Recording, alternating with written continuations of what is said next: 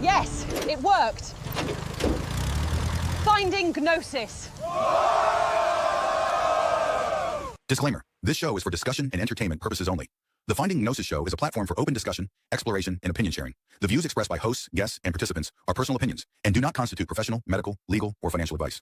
All topics discussed are only intended to spark curiosity, entertain, and encourage independent thought. If any subject interests you, we strongly advise conducting your own thorough research using reliable and professional sources. Critical thinking and due diligence is key. Stay curious, stay informed, be well, be lucky, and don't be an arsehole. Tell us what topics you would like to see explored on the Finding Gnosis show. Don't be a passive consuming creature, sitting on your sofa with your thumb lodged up your arse all your life. Sitting there like a bored yet furious gargoyle spewing out whatever is put in your head by others, whilst balancing precariously on the edge of your sad existence. An existence of watching the thoughts of others drift past your window, and then moaning about whatever the wind blew your way. Do something. Be involved in the creative process of creating the zeitgeist, of directing the conversation, rather than just passively consuming whatever occurs. Whether up to now you have been an interested party or some snide, snarky little sideline gnome muttering at the shape of things after they have already taken form in the garden where the thoughts of others grow. If it is not to your taste, that may well be your fault for refusing to help shape it when the clay was still wet. It is up to you whether you like what emerges or not. Perhaps you are content to sit there with your thumb lodged firmly in the exit of your mind's eye, your arsehole yelping at whatever rattles past your frame of reference. Maybe that is the full extent of your appetite. Fine. But for those of you who feel something in you recoil at the thought of such a limp and spectator-bound existence, get involved. Give your opinion on where we should go to find Gnosis. Throw something on the fire. Help steer the thing. Empower yourself and others by helping shape a collective movement towards something more worthwhile than passive reaction and stale, snide, and bitter commentary. Whether you like it or not, you are part of what will be. So speak. Throw us all some topics that you would like to be discussed as we collectively try to find Gnosis. Thank you. Much love.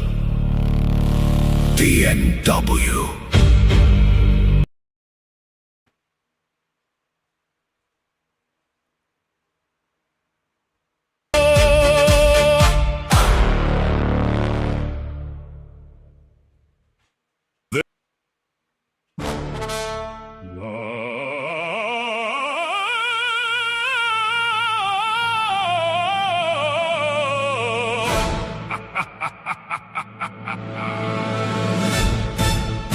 Gather round the wireless friends, gather round the glow.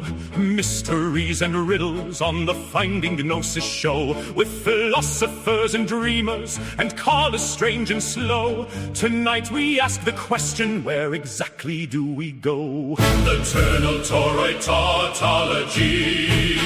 What the hell does that even mean? Never fear, my dear, dirty low-life's here to explain the grand machine. Oh, the theory of all theories, my Gnosis-seeking dearies, the wheel that spins eternally behind reality's facade. A quiet man with flowing hair, a calm and distant gaze, who speaks like some old traveler from half-forgotten days, contemplative and mellow, with a slow and thoughtful tone, the sort who makes you question if your thoughts are yours alone. He leans into the lantern, lights the panel, all grows still, as though the room itself prepares to bend unto his will. Then softly starts explaining with a strange and knowing grin how the universe folds outward and somehow back within. The Ternal Toroid Tautology. A loop within a scheme. You think you're going somewhere, but you're circling through nightmare inside a self-consuming dream.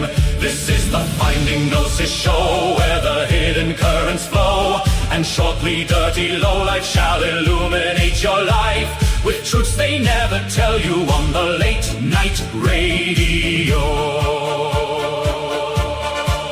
A serpent eating its own tail, a circle made of time, history repeating like an old familiar rhyme. The kingdoms and the crisis, the markets and the fear, the endless stream of nonsense pumped directly to your ear. Perhaps it all's connected in a vast recurring dance, a cosmic conservation law disguised as random chance. And maybe every ending is a doorway dressed as death, the toroid turning endlessly with every living breath. The Ternal Toroid Tautology, the great recursive cosmic sea, a universe reflecting and endlessly correcting its strange eternal symmetry. So pull up a chair beside the fire, prepare your soul for strange desire. The Finding Gnosis lanterns lit and dirty lowlife's wisdom fits this haunted age uncannily.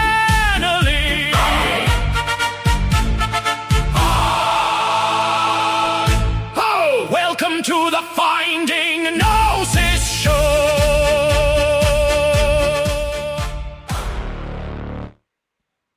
Hello. Welcome once again, folks, to another Finding Gnosis show. I do hope you are exceedingly well, if you deserve to be so.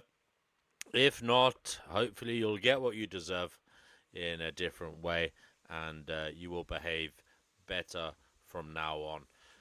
Today, guys, I'm rather excited. We are lucky to have one of the crew here, Dirty Lowlife, with us, and he's going to talk about an idea that he's had, the Ternal Toroid Tautology. Now, I really don't have much of an idea what it's about, but it does sound intriguing as a title, and it sounds, quite complicated. So I'm sure we'll have to listen very carefully. But there's no better man to keep us interested and to listen to than the dulcet tones of Mr. Dirty Lowlife, who is here right now. Guys, I would ask you to share the stream, bring in new minds and opinions for our conversations. Finding Gnosis cannot be done in isolation. We can't become an echo chamber. We need to find other voices to compare and contrast our ideas with, so that perhaps we can have a hope of finding Gnosis. And obviously, for those of you who are new here and perhaps don't know, by finding Gnosis, I mean finding out what the hell is going on in this strange existence that we are all apparently sharing, and what exactly we should be doing whilst we are all apparently here sharing this strange existence together. So welcome if you're new. Obviously, welcome back if you've been here before. It's great to have you here. And now I will say over to you, Dirty Lowlife. Dirty Lowlife, you are on the Finding Gnosis show. There he is, the man that looks like Jesus. Welcome back, sir. Would you like to, first of all, tell us about the title of these ideas you're going to describe to us? What is this title? Where did this title come from? And take it from there, brother. It's all yours, baby. Thank you, DNW. Thank you for the opportunity. Salutations, brothers and sisters. Funnily enough, DNW, the title of the show came last. You asked me what should I call the stream, and those three words just popped into my head. So, yeah, sort of, as you say, it falls out and falls back in on itself. So, very apposite. I'll give you all a moment to gather your seats and let my three centers settle into a proper orbit and gather my thoughts. We're basically going to talk about. people can come and talk to you, can't they, if they want to? Yes, please. If there wants to be some panel, I'd love a bit of panel. You can all throw your ideas in. Straight away, or do you want Welcome to join. Yes, I'd love interjections. It keeps it dynamic and flowing and organic, and not just my automatism running away. I will add them now. Then 1 second now.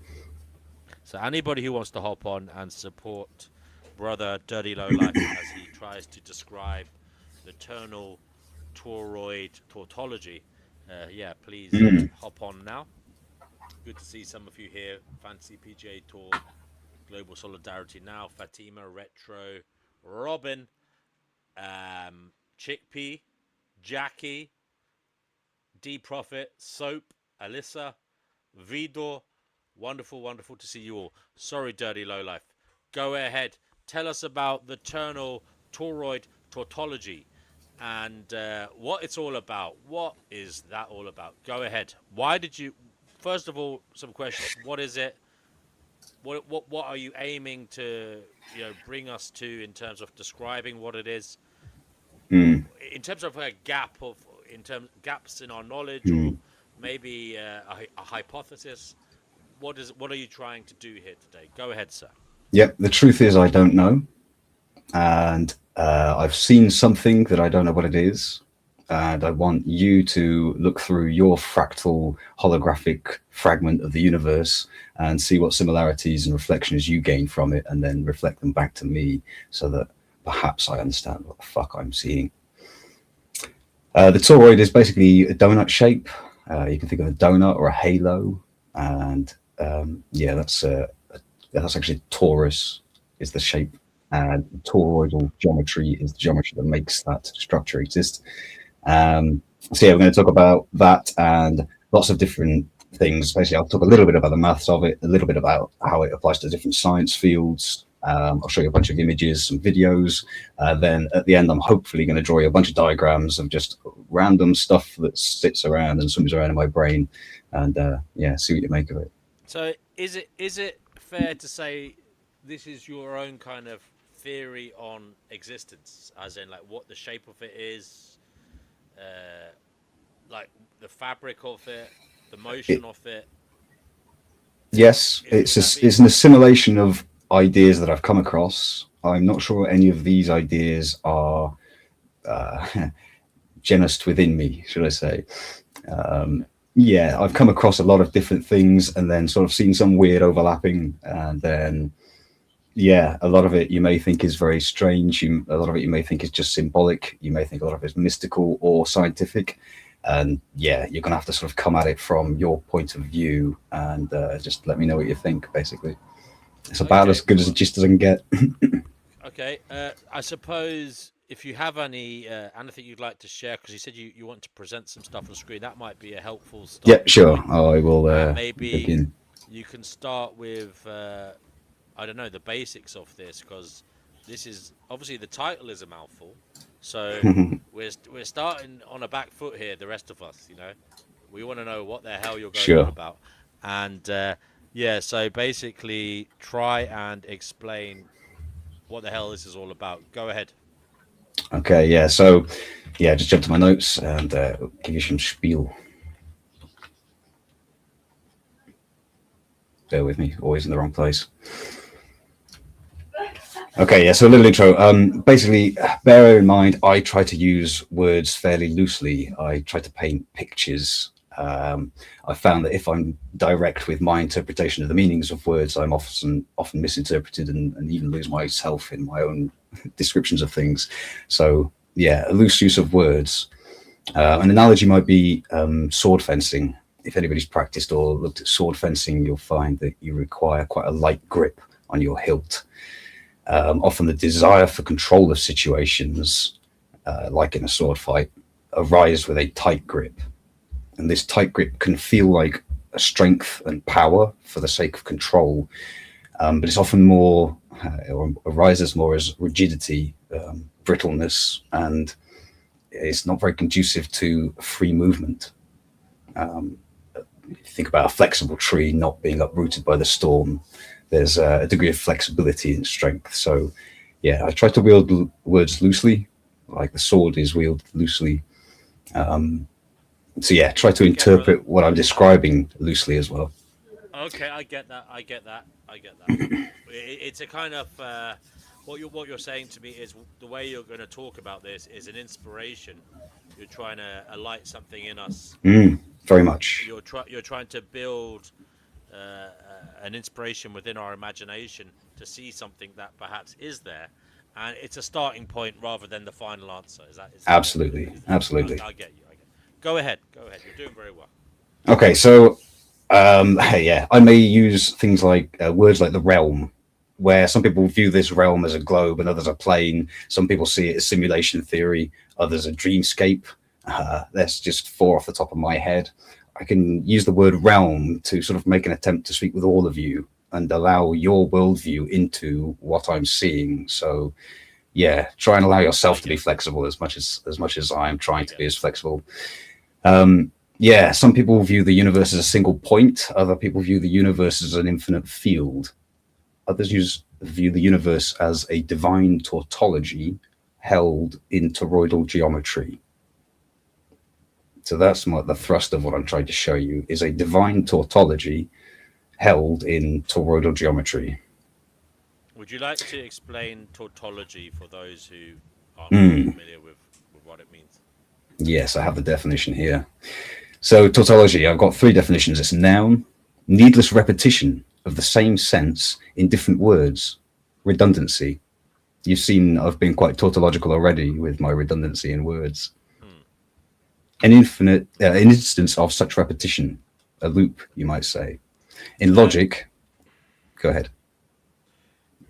As far as I might be wrong here, but a tautology is viewed as kind of it has a kind of it resonates. It has a connotation that's quite like bad, I suppose, in some ways, because it's like you're repeating something unnecessarily.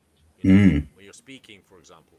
So if I spoke to you, or I wrote you a birthday card or whatever, it would be the case that if I used the same word again and again in the space of a couple of paragraphs, it would when there was other words that would be maybe more fitting or might make it sound more lyrical or pleasant, then it would be or just tell you more. Absolutely. Right? Yeah. I take that as a definition. Yeah. So is you the fact that you've chosen tautology, is it the case that you think there's this repetition that you're going to talk about is needless, unnecessary? I think needless is a point of view. So I'd give you an Alan Watts quote, which is that the fool must persist in his folly to become wise. So a certain level of repetition is absolutely necessary. If I just could continue the third definition here. In logic, an empty or vacuous statement composed of simpler statements in a fashion that makes it logically true, whether the simpler statements are factually true or false. For example, the statement, either it will rain tomorrow or it will not rain tomorrow. It's true, but it tells you nothing. Okay. So let's go for it, Dirty Lowlife. I'm going to ask you, what is this existence in your view? In as much plain man, everyday lingo as possible. Cut these highbrow, highfalutin words. Yeah, sure. Let's begin, brother. Just at the beginning, just at the start. Speak to me as I am. I am an idiot. I don't know what's going on. Please. Right. I'm going to give you fill my head with relevant data that might make this make sense to me. Go ahead. And I just got here, so keep that in mind too. You can use this as a little recap. Welcome, Joe. Thank you. Yeah, I'm going to give the last 2 lines of my spiel, and I'll show you some videos. The only truth I know, the only truth I can know, is that I know that I don't know. Okay. Yeah. Please interrupt me with your reflections at your will. Right. Let's watch some of this. Some of these are just going to be little drawings to give you an idea of the structure. Okay.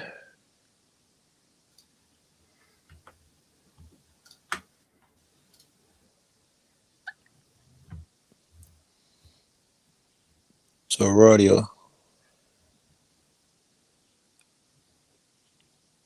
So this is a toroid, is it? It looks like he's about to draw a toroid, like the magnetic field of the Earth type of stuff. That'd be like, yes. Absolutely. Glad to bring up magnetics, Joe. That's the only best thing about talking about toroids. This is obviously part of the theory. Everything is. We are within a toroidal system, are we? Is that what you're? Is that going to be the guts of this? I've come to terms with the idea that it's toroids all the way down. I think the tortoise thing was somebody mishearing it. Okay, that's that. I like that. So it's not tortoises all the way down; it's toroids all the way down. But how does a toroid give birth to another toroid? That's what I'm interested in, because it looks to me like. Oh, you'll see some of that in a moment. Absolutely. Oh, okay. So there you go, guys. It's toroids all the way down. And that doesn't help us, DFW. It's a toroid kind of fractal kind of system, is it?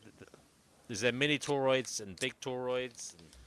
Well, I'm going to ask you where toroids are, because I'm seeing them everywhere, and I basically want to see where you're seeing them as well.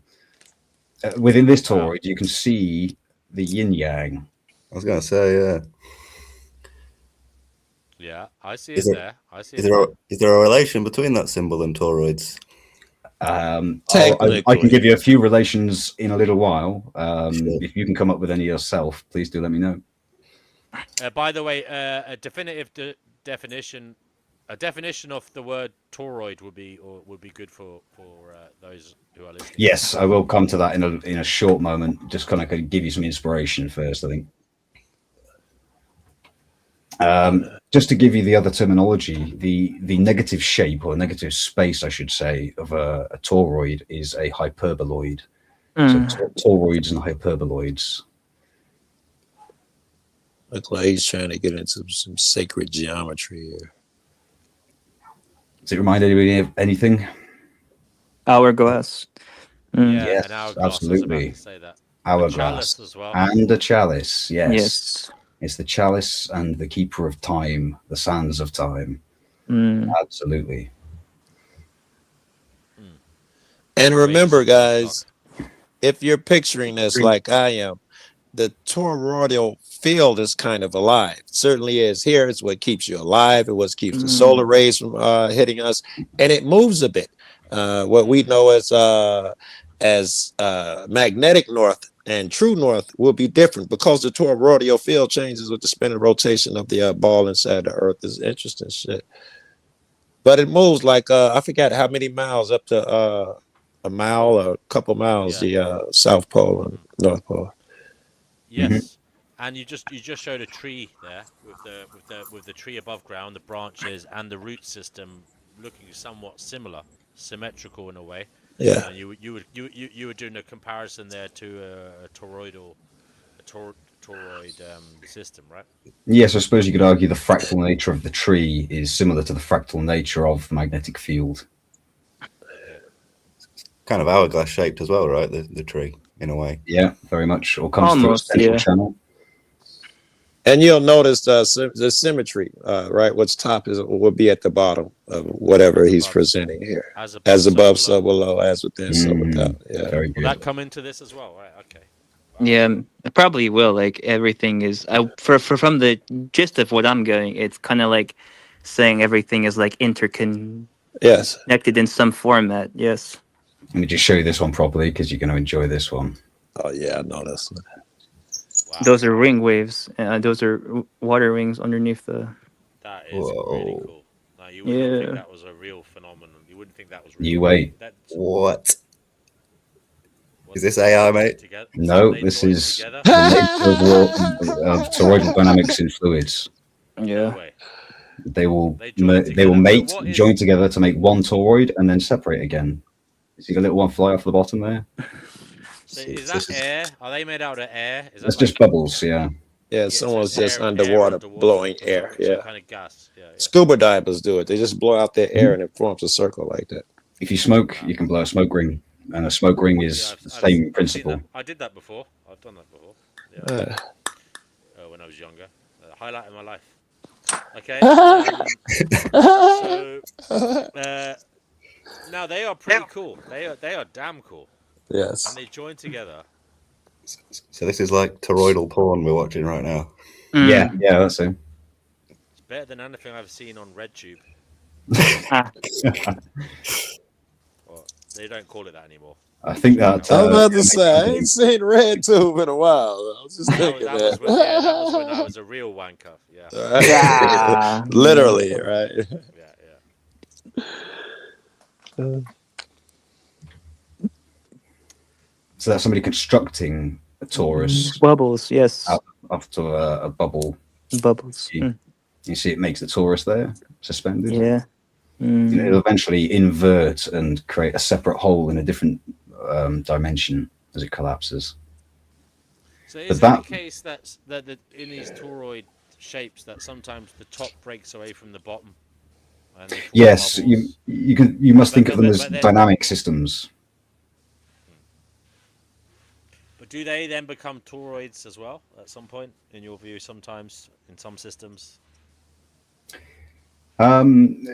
It's hard to say for me because they exist at so many levels. The whole thing is flowing as a toroid until it's not flowing anymore. So the toroid isn't really a thing. You can think what there is there a lot of liquid in the air, and the superstructure of it happens to be a toroid, and that toroid will be self-sustaining and morphic, but then it will collapse and stop flowing that way. That's it. If you collapse it, it's not like the toroids are eternal, is what I'm saying. Are they? The toroid shape is eternal. Toroid isn't. It's not that toroid isn't, but you do think there are eternal toroids, like fractally creating more toroids. Yeah, that could be the case. Yeah. Okay. It's not logical. It shouldn't be, in my opinion. They all seem. Do you think that there's one grand toroid that like oversees all the other ones? Like there's like the main one that started, that's was there at the beginning, and then everything else toroids are just like contingent on the big one? I think we may have to come to the really deep philosophical questions towards the end, if that's all right, Fatima. I love the question, but of course, yeah. If I go down that rabbit hole now, I'll just go totally off track. Of course, so yeah. Give me put a pin in it, and please ask me again towards the end of the. Of course, yeah. So this is a drop of water or some liquid hitting. This is simply a drop of one liquid hitting another liquid. Yeah, it's died simply so you can see it. So the nature of all of these things seem to have a limit. Every example that I'm throwing in my head, they all seem to have a limit to how long they last. Yeah. Oh, yeah. I just thought about that when you said that, when you asked the question. I had never thought about it. Of course, yeah. Maybe in dying, they create rebirth. Yeah. Somehow. So here's perhaps a toroidal structure that doesn't change so much with time. I think it changes with something else, but not time. What we've looked at so far is fluid dynamics, where a toroid exists in the flow of some medium.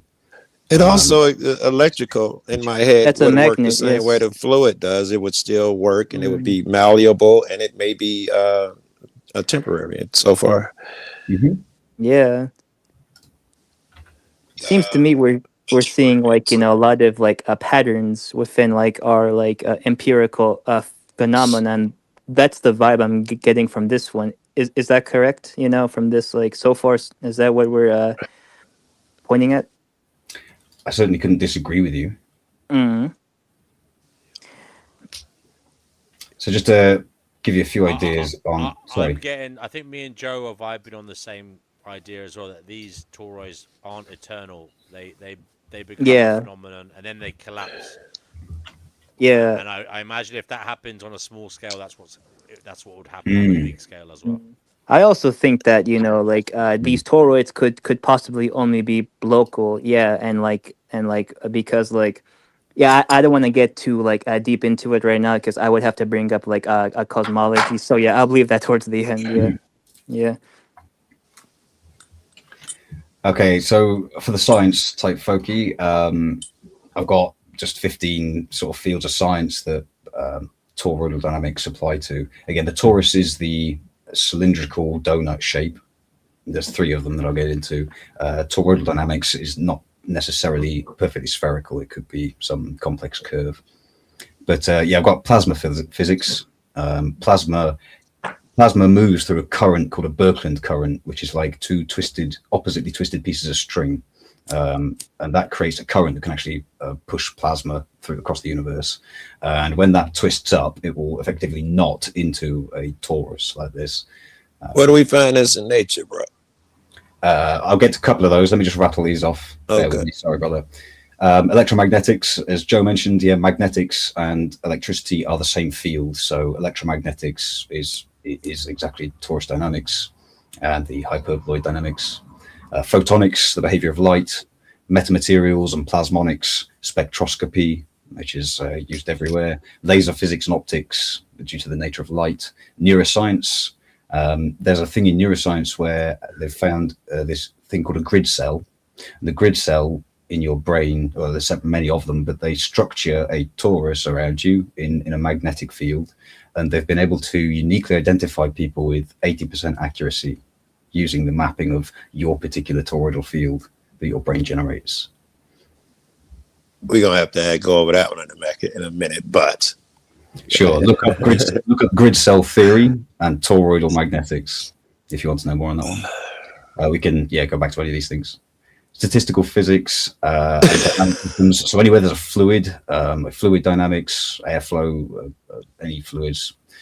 Chemistry, there's toroidal molecular structures. Aromatics particularly use toroids. Signal processing, waveform analysis, robotics and motion planning, topology. String theory uses toroids quite a lot. Geophysics and geomagnetism, as Joe mentioned, so protection from solar rays and even tectonic plate movements because of the fluid dynamics of molten materials under the core. That's what's pushing all the plates around. So yeah, the toroid comes up in a whole load of places and in a lot of science. Just check you another of these images. So this is the mathematical construction of the toroid. I've mentioned it once, but I'll just repeat it. The toroid is the overarching geometric principle that describes the torus and other toroidal shapes. There's two factors that define the toroid. Here they're described R and R. The capital R is the major radius, and the minor radius is basically the radius of the small describing circle. If you imagine that circle being spun around the axis, it will describe this donut. There's three main types. You've got the ring torus, the horn torus, and the spindle torus. And that's basically whether the ratios between the major and minor radii are equal or greater than or less than each other. They describe these different types of donut.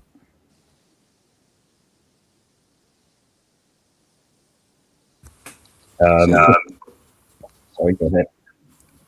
I was just going to say the bottom ones, they don't look as synchronized in a 3D. It's like it's just the bottom half of the torus there. Is that what's going on? Yes, it's a cross section so that you can see the internal structure as well.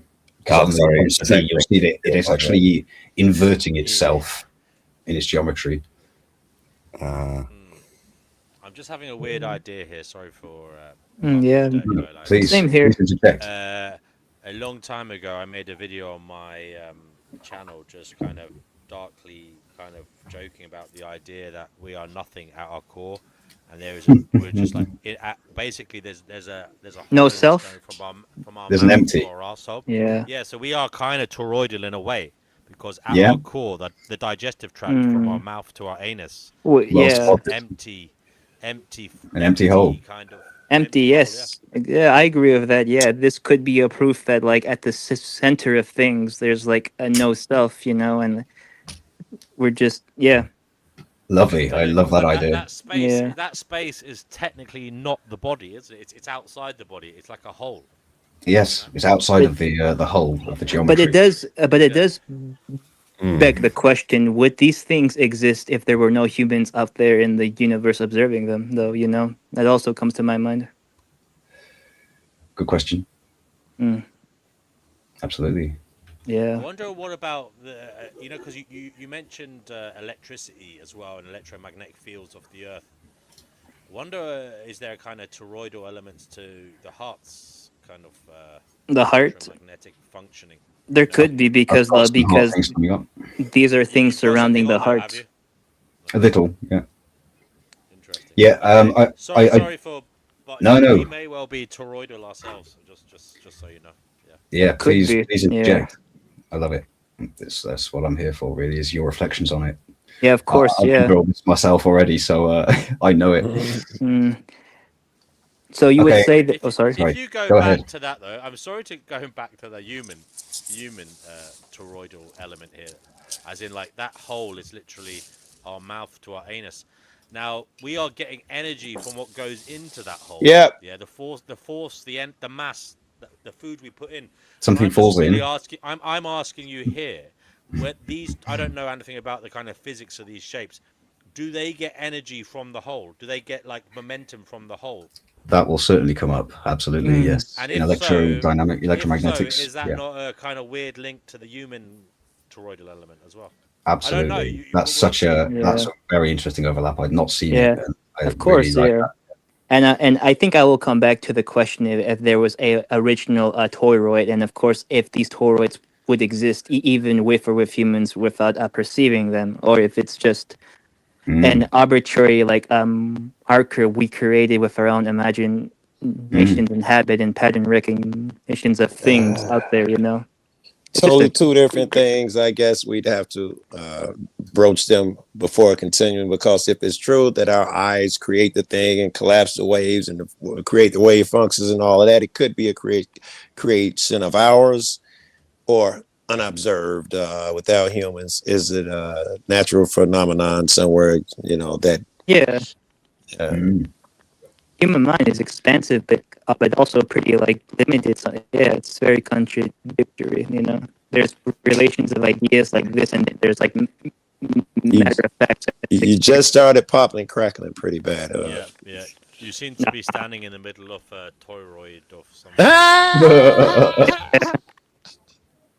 Anyway, go ahead, Dirty Lowlife. Fatty will come back in. Yeah, sure. Just a bit of maths for anybody who's into maths. The area is given by 4 pi squared times the 2 radii, and the volume is given by 2 pi squared times the major radius times the minor radius squared. Topologically, the ring torus is homeomorphic to the Cartesian product of 2 circles. Effectively, you can multiply 2 circles together and construct the torus, as you've seen there with the bubble being swung round. You've got 1 circle in the bubble ring, and then he's twisting, which creates an orthogonal circle, and that describes the torus. Unlike a sphere. Sorry, go ahead. Is it, in a sense, sort of making a circle kind of like a 3-dimensional sort of shape? Is that what's occurring here? Yes, that's what you're doing. You're transcribing a circle through the 3rd dimension that it doesn't exist in on its own, around an axis. So if you imagine a straight line up through the yellow dot in the middle, that's the axis of rotation. Okay. Unlike a sphere, a torus allows for non-contractible loops. Okay, a contractible loop in topology or topography is essentially a loop around a hull that can be shrunk to a single point without changing the geometry. So the loop becomes equivalent to a singular point. The torus gives rise to many non-contractible loops. These are loops that can't be shrunk to a single point without deforming the geometry it exists within. So to me, that suggests a fundamental structure. If it can't be reduced to a point, then that structure is something in itself, on its own right. I don't know what words to use. So all loops on a sphere are contractible, and there's a whole bunch of loops on the torus that are non-contractible. Let's change these images around a little bit, keep your eyes working. Okay, I won't go into that too much. Okay, so just a couple of other images to get your juices going. There's a torus or toroid, a cross section of one.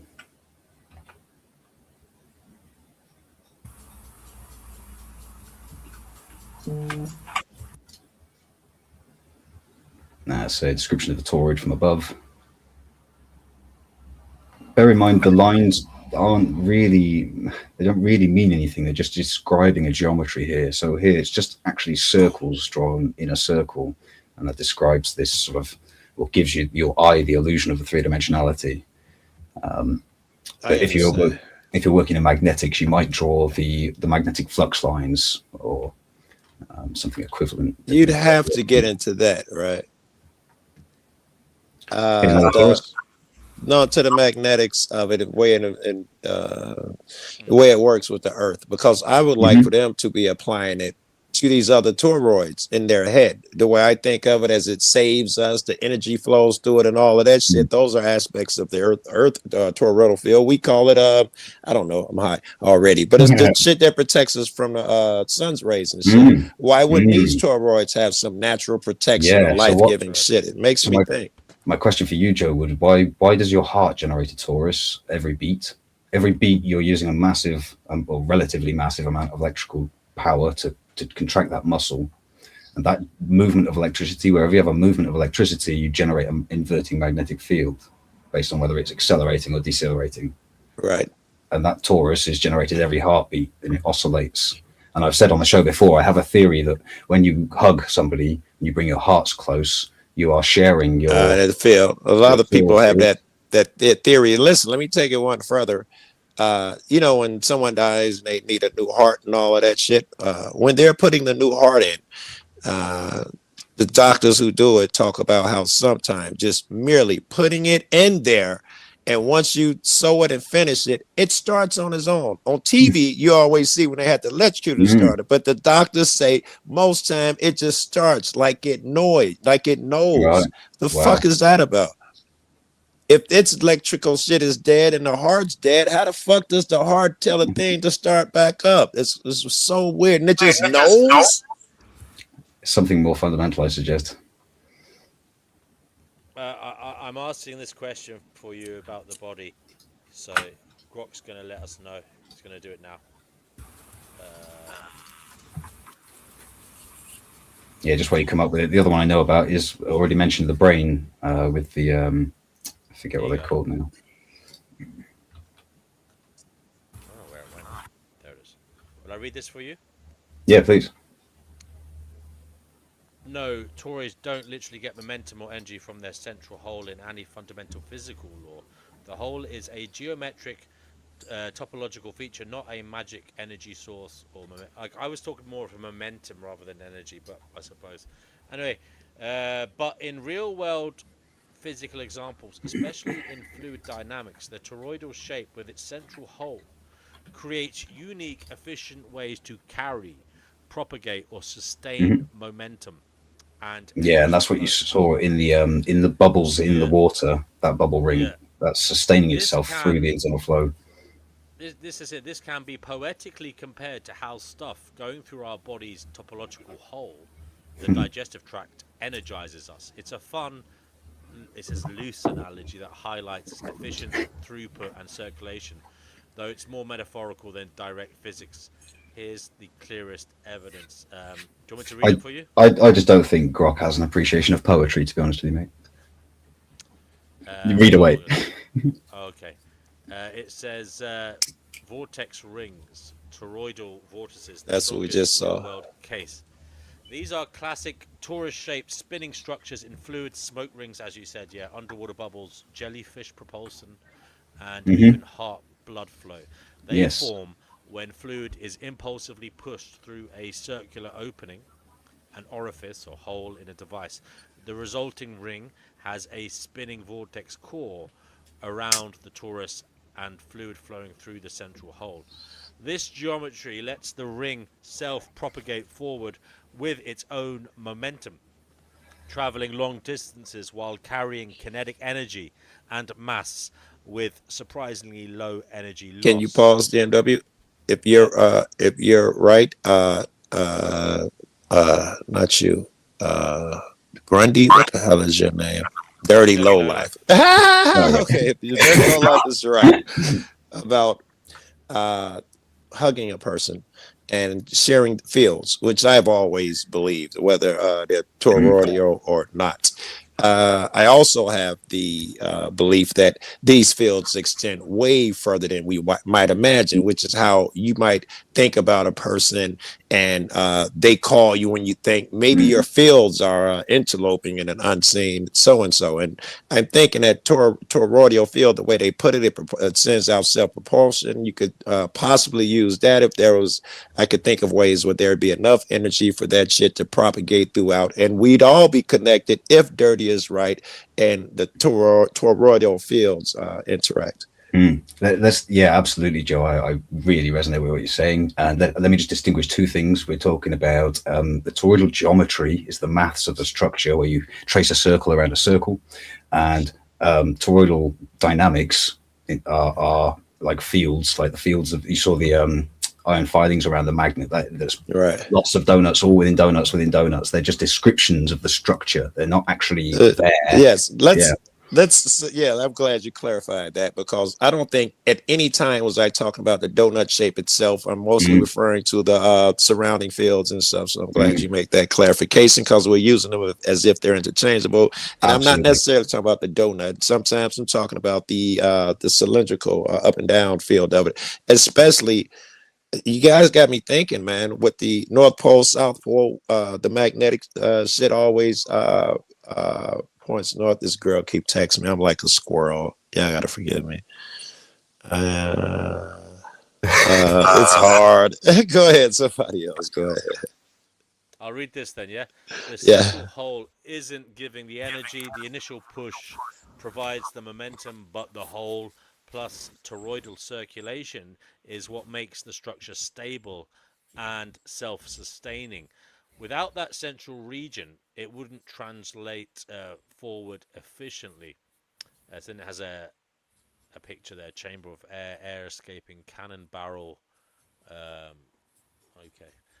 Examples. Yeah, I had that picture. Sorry, just to interrupt you. That picture on the left, I had a toy as a child. It was a big blue one of those with a handle, and it had a rubberized plastic sheet in the back, and you could pull it back, and that was shooting a toroid, self-propagating ring across the room, so you could hit the curtains with a punch of air. If you fill them with smoke, you can see them. Cool. Oh man. Examples: smoke rings, squid, jellyfish swimming, synthetic jets for propulsion. Okay. It says here, inside your own heart, toroidal flow in blood. It says your heart actually generates vortex rings during filling, the diastole in the left ventricle. These toroidal structures help move blood efficiently with minimal energy waste. Exactly the same momentum carrying trick as smoke rings. Healthy hearts are shaped to optimize these vortex rings. Diseased hearts show weaker or disrupted ones. Meanwhile, the heart itself produces the body's strongest toroidal electromagnetic field, donut-shaped, extending several feet out, powered by its electrical activity. Wow. Just can I interject just on that? Go there's a couple of other toroids. Wherever you have a sphincter in your body, which is a ring of muscles, often 6 but sometimes 8, that will be a toroidal structure. They're actually folded in a ring, in a spiral, into a circle, and they can contract to close a hole, which is what your heart is doing. And then there will be cardinal muscles, usually 4 but sometimes 8, and they pull the hole back open again. So the linear motion and the spiraling motion are together in a sphincter that make the opening and closing of a hole. And that's also in your eye, your iris is the closing and opening of your pupil. So there's a toroidal structure there. So you've actually got a toroidal structure in the heart producing a toroidal structure in the flow. Wow. Thanks for that. It says here, the body as torus comparison. It says topologically, your body is a torus. The digestive tract is the continuous hole running through the mouth to gut to anus. The space inside is technically outside the body. What goes into that hole? Food, water, oxygen via the lungs, which connect to the tract, gets broken down, nutrients absorbed, and that energy powers your metabolism, movement, heartbeat, everything. Very good. So yes, that's the power. what goes into our whole energizes us. Energy, yes. Is literally true for biology. The poetic link to toroids in vortex rings or heart fields, the toroidal geometry, including the central hole axis, allows smooth cyclic flow of energy, momentum, circulation. In you, the GI hole, that's the digestive tract, isn't it? Is the input port that fuels the whole system, and your blood, with its own near toroidal red cells and heart vortices, distribute that energy efficiently. It's not the same mechanism, but it's a beautiful conceptual parallel. Nature loves these self-organizing looping patterns for efficient energy handling. In short, physics doesn't say toroids magically suck energy out of empty space through the hole, but the shape, hole included, often enables remarkable efficient momentum transport and flow, much like how your body's hole turns input into life-sustaining energy. It's a cool way to see yourself as a walking, breathing, vortex-optimized donut. If you want to dive into vortex math, heart imaging, or even torus energy models in pseudoscience, just say the word. Okay, so we have Grok on the standby here, brother. Whenever you want, just let me know. Okay. I'd like to add that as you was talking, I was thinking about it electrically more. And since I know it's energetic, I'm trying to start over. Electrically is how I'm familiar with it and apply it to biology. And when I went to electrical, I stayed there. I couldn't stop. And I saw it in every fucking thing we create that makes electrical energy. Every fucking old movie, every fucking tower, it'll have a toroid at the top. I'm thinking we do use them endlessly. It's mad. But also, it's mad there where it said the energy field can be from the heart can be seen. Didn't it say several feet away from the it makes me realize, or just remember, that we were all told to stay 6 feet apart not long ago, weren't we? That's related to it. Just a That's dope. That's dope. Maybe we were building up too much energy together. Controversial. Do you see the toroid here? I love this toroid. Very nice. That's it. Yeah, we can kind of see it. Yeah. I can see it because I'm on a phone, so I see it at a distance. I can barely see the owl. I see the toroid better. Hurricane, yes. Isn't there one for you? I'm trying to see. I guess if that's a toroid from a top-down view. That's the eye of a hurricane, isn't it? Cyclone. And we know I'm guessing they're saying that that's a top-down view of a toroid, and we know those are very energetic, like stupid energetic. That looks more toroidal. Is that liquid? Yes. Whirlpool. Yes, it's water. Okay. It's water whirl. So again, understand that the whirlpool isn't a thing. All of the water is moving around and going somewhere else, and perhaps flowing downstream, down a waterfall, and off into another town. So the whirlpool is a superstructure. It's a pattern. It's a vibration, a flowing, a flux within a medium. Yeah. Right. It's fluid and dynamic often. But as you pointed out, and I've looked it up now, it could be plasmatic and energetic. Plasmatic, magnetic, and liquid, yeah. And fluid, yes. And I'm sure smoke rings too, so that gives us gas. It'll perform in everywhere, apparently. I just liked the macro micro here. There's a toroid in the rock, in the rock face, and a toroid in the Milky Way. I never saw that one out, and it's a stretch. Let me think. I'm flexible, so if you're not so bendy, don't worry. I don't hold it against you. That was a great answer. It's a stretch. Well, I'm flexible. That's Does everybody know what this is? Response. Is that a space station or something, or something? Don't say. I want to look on my other phone. Hadron Collider, is it? I can tell you. Fancy PGA Tour for the points. Yes. What is it? Large Hadron Collider. Large Hadron Collider. Oh, the Hadron Collider, is it? And what structure is it? It's a circle traced in a circle. And it is absolutely toroidal because the bigger you are, the bigger it is. Like here, I'm in Illinois. We had the biggest one, Fermi Lab, for years, made all the discoveries. and I forget how many miles. Hey Siri, how many miles long is Fermilab's Atom Smasher? I couldn't think of the real name of it. But anyway, our shit, I don't know if it's 2 miles long. The one over there, the LHC, is 6 miles long or some shit. So we're talking about massive toroidal shapes. This would be a split section of it, but this thing would go for miles. We got cattle over ours. It's so big underground that the ground above it, they just use as a cattle range for bison. You know, that's how big these things are that they use, how big the toroids get. And the LHC is even larger.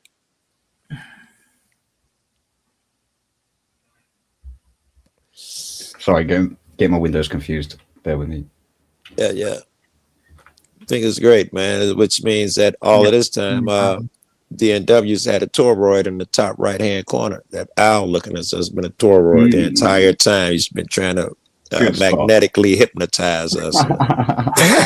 Good spot. Absolutely. Good spot. Well spot. Yeah. He's playing on a different level, guys. Okay, so yeah, there's a bunch of examples of toroids, a bunch of them in nature, a bunch of them in science, a bunch of them in technology. Yeah, I sort of skipped over the transformer.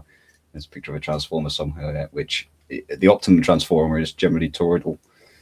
You can't make them square. The eye shit is interesting. The eye shit I'm gonna look into later, because if it is toroid, or as you're proposing here, and the medium that we use it for is light. So now I'm interested in if, like everything else, the toroid takes it in and shoots it out differently in the end. It takes in light, and all I can think of now is it flips it, the eye, but I don't know which part of it does it. I'm wondering what the effect is, what goes in and what comes out. I'm interested now. Yeah, I've had a theory that the eye is more than just a receiver of light and is some part of our projecting nature. That theory will be backed up by every person who says when a person looks at a thing, its wave function collapses and it turns into what you're looking at, like the double light experiment. We know that when a human looks away, it just forms patterns that look like waves and vibrations and shit. But when you look at it, it forms, it lines up to form what you expect: a tree, a dog, a cat, whatever it is you expect. But when apparently, according to this, when you're not looking at it, it's just waves. I almost said random, but it's not random, but it's waves, which would give credence to your theory that the eye is actually doing a thing if it can collapse the wave function, as opposed to a simple observer. Yeah, and I wouldn't, just to play on what you're saying, I wouldn't isolate that just to the eye. I think, like we said, the heart, the brain, the mental scape, I think is toroidal in itself. Yeah, again, it's turtles all the way down. Yeah, and again, as DNW was saying, you've got an interplay of two different toroidals with the heart here. Same again, photonics is toroidal, the eye is toroidal structure. So yeah, toroidals playing with each other just like the bubbles. Okay, my next bit is to draw some diagrams for you and show you my artistry. I may just take 5 minutes to roll a cigarette, grab some water, and let you guys have a breather, and then I'll be back if that's okay. This 5 minute interlude with you guys chatting, all right? All right, sounds good. Thank you very much. Okay, Cougar says the toroid is a shape that works with rotational forces. Yes. This guy's doing a real good job, by the way. This dirty low life. Yes, he is. Yeah. Interesting. But I wonder if it. Sorry. Go ahead. Oh no, I think I'll save it for later. Yeah.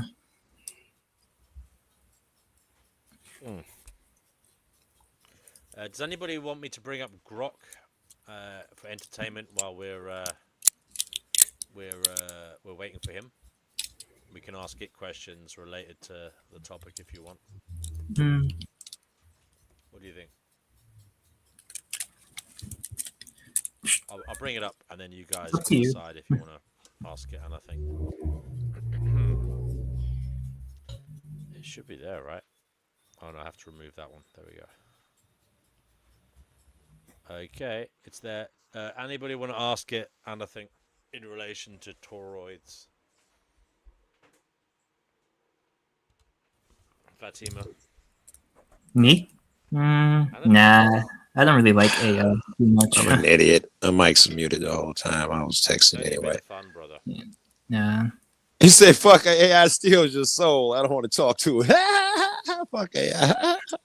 Well, it's just is this gonna like hand me answers that I could have thought of on my own? Like I already Even have worse. Even worse. It'll probably I don't know. You always can get lucky, but even worse, it'll tell you things you want to hear. That's why I fear AI, because exactly, you know, yeah, it's only things I want to hear. That's the scary shit. I rather just like ask this like is my Super questions. Grok. He's come to save the day. Oh my god! Let's see what Super Grok is. Listen. I'm not telling you to fucking go home and fucking bet your life on what the fuck it says. I'm just saying it's a bit of fun. Don't take. Ask him. Does the atom produce a toroidal field? Oh, yeah, that's a good question. Well, that's not bad. Okay, yeah. Field, right? Yeah, toroidal field. I don't know if I can't see them little writing, so I think you spell it right. I did spell it right. Okay. Because if they say yes, that means every little building block can have a field, and I'll have to, which I can never figure out how they all interplay. That's God's tier shit. Or even not just an atom. I'm interested in any small building block, lepton, electron, the quark. No, it says no. Atoms do not produce a dominant toroidal magnetic field in the way that term is usually understood. No, I wasn't asking in the way that term is usually used. That was not what I wanted. Did she continue on? Did she continue? Yeah, it does. It does. So it may say something that it does. It may give it a chance. The strong circumferential field in a tokamak fusion device or a simple current carrying toroid. Standard atomic electromagnetic fields in conventional quantum mechanics and electromagnetism. An atom's electric field comes from its protons, nucleus, and electrons. Its magnetic field arises mainly from electron orbital motion and intrinsic spin, plus smaller contributions from nuclear spin. Far from the atom, this behaves like a magnetic dipole field, similar to a tiny bar magnet. Higher order multipole fields, quadrupole, octopole, etc., exist but are much weaker. A toroidal field where magnetic fields a toroidal field where magnetic field lines form closed loops inside a donut-shaped toroidal volume does not describe the primary field of a typical atom. Primary. I'm not asking for primary. And I see why it would have to set me. There are toroidal moments, a real but subtle effect. Advanced atomic and nuclear physics does recognize toroidal moments, also called anapole moments or toroidal dipoles. These are a distinct higher order term in the multipole expansion of the electromagnetic field, separate from ordinary electric and magnetic multipoles. They arise from specific current distributions, poloidal currents on a torus surface, or from parity violating weak interactions. Static toroidal moments, anapole moments, are extremely tiny in atoms and nuclei.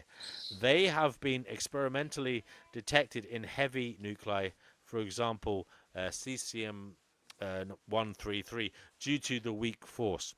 Very good. Dynamic toroidal moments, time varying, are more general. Recent research shows that all atoms and molecules exhibit dynamic toroidability. They can sustain toroidal dipole moments when driven by optical oscillating electrical fields. Toroidal dipolar transitions are allowed in hydrogen-like atoms and have different selection rules from ordinary electric magnetic dipole transitions. These toroidal contributions are not the main field on atom. I love this. An atom produces. in everyday conditions. They are higher order effects, usually negligible, unless you are doing precision spectroscopy. All right, hold on. Let's or studying parity spectroscopy. violation. Yeah. That's exactly. She really, or he, or whatever, whoever wrote that, told me everything I didn't know. Which it would have been. You figure it's got an electron, it's got a spin, quarter spin, half spin. There's a lot of activity going on in there. It's so hard to tell me my answer that I wanted to know about the toroidal field. And then I asked. Remember, I said, because now I have to consider how it acts with other things.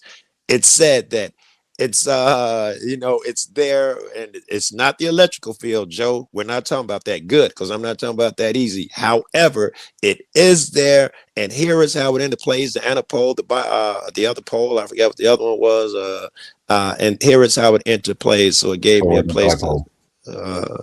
Yeah, and it told me. It says here some mainstream ideas, for example, the 1915 toroidal ring model of the electron, or modern torus energy field, claims in spirituality, a new age context, propose that electrons, quarks, or entire atoms are inherently toroidal structures that generate torus-shaped energy fields at all scales. These are not supported by mainstream physics. The electron is experimentally consistent with a point particle and atomic structure, is well described by quantum mechanics without requiring toroidal geometry for the atom itself. Now we're just talking about this. I understand. Bottom line, atoms produce electromagnetic fields that are overwhelmingly dipolar, that is electric plus magnetic. Toroidal moments exist as a real but very small higher order feature in precise atomic physics, especially under optical fields or due to weak interaction effects, but they are not the primary toroidal field. I love that she keeps going back to that, so she's not confusing you. I like that she's, and it's important that no one is thinks that. But man, she just gave me so much shit to think about there. Okay. All right. Well, we have Dirty Lowlife back, thankfully. I didn't know he left. I wasn't even looking at the phone. There was some good shit said, Dirty, if you were gone, man. Yeah, I was listening. Okay, it was some good shit. Yeah, I was just going to add, I did read there's some theories in, I think it was string theory, that was saying that, or quantum physics, I can't remember which, that the toroidal geometry does allow for a subatomic particle spin without rotation. Okay, we were talking about that because that particle spin would throw off shit. That's what they was talking about. It's where it's weaker, it's easier to examine the toroidal experiences. Shit, something else you just made me think about, which I forgot. Your theory. I got dog and not this girl texting again. Go ahead. Right, forgive me. I'm just going to do the dangerous bit and share my screen again.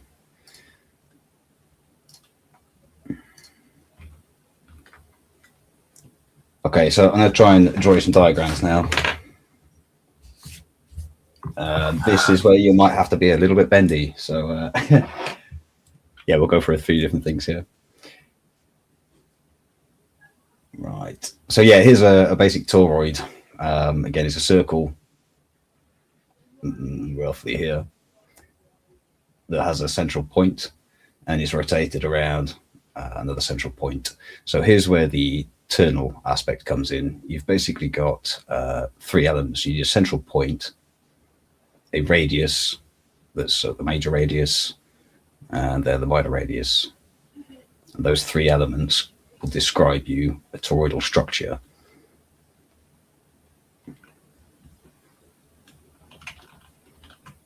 Within this, you'll see a whole bunch of what I'm going to call primordial shapes or primordial loops, maybe. You'll find these are non-contractible loops. You got your infinity loop. And if I just make a little space here and I draw something off to the side. If we look top down, let me just put a ring in so it's easier to see. So if we're looking top down on a torus, from the center point, it comes out of the hole and goes up, around to the outside edge. I'm going to change to blue here because at this point it dips below the surface that you can see onto the underside and goes down to the bottom edge here, where it comes up again. Let me know what the shape is.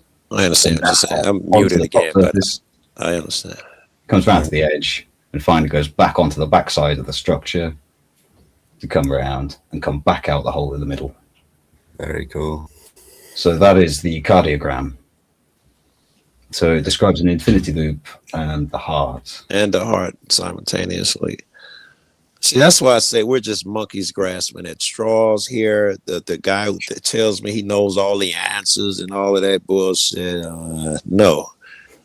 You're only as good as the tools you have, which in our case is just, your limited eyes and intelligence. And, how the fuck are we going to grasp complex shit like this, man? The fucking, the fractal nature of it just seems, way too big to even consider. Maybe the simplest concepts, but come on, how am I going to know that? How does the sphere interact with the heart shape of the field and the infinity loop and how they all interact with each other? How is my tiny mind going to grasp these things? Sorry, just to clarify there, that the heart image is the top-down view of the infinity symbol, the same thing that the infinity symbol is representing there, is it? Yeah, and I get yin and yang out of there too. So yeah, well done. There's yin and yang in there. Absolutely. Was fuck. It's okay. Let's see if I've got a different picture in here. Interesting. Okay, so this is I gotta smoke some more. A theory on electro or dielectricity, which is what it used to be called a long time ago. And basically, you've got electric and magnetic working together here.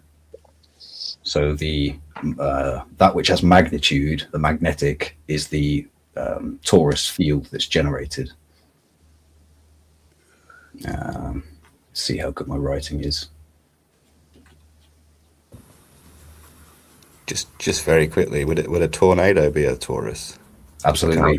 Yeah, it looks like a tornado. Yeah, the eye of the storm.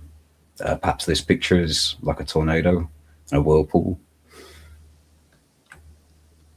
Yeah, I see the tornado. You're looking at this bit here, aren't you? Yeah. Doing that. Yeah. I'm with you. Tornado, absolutely. So yeah, magnetic, electric.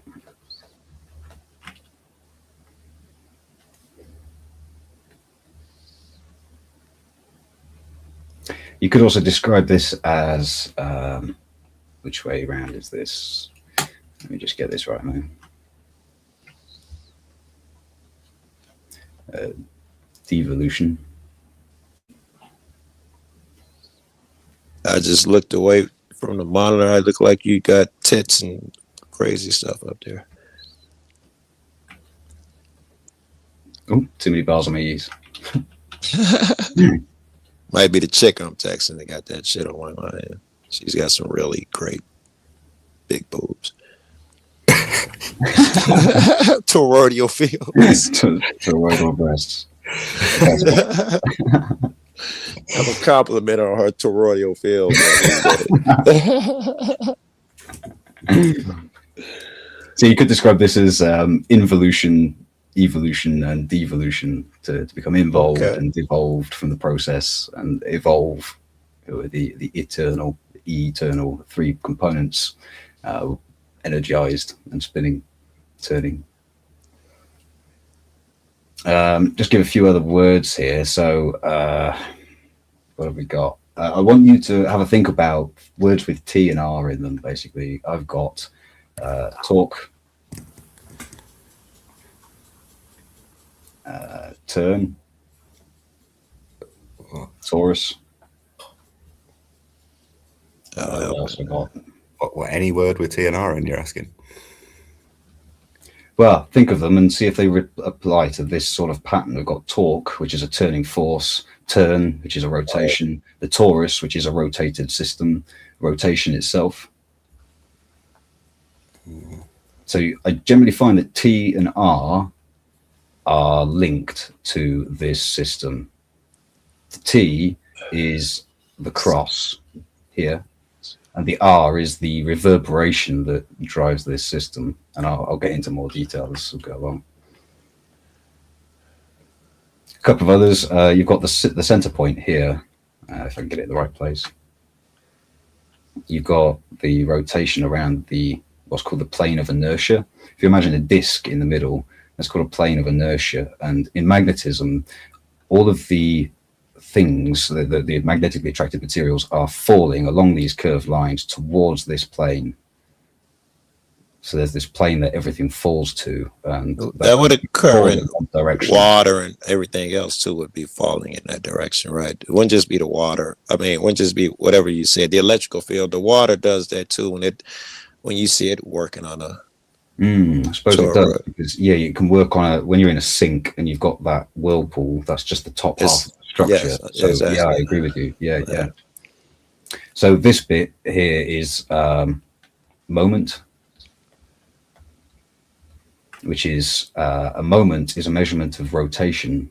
You have a moment of turn, much like you have a second, a minute, and what else did I have? An arc is the other moment would also measure quantitatively as well, because in that moment you could measure whatever liquid, electricity, whatever gas went through the toroid in that length of time that you're talking about. There'll also be a volume measurement too that's passed through. So something else to think about. Moment is momentum. Yeah, absolutely. Anybody else got any other words we think of? I wasn't thinking of any because my nature was to pull shit off. What'd you say? TNR? Yeah, no worries. Yeah, TNR or anything try. With rotation. Anything with tripod. Yeah, I don't think any of that applies. But I didn't want to divert. Well, I think it does, because you've got the central point, the major radius, and the minor radius. They are the three elements you need. I guess try could work. So yeah, maybe what else I can come that's with. just where my goes. Yes, but like you said, you're flexible though. What about retract? Is that that would be one? And it is, yeah.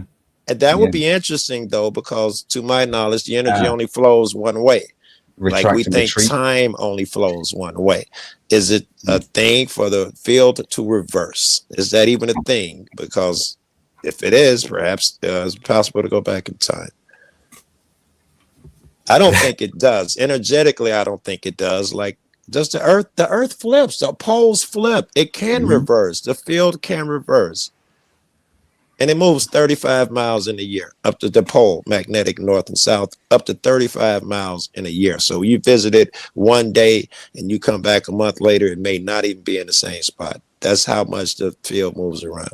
Okay, here's a couple of others for you. See if can you tell what it is yet?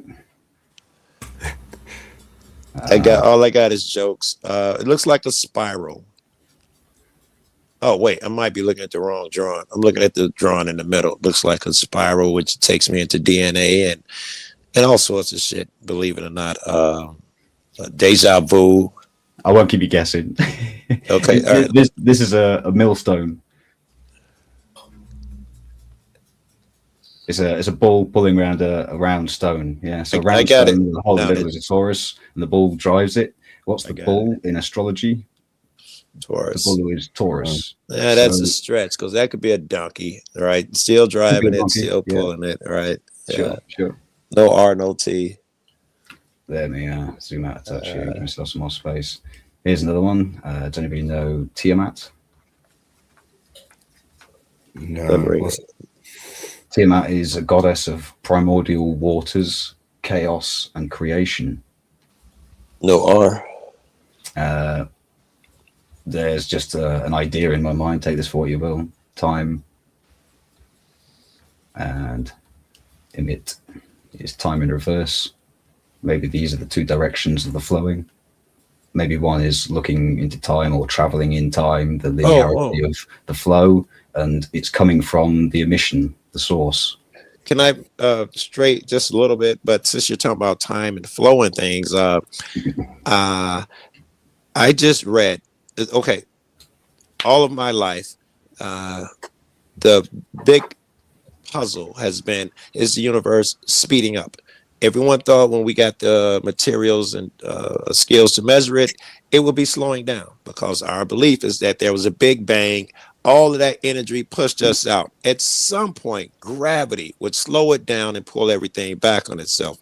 They theorized it and called it the Big Crunch. Stephen Hawkins famously made a bet with another guy for $50 that during that big crunch, when the universe slows down or starts to retract, one of you guys just said that word, that time will reverse. And you also said that, Dirty. That was a theory. I threw it out. He lost a bet. He admitted he lost a bet. But within the last 3 years, they now say that the universe is slowing down. Big crunch is back on the table. Does that mean time reverses? This is some shit to think about. Yeah, it's like the what's it called? That Nietzsche thing, eternal recurrence, maybe. Call me charged with threatening the life of the president. What the fuck? They indicted this nigga again. This guy threatening the president's life. Oh my god. This shit never ends. This is better than Hip Hop Housewives. I'm telling you, bro. This fucking whoever writing the script for these politics is the man. He's better than the Doctor Who writer, West Wing, House MD. This dude can write.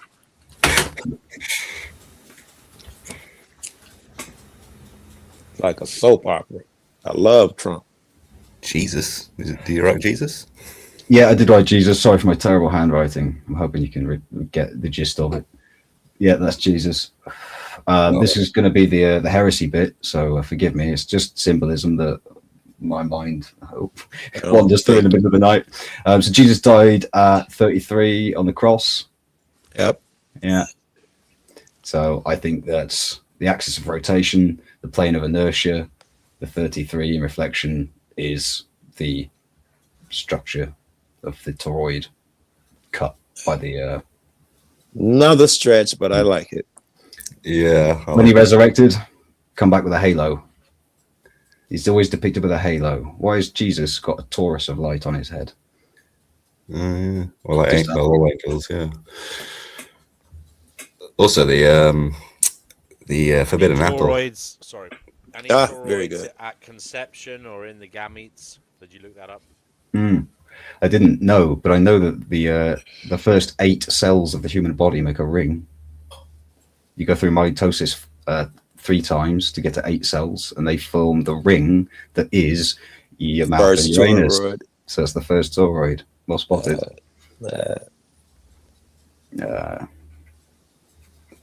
There's an idea that Jupiter and Zeus are the same god. Makes sense to me. Across Greek and Roman mythology. It's logical. And Jesus, God and a lot of say. There's a theory that Jesus is a contraction of Jupiter and Zeus. Jesus. Okay. Yeah. Never heard that one.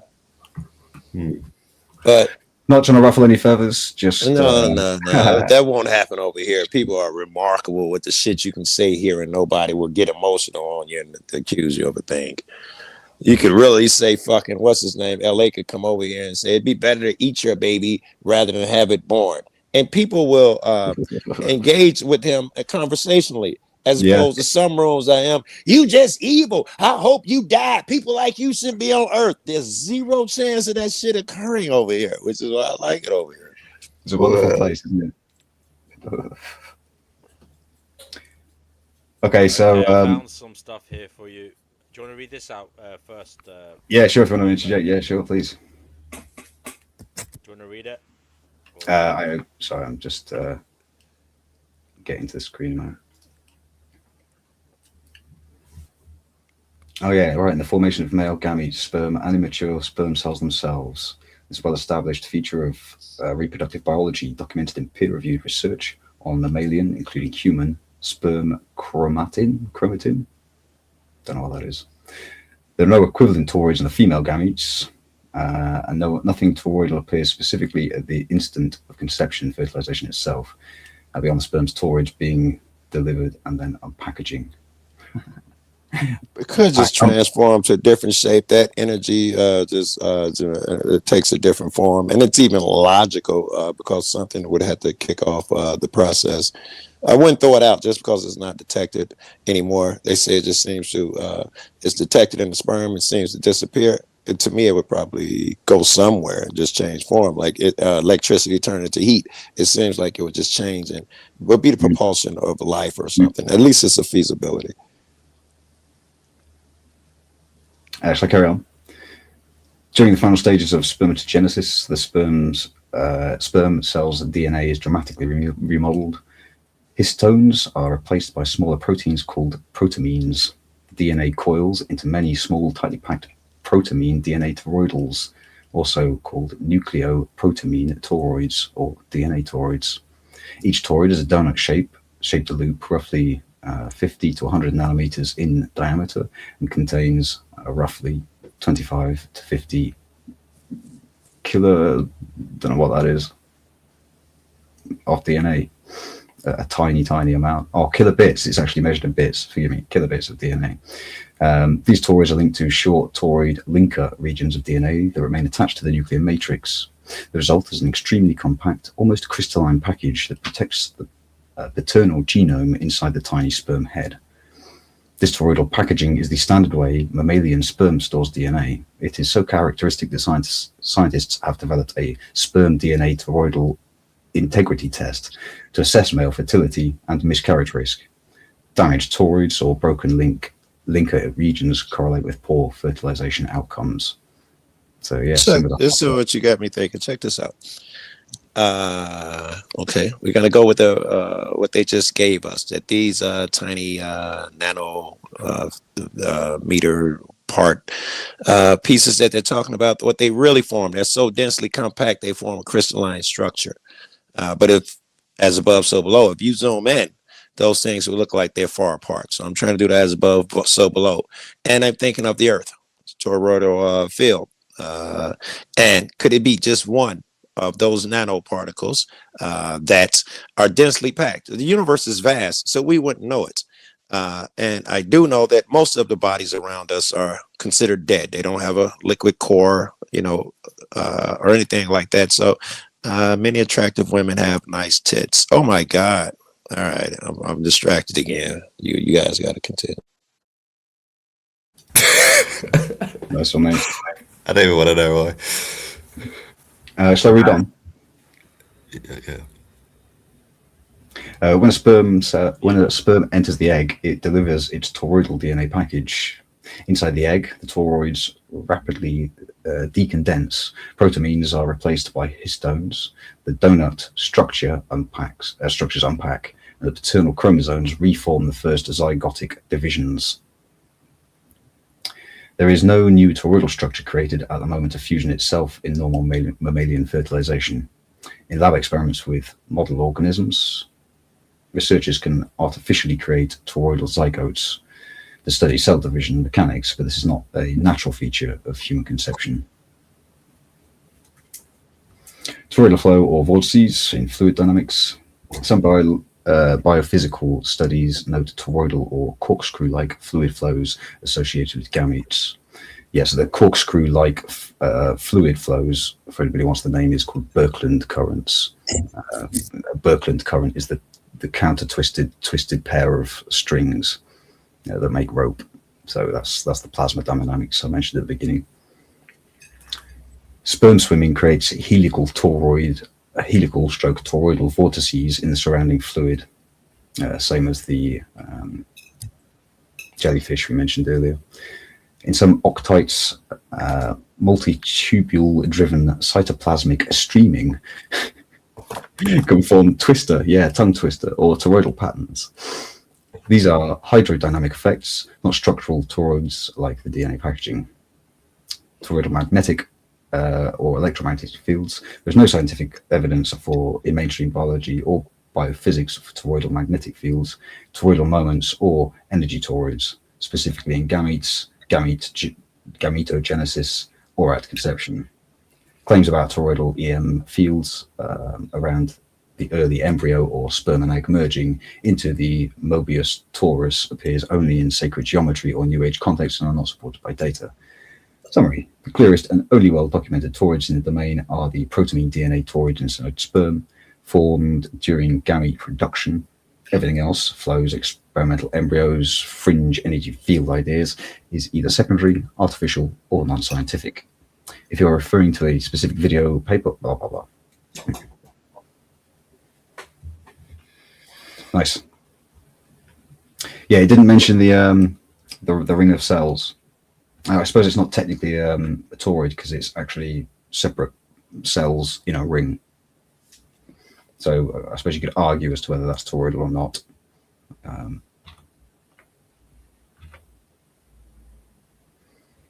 D&W, speaking because you're muted. Oh, I was just rereading that bit there about the paternal DNA basically being delivered in the gamete's head as a toroid, a tightly packaged, almost crystalline toroid of DNA material. Like a halo. Head.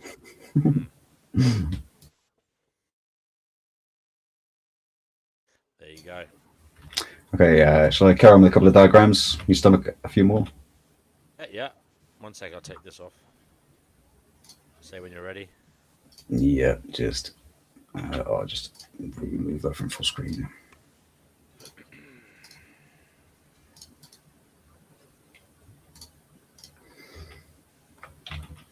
Okay. Yeah. Okay, so here's a yin-yang symbol. And it's on, imagine it's on a axis of rotation. It's on a stick, and you can spin it.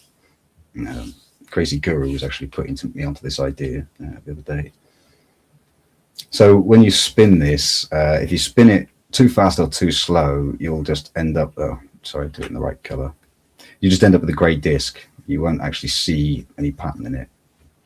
If you spin it at just the right speed for your eye, you'll see this. You'll see grayscale with a ring around it, where the white and the black are. So there's a strange sort of optimum speed for the yin-yang rotation for your eye. And if you then spin this and trace it up its axis of rotation, it transcribes the Birkeland current, or describes the Birkeland current that we mentioned in the plasma physics bit. It's also the structure of the DNA helix.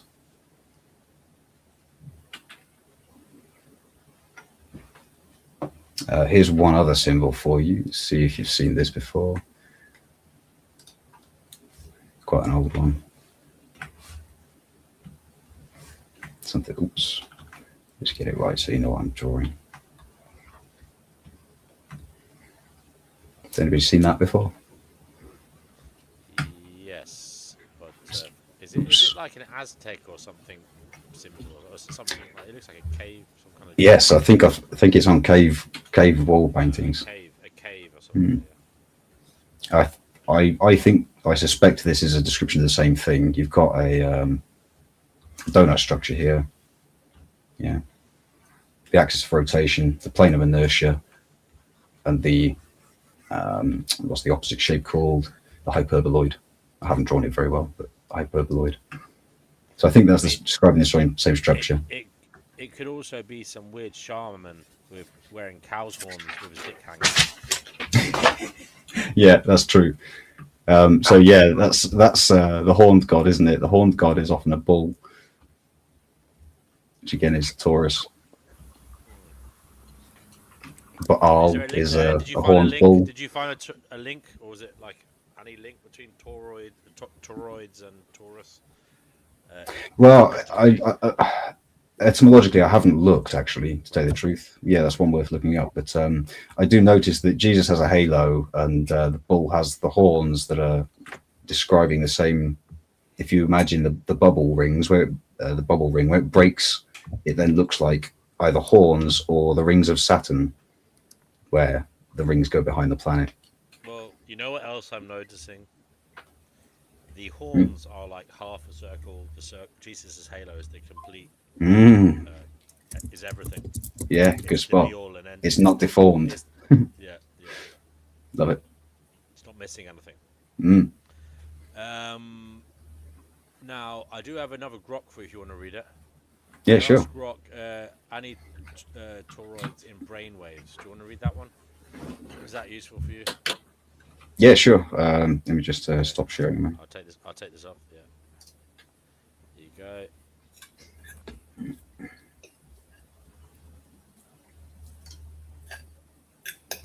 Yes, there is solid scientific evidence of toroidal donut-shaped structures in brain activity, specifically in the collective firing patterns of grid cells. This is what I mentioned at the beginning.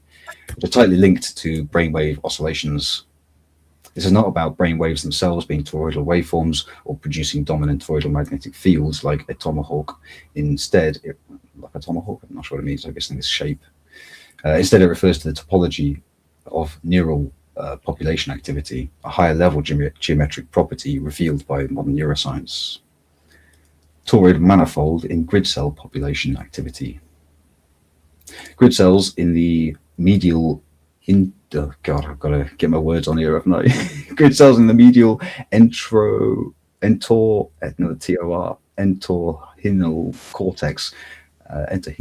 cortex firing precise hexagonal patterns as animals navigate, helping create a mental map of space. Wow. When hundreds of these cells are recorded simultaneously, their joint activity, population vector of firing rates, lives on a toroidal manifold. A manifold fold is an external hole in geometry. A low-dimensional donut surface in abstract neural state space. This toroidal topology is predicted by continuous attractor network CAN models and has been directly confirmed using topological data analysis, system chromology, cohomology, and dimensionality reduction. The structure is remarkably stable. It persists across different environments, behavioral states, wakefulness, REM sleep, slow wave sleep, and even in the animal's actual path. And even when the animal's actual path distorts the grid pattern. Oh, when the animal's actual path distorts the grid. No, sorry, I don't get the grammar there. Thanks to brainwaves, grid cell firing is strongly modulated by theta oscillations. Theta rhythms help organize the toroidal activity, and subpopulations of cells show different theta modulation strengths that correlate with how sharply tuned they are to the torus.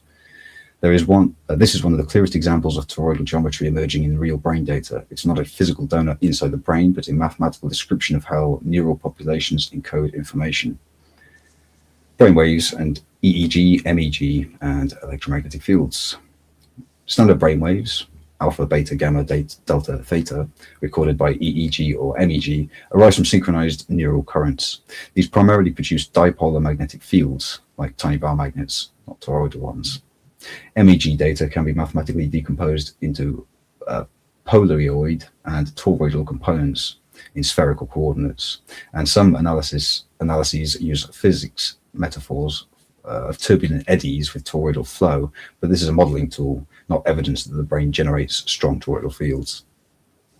No mainstream research shows atoms-style toroidal moments or gamete-style DNA. Can I get you to pause? Yeah, sure. Thank you.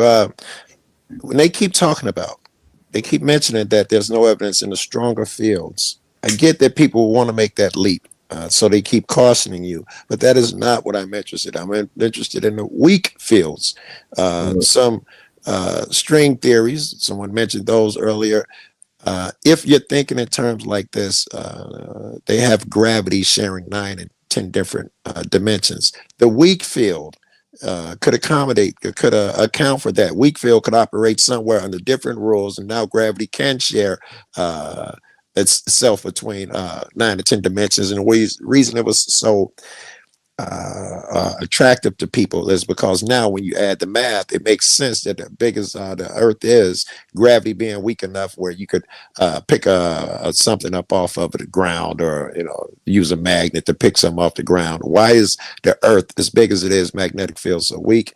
Apparently, it could be sharing in between other dimensions. Those were a couple of fucking theories that I thought were really cool. I'm still trying to get my that's head interesting. around how they use it to describe a mathematical rendition of events, but it doesn't relate to actual events. I'm trying to I heard that too. I thought that they might have been it's a bit of a dismissing it mindfuck. pretty quickly. All right, to say that So they can it's just mathematically model things using these toroids, but in actual fact they don't exist. don't. Right? Yeah, Okay. yeah. Yeah. I thought I heard that too, Pimp. I To thought my, you under- might be dismissing it too fast. to my understanding, they're mapping brain activity into a toroidal geometry, not using not Cartesian space, but the other one. I forget what it's called, which is using vectors. And then, from my reading earlier, they can use that to identify an individual with 80% accuracy, based on the mapping of that data that they're taking from your brain activity, and then modeling the differential between the torus of you and everybody else. Okay, thank you for that. Do you want to keep going with this one? Sure. Where did I get to? MEG data can be mathematically decomposed into polyoid and toroidal components. So yeah, I think I read that bit. So I'll just jump to the next one. No mainstream research shows atoms style toroid. Yeah, I read that bit as well, didn't I? Speculative or fringe claims. Some heart-brain coherence research and New Age discussions describe the heart's electromagnetic field as toroidal and claim it interacts with brainwaves to produce coherence or toroidal consciousness. The brain itself is sometimes said to generate a similar toroidal field. A few speculative papers propose plasma-like energy in the brain, creating toroidal electromagnetic waves to explain ultra-fast signal spread, but these remain hypothetical. Bottom line, the strongest peer-reviewed toroidal in brain science is the toroidal manifold of grid cell population activity, which is intimately connected with the theta brainwaves and spatial cognition. There is no structural toroids inside neurons or dominant toroidal EM fields produced by ordinary brainwaves. The geometry lives in the abstract space of collective neural firing. Yes. Yeah, thanks for that. That's good.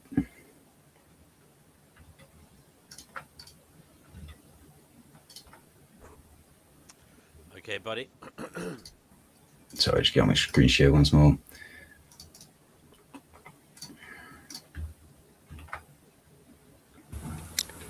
Okay, I just got a couple of other random bits for you. Some of these go a little abstract, so just bear with me.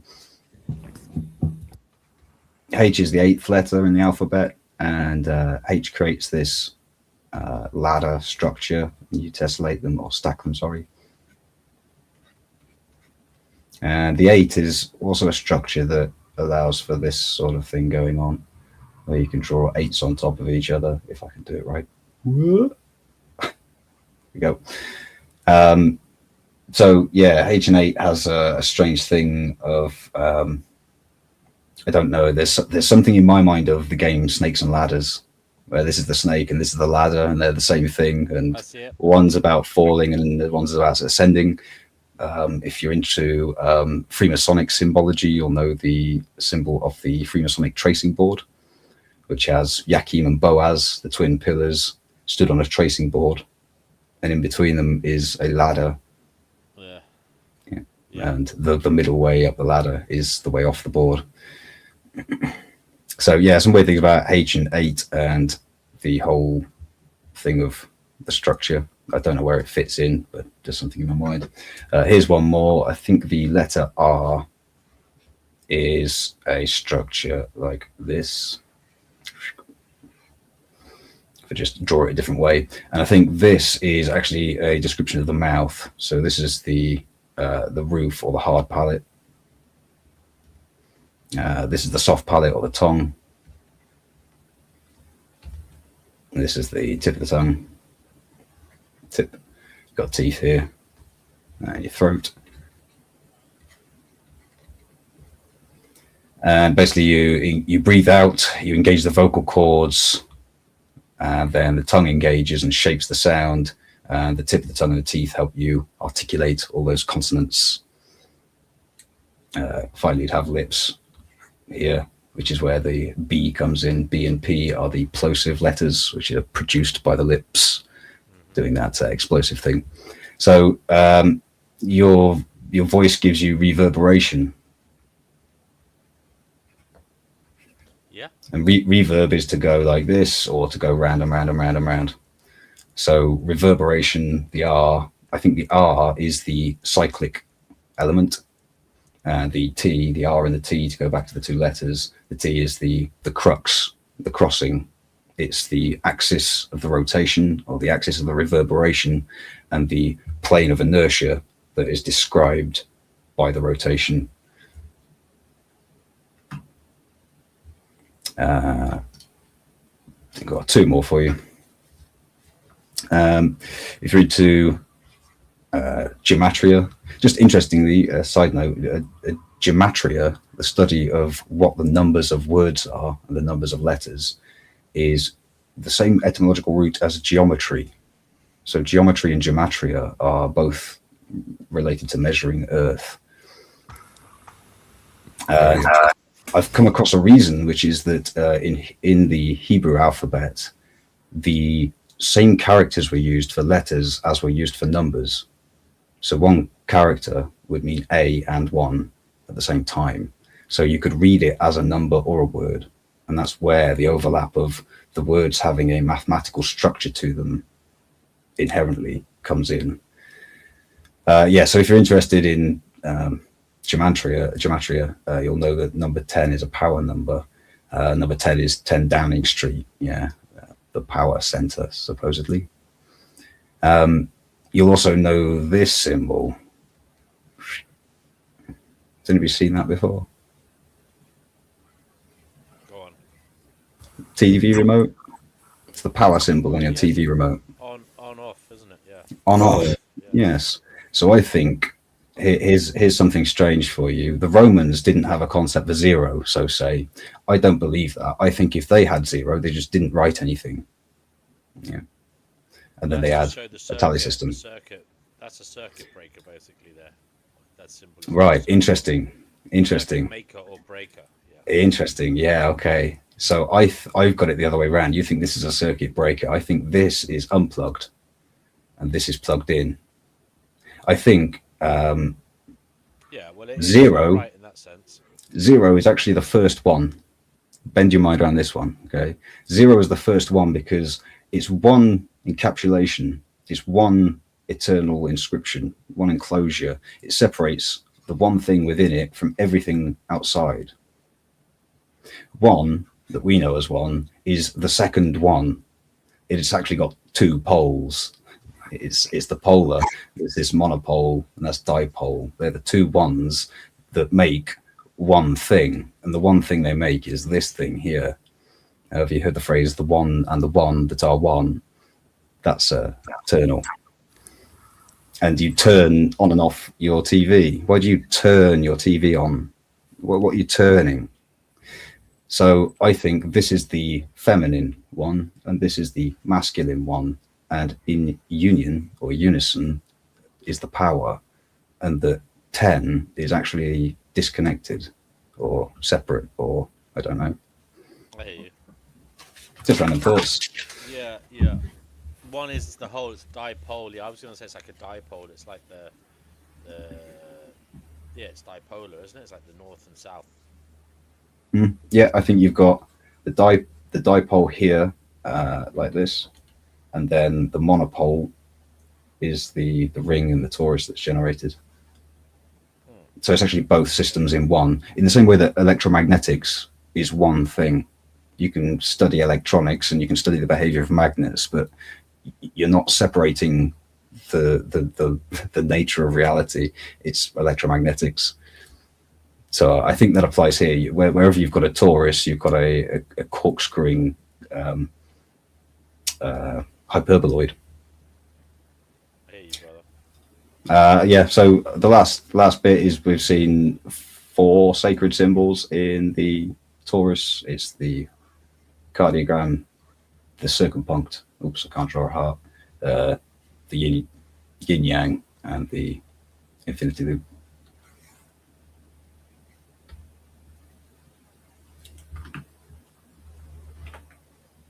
Yeah, right. That's all I got. Thanks for listening. Yeah. No, very well done. So that's the yin yang, the number 8 for eternal, the eternal heart, and what was the other one? The ring, right? Yes, it's called the circumpunct. The circle. Top-down view. Cool. Very well done. Very well done, brother.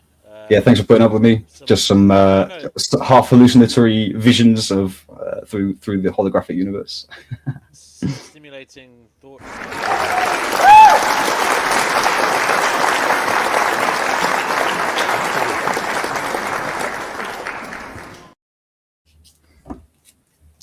Some food for Gnosis making, definitely, you know. Thank you, mate. Thank you both. I was going to say, I don't claim anything, just random patterns. Weird. Can I some weird stuff there, very weird, you know, like worth exploring further, you know, like I never would have thought about these toroids unless you brought them up, so you know, now I might go look them up, so thank you for that, because yeah, they do seem to be I don't know if they're ever present, but they seem to be fundamentally important. Yeah, I've seen a pattern and can't help but seeing it in lots and lots of places. The whole play on it being a fundamental tautology, don't know. Can I say what I think is most interesting about these toroids is I mentioned it last time when we were thinking about having this discussion, is that when we're talking about the electromagnetic toroid field that emanates from the heart, when we detect those waves outside the body, we do notice that the synchronization of the waves respond to our inner emotional state. So when we're feeling appreciative or compassionate or loving, all of these waves that get emitted from the heart are all synchronized and harmonious. But when we're feeling angry and frustrated or stressed, that they're disordered and they're chaotic and they're incoherent. And it made me think almost about the general structures in the universe. Even like is a supernova perhaps even in some way an emotional expression of negativity, or is even the orderly orbits of planets, the harmony of that, does that even somehow in some weird way have some sort of positive emotional essence to it? You know what I mean? And even like a storm in Earth, is there, you know, is it, do you get what I'm getting? I mean, it's a bit speculative and woo-woo, but I do. You remind me of the Milky Way. The galaxy doesn't orbit in the way you imagine an atom to orbit in a sphere. It orbits in a disk, which is the plane of inertia. And there is an idea that the sun produces a massive electromagnetic field, just like the Earth does, and that they are linked, and that's why these things are rotating in a disk on the plane of inertia in the toroid. Again, it's another idea. I think you can look up the electric universe theory before start in that direction. Interesting. Yeah, we can do that. Do you want to read this bit about New Age theories on toroids? I just asked. Let's see what I asked Rock. Tell us the New Age theory on toroids and existence. There you go. Oh, you've used the magic word, huh? In New Age spirituality and sacred geometry, the torus, a 3D donut-shaped form, is considered the fundamental, self-sustaining pattern of energy flow that underlies all of existence, creation, consciousness, and the universe itself. It's interesting that universe is etymologically one turning or one change. Verse, the chorus of a song stays the same, but the verse changes. The lyrics are different. So yeah, universe is one turn. It's not just a geometric shape, it is viewed as the dynamic blueprint of life force, prana, chi, or ether. I didn't know any of that. Representing infinite cycles of expansion and contraction, unity in diversity, and the continuous recycling of energy from a central still point or singularity. Here, the core New Age theory explained step by step. The torus is the universal energy flow. Energy or consciousness emerges from a central zero-point singularity, flows outwards through one pole, curves around the surface of the torus, and re-enters through the opposite pole, creating an eternal, self-organizing loop with no beginning or end. It's a bit of a tautology. This is often called toroidal flow or double torus dynamics, two interlocking tori spinning in opposite directions. It symbolizes balance of opposites, in and out, expansion, contraction, masculine, feminine, spirit, matter, and perfect equilibrium. New Age teachings emphasize that this same pattern repeats fractally across all levels of reality. Subatomic atoms and electrons follow toroidal energy paths. Biological, human aura biofield, heart's electromagnetic field, even brain activity are toroidal. It's interesting that it contradicts itself, given the context in which you ask the question. The heart is often called the strongest generator of this field, creating coherence between body, mind, and spirit. Planetary and cosmic, Earth's magnetic field, the sun, galaxies, the Milky Way, black holes, and the entire universe are toroidal. Black holes have that thing of producing a lot of gamma rays out of either pole based on their spin, don't they? Which is interesting that a black hole, which is like the fulcrum of matter existing within its space, has a spin. Yeah, don't know enough about it. The universe itself, some theories describe the toroidal universe where space-time flows dynamically in a closed loop, explaining apparent expansion, the arrow of time, and continuous creation without needing dark energy. So that's sort of some of the picture I was painting earlier of the time and the emission and it getting caught in a loop where it can hang around and, I don't know, become more dense, have magnitude. I don't know. Toroid's consciousness and existence. Consciousness resides at the center. The singularity or whole of the torus, going back to DNW's the empty, the still point of pure potential from which all form arises. Self-reflective awareness emerges because the torus is self-referential.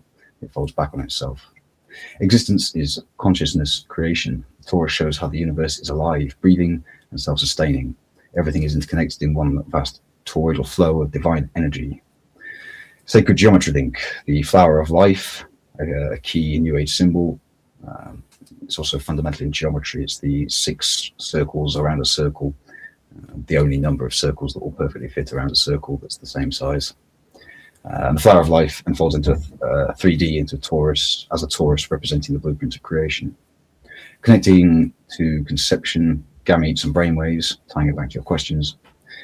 Many New Age sources say the toroidal pattern activates at the moment of conception. The sperm's DNA toroids and the zinc spark, calcium waves at fertilization are seen as igniting the new being's personal toroidal life field.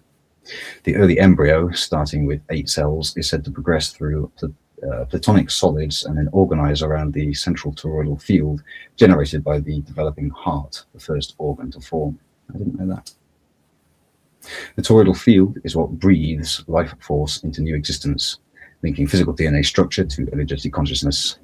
Brainwaves, especially theta and heart-brain coherence, are interpreted as tuning the personal torus to the universe or one, enabling higher states of awareness, healing, or ascension.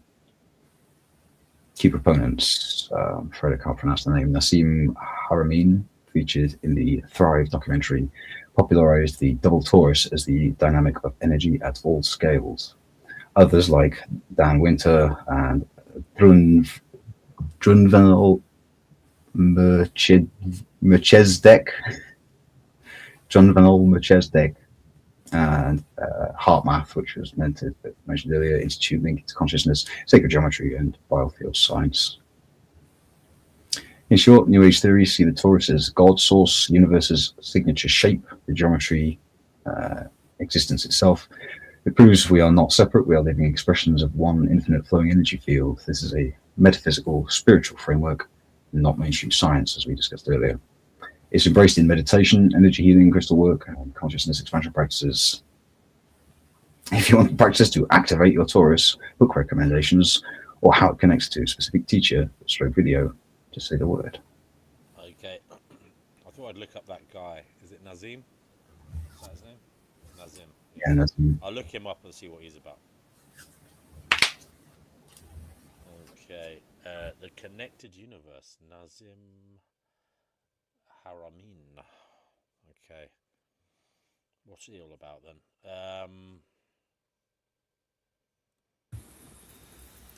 Is DNW quite quiet for you as well, Dirty, or is it just me?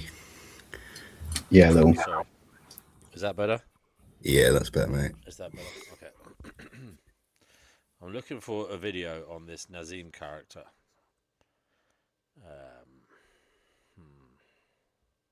I'll type in his name and Toroids. That would be a good start, wouldn't it?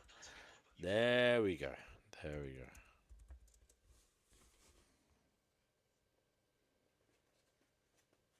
Okay, yeah. I think I found one.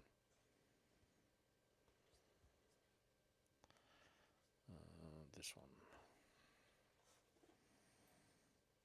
1 second. I'll bring it to the fore now in a moment.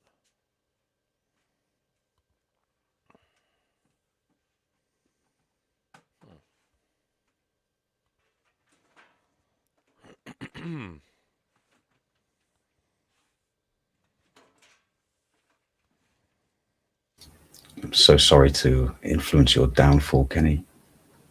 Good luck to you, brother. Is Kenny on the way out, is he? He says he's had to resort to porn. I felt really bad for him. Oh dear. Oh well. Sorry, Kenny. Right. Let's press play. I can't hear this, so you'll have to listen to it for me. For some reason, it's not coming through for me. Can you hear that? These toroidal dynamics are visible at various scales. One of them is at the galactic level, which are huge spinning structures with billions of stars in it. Looks like typically big arms of galaxies spinning around, and they have vortices that goes from the center out to the edge of the galactic halo that surrounds them. Stars move from this galactic disk out to the halo, down the vortices, and back out again. Stars like Arcturus, for instance, we know have done that path already.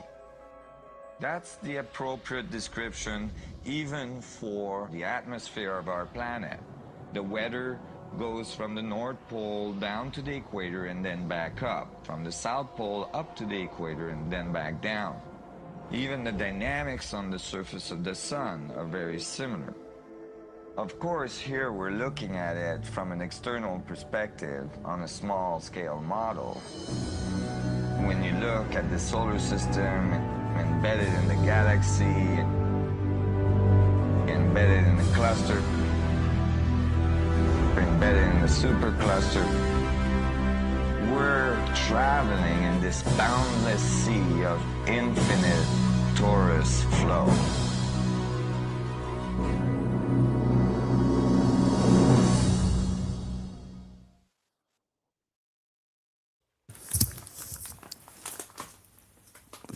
There was a really interesting shape about 15 seconds in then that was sort of remind me of those, you know, the snakes around the pole. The Caduceus. Could be that. I don't know. Is that the pole with the snakes and the wings on top, I think? Yeah, it might not have been 15 seconds in specifically. I just felt about then. It's playing now. Yeah, here. Yeah, there. It looks like, you know, that symbol, the snakes wrapped around the pole. What is that symbol? I think it's called the Caduceus. Where do I know it from? From the doctors, isn't it? It's the Hermetic. Not the Hermetic. It's the Hermes Trismegistus carries it. Yeah, but it is also the on medical stuff. They're meant to be a staff of healing as well in Hermes Trismegistus's case. Yeah, it's the WHO logo as well, isn't it? Yeah. Mm. Yeah, interesting.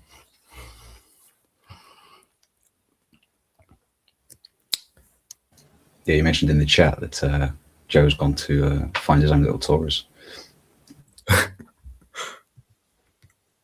Also earlier, Dirty, you had... Sorry, go on, DMW. I was going to say I'll share the link if anybody wants to come on. Yeah.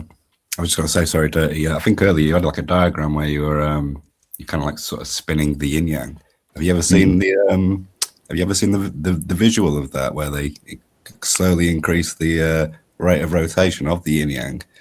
Oh right, no, I've not seen it done that way. No, I could maybe send a link. That might be a good one to pull it up. Yeah. It is absolutely fascinating. I can try and find it if you want. I thought maybe you were referencing it. Yeah, I did mention it, but I've not seen it done as a thing where you get see the transition between them. Oh mate, it's almost like magic. 1 second.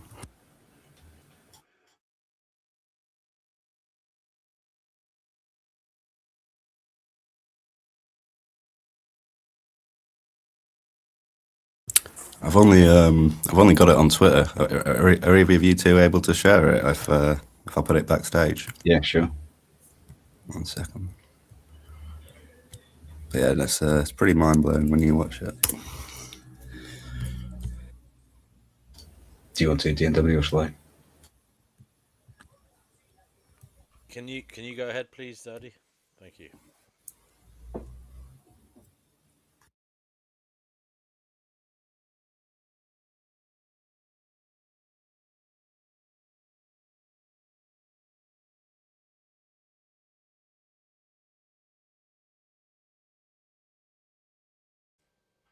You ready?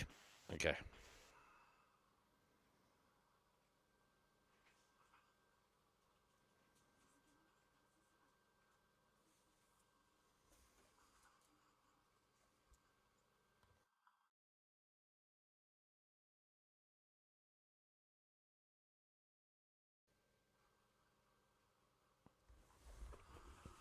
Okay.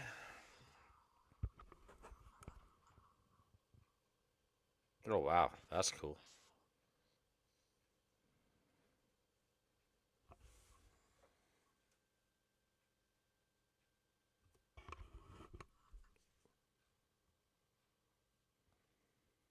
That's really cool.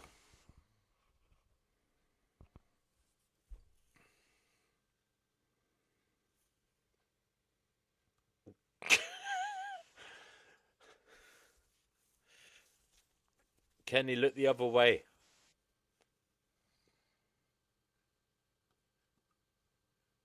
If you go fast enough, does it stop? I think it did stop at one point almost. I can't remember what degree. Yeah, but I reckon if you go fast Like enough, there now, it's kind of doing it. Yeah.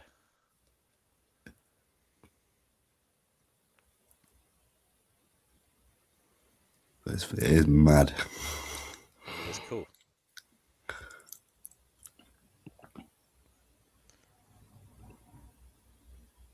Are you hypnotizing us, by the way, or something? Yeah. I just saw it a couple of months ago, and when you drew that diagram, it reminded me of it. That is really cool. Yeah. It almost, at some point, almost looks a bit like a swastika as well. At some point, but, I was gonna say it was getting a bit controversial for a while. Yeah. I mean, there's some subliminal messaging going on there. They show us the peace sign, and it's really a fucking swastika underneath. Yeah. Yeah, it's pretty cool. Okay, buddy. Thank you for that. We have Mr. Shine, who's come here, I'm sure, to talk deeply about Ternal Toroid Tautology, if I'm not mistaken, Daddy. Yes, I'm just trying to wonder now that I'll never get the last hour back or an hour and a half of my life back. I'm just wondering what on earth this is useful for. How's it going to help? I don't claim any use. Oh, okay. Yeah, that's a good question. He didn't claim any use. Fair enough. Stretching off the brain's memory. Yeah, I don't know. I can't assign it a use, I'm afraid. I'm sorry to have wasted. Well, no, I'm not sorry to have wasted time, Danny, because you chose to watch it. So that's true. That's true. I'm trying to practice not forgiving for things that I don't need to. Yeah, absolutely. No need to forgive. I mean, it was very interesting. You obviously put out a care and fun. It was interesting. I'm not denying that. Yeah, of course. Yeah. It made me think we did come up with lots of weird shit that we never would have fucking found even out. though, sorry. DNW, even though of course I don't agree with like all of the you said that this is a open theory, right? Dirty, this is not like a final say, absolutely, right? So like of course So like me being a skeptic, I'm kind of like the regular skeptic around here on the show. It's kind of like, yeah. So like, yeah, I just think that when it comes to like these things, isn't it possible that we could be just like making too much of the inference whenever we look at local toroids and whenever we apply them to like the actual laws of the universe? Because one of the things I am most against, it's not directed towards you, it's directed towards people, especially like, I guess like certain philosophers of science and whatnot. They claim that or just certain scientists, they claim that they know everything about the universe. And I'm like, oh no, please don't say that, because like the amount of competing epistemologies and theories about the picture of our universe is so vast and wide that each one has a good enough, a good enough explanation for it. Because like, who knows if the universe is in the shape of a toroid or in the shape of a flat infinite space? We just don't know, because like no human. There's a saddle-shaped one as well, like a Pringle. Exactly. Yes. Exactly. So like, it's really confusing to talk about these type of I think we have to be very careful when talking about these things, and you did a good job in doing that with stating a disclaimer at the beginning that you really don't know about this. But you made some good hints and observations and leads about the nature of our reality as you see it. I see it in the way that I was actually writing down some notes here. I was writing down some notes, and I already was studying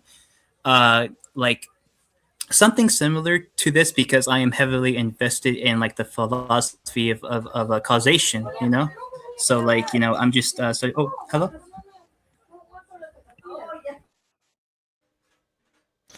So yeah, do you want to read that there, Dirty? Because I just asked Grok, are there any physicists who are the prominent physicists? Are there prominent physicists who speculate or say that the universe is most probably toroid in shape? Yeah, sure.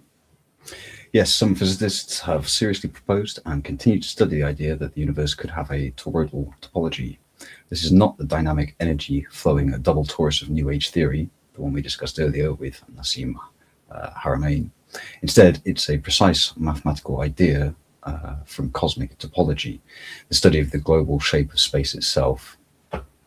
What toroidal universe means here, the universe appears flat on large scales.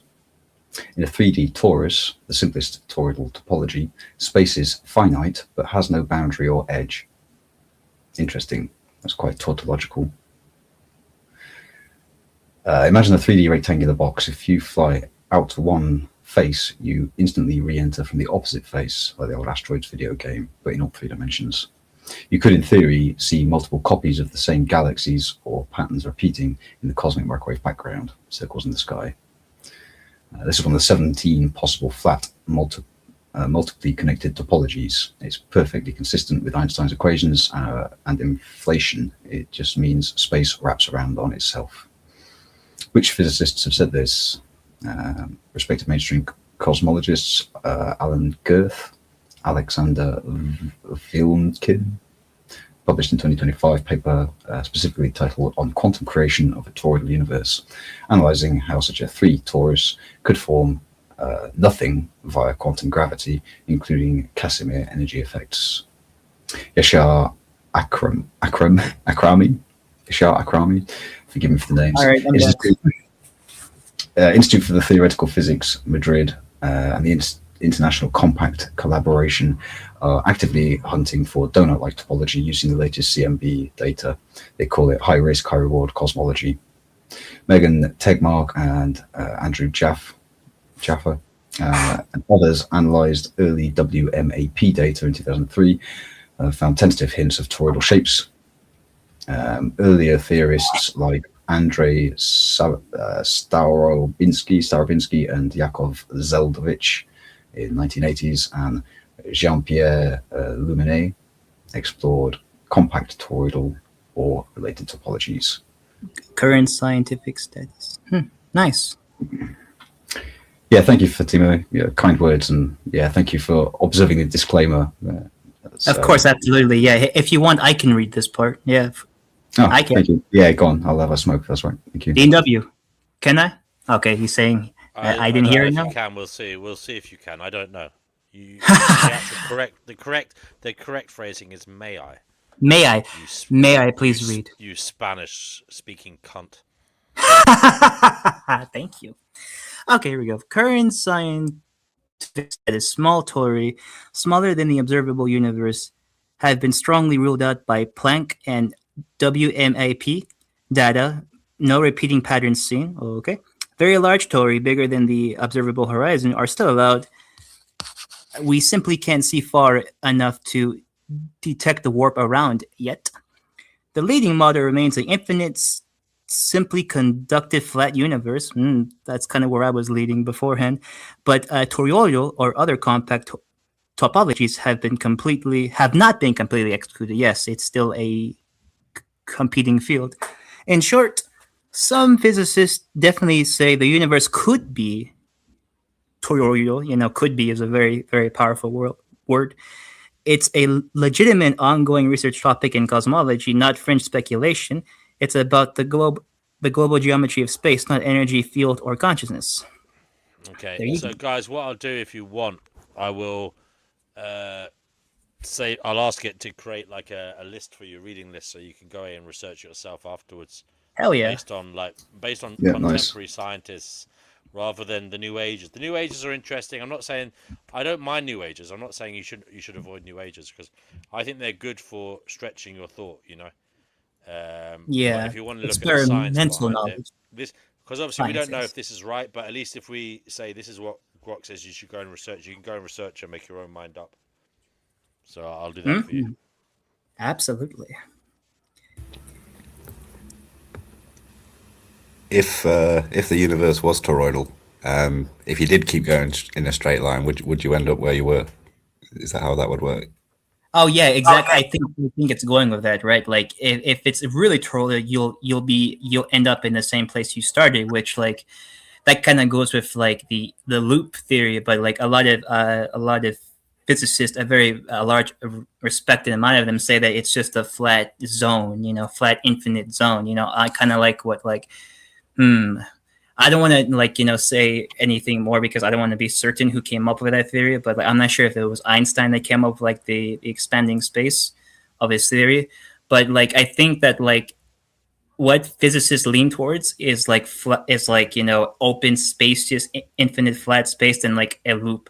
But there are good evidence to suggest outside of our local view of tortoids that like it could lead that way, but like there's other contrary empirical data in the universe and some mathematical drawings of it that leads the other way. So that's why I say that you have to be very careful when talking about like absolute claims about reality and like the universe in general.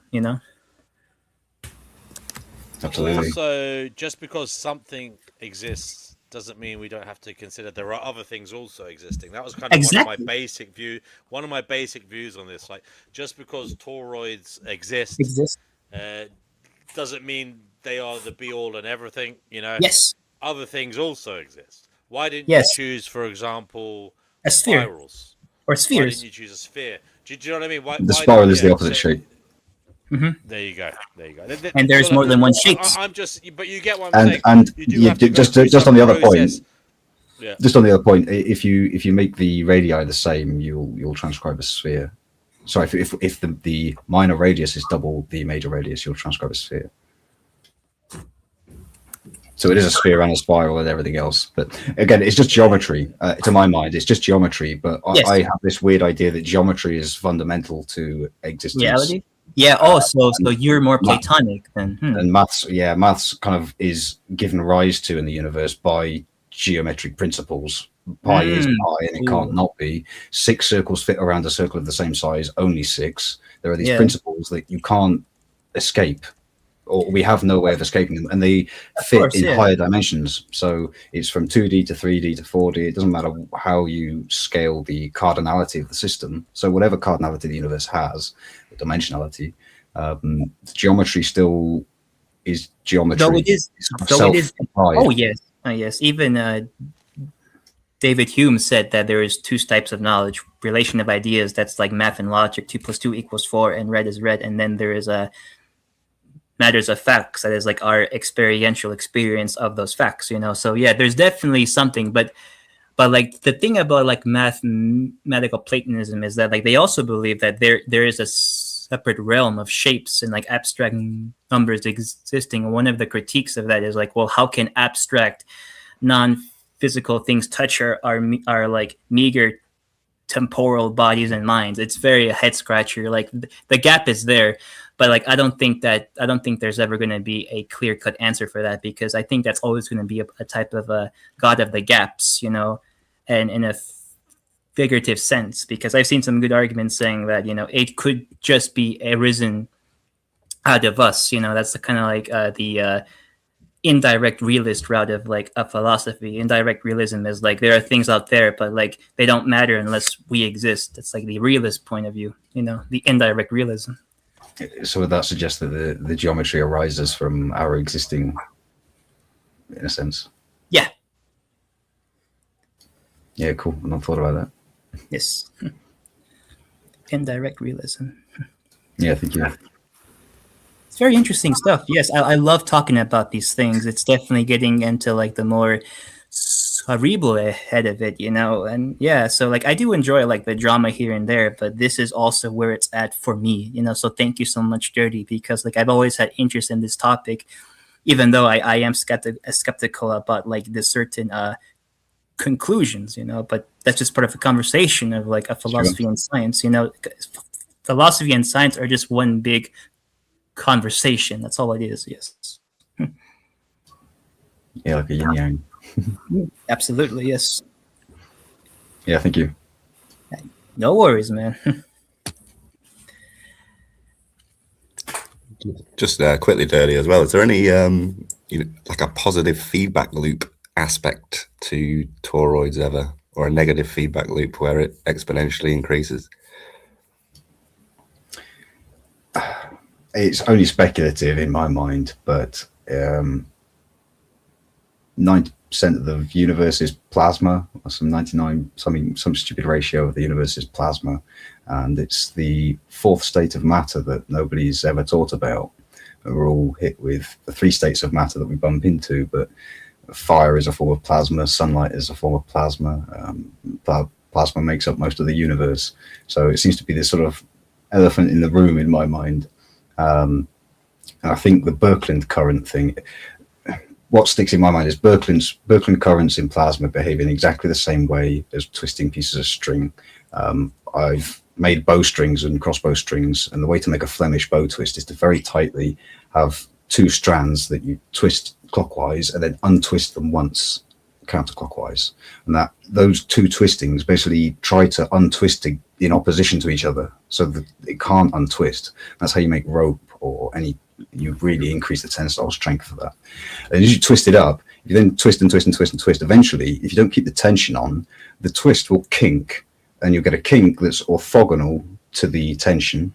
So you've got the axis of rotation, and a plane of inertia arises, and it makes a kink that is also twisted, again at 90 degrees, and then that will spin round and get worse and worse and ball up. And sorry, touching my mic. It will describe a torus within that structure. So I have some weird abstract idea of plasma becoming knotted and forming the other 3 states of matter based on a twist, an internal spiraling of the energy that is in a plasma Birkeland current. Again, it's just my imaginings of what I'm seeing in the patterns, but yeah, take it what you will. No, that's very interesting. You think completely differently to me. I can't think in these geometric ways in any way that you're doing. I've loved geometry for a long time, so yeah. Geometry, yes. I think going back to Plato said that he who does not know geometry should not come in my school. And yeah, he had a point. Yes, you know, geometry is most things about, because geometry is just space to me, you know. But then there is like the whole debate between Plato and Aristotle. Aristotle was more of like the empirical guy. You know, he wanted to ground things in like data and like empiricism, and that's kind of like why we have current day the way of doing science. It was because of Aristotle. You know, he wanted to like he wanted some like verification on what Plato was talking about when he talked about there is a form of like a realms of forms and like shapes and numbers that exist outside of us. He wanted like, well, how do you know that, Plato? You know, you're just a mere mortal.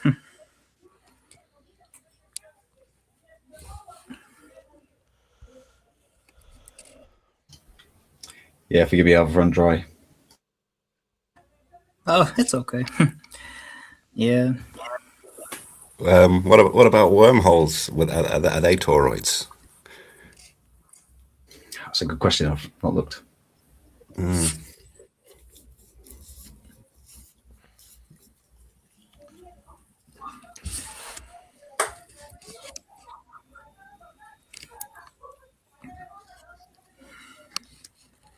Okay, for anyone interested, I put a reading list in the description of the video. So if you refresh the YouTube video, you'll see a reading list in the description.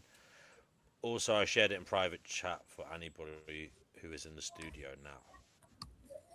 Muchas gracias, señor DNW. You can read some of that if you want. It's up to you. I mean if you want.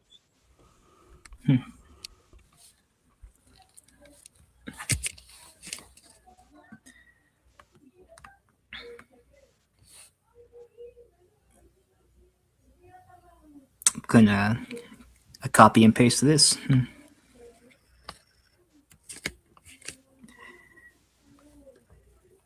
It's actually in the video description on YouTube, so it will be there whether you copy or paste it or not. Doesn't matter. There are articles there. I mean, it might be worth reading them actually. Do you want to read the first one? Maybe one of you. From Quanta Magazine, Cosmologists try a new way to measure the shape of the universe. Do you see that one? I've shared it. I've shared the whole reading list in the private chat. Can you see it? If you want to read it, you can share it. I'll share it on screen. I saw it. Yeah. Dirty Lowlife, do you want to read it or? Yeah, I can read a bit. Sorry, I just got to get it in the right window to actually be able to share it. Yeah, no worries, mate. Because I'm going to go make myself a cup of tea. It's been a long day for me this side, so I will listen to one of you reading this. I'm actually glitching out. Yeah. And there's a good few articles there, and they're kind of, these are good starting points on the reading list. There's some the easier ones at the beginning, and then the more kind of in-depth, kind of scientific articles, actual papers are towards the end. It's still loading for me in my tab. Crap. There we go. Dirty Lowlife has brought it on screen. Okay, so what's the title, etc. And go ahead. I'll be right back. And if you want to read, you can read other articles as well. It's up to you. Depends how good they are. I don't even know how good these are going to be, but it's worth exploring. Cosmologists tried a new way to measure the shape of the universe. Oh, I like that. I like that animation, though. What is it? What could it be? Spherical, toroid. Yeah, that's nice, isn't it? Could be anything. Do you want to read it, shall I? Who, me? Yeah. Up to you, no pressure. Wait, hold on. Let me try and I can read for a bit, but then I have to step out for a bit. But I can read like the first two paragraphs. Yeah, sure. Okay. Yeah, that's all right with you. Okay. All right. Here we go. I'll read the first two paragraphs, and then I'll have to step out. But okay. In the universe infinite, Aristotle asked in 350 BCE, or is this an impossibility? The decision is all important to our search for truth. A Greek philosopher opined that the heavens, meaning the moon, planets, sun, and other stars, travel around the earth in circles, and that a body which moves in a circle is not endless or infinite, but has its limit. Moreover, he assumed that the earth sits at the center of the universe. In that case, the universe must be finite, Aristotle reasoned, for otherwise it could not have a center. With that, he apparently resolved all the issues that had confounded both his predecessors and his contemporaries. Circle wait, no, circular as Aristotle's logic was, his conclusion could still be correct. More than 2 millennia later, we still can't be sure if the universe is finite or infinite. Yes. The universe could be boundless, continuing in all directions without end, or it could be sealed up in a compact shape such as a sphere or a donut. Yes. Of course, modern scientists have worried about this issue as well. There's decisive strategies to investigate the universe overall topology, using methods more rigorous than Aristotle's first tests, conducted about 2 decades ago, linked a range of possible topologies to signals that might have been spouted in astronomical data. Efforts to find those signals have come up short, but hope may be on the horizon. Recently, a group of about 15 scientists from 7 countries, known as the Compact Collaboration, has devised a new way of finding topological clues. They're taking advantage of computational capabilities. I think that's about computers that weren't available a decade ago. By the conviction, as they wrote in Physical Review Letters in April 2024, that prior searches for topology have far from exhausted the potentially significant possibilities. Much more can be done to discover or constrain the topology of space. The size and shape of the universe is absolutely one of the basic and important questions we could ask, said Neil Cornish, a Montana State University astrophysicist who's not part of the compact. Given that a substantial amount of relevant data is already available, he said, it makes sense to expend the effort to do the most complete analysis possible. Okay.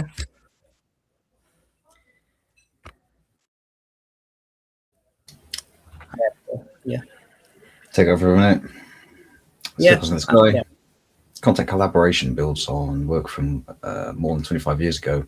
In 98, Cornish, Glenn Starkman, theoretical physicist at Case Western Reserve University, officially leads Compact, and David Spergel, who was at the time was at Princeton University, published Circles in the Sky, a roadmap for probing our cosmic topology.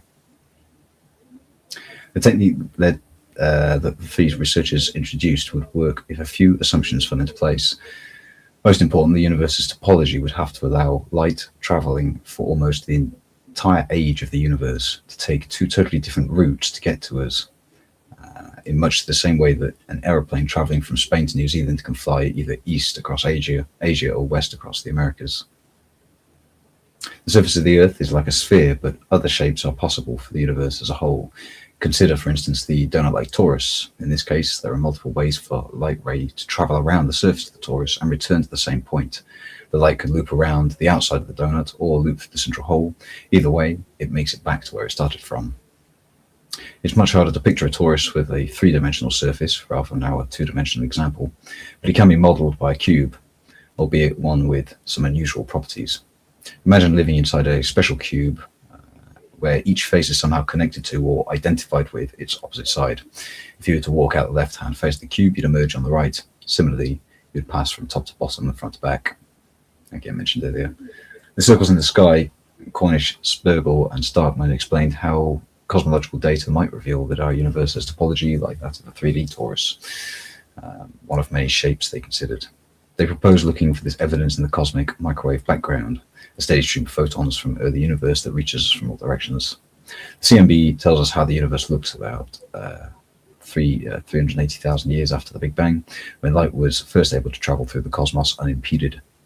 By observing those photons today, we can map a spherical surface called the last scattering surface, a snapshot of the universe at that early time. The brightness and temperature through the surface appear to be remarkably uniform, with variations of just 1 part in 100,000 from one spot to another. The article is quite long, so perhaps I'll leave it there if anybody else is interested in following that in their own time. And perhaps just have a glance at 1 or 2 of these others.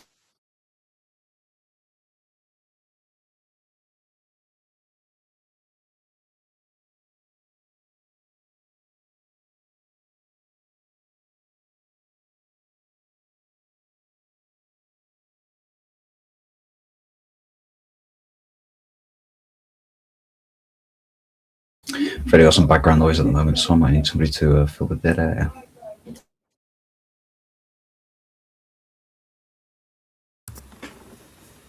I have absolutely nothing to say, mate. I'll be real with you. No pressure. You'll get pregnant. The hole in the Taurus.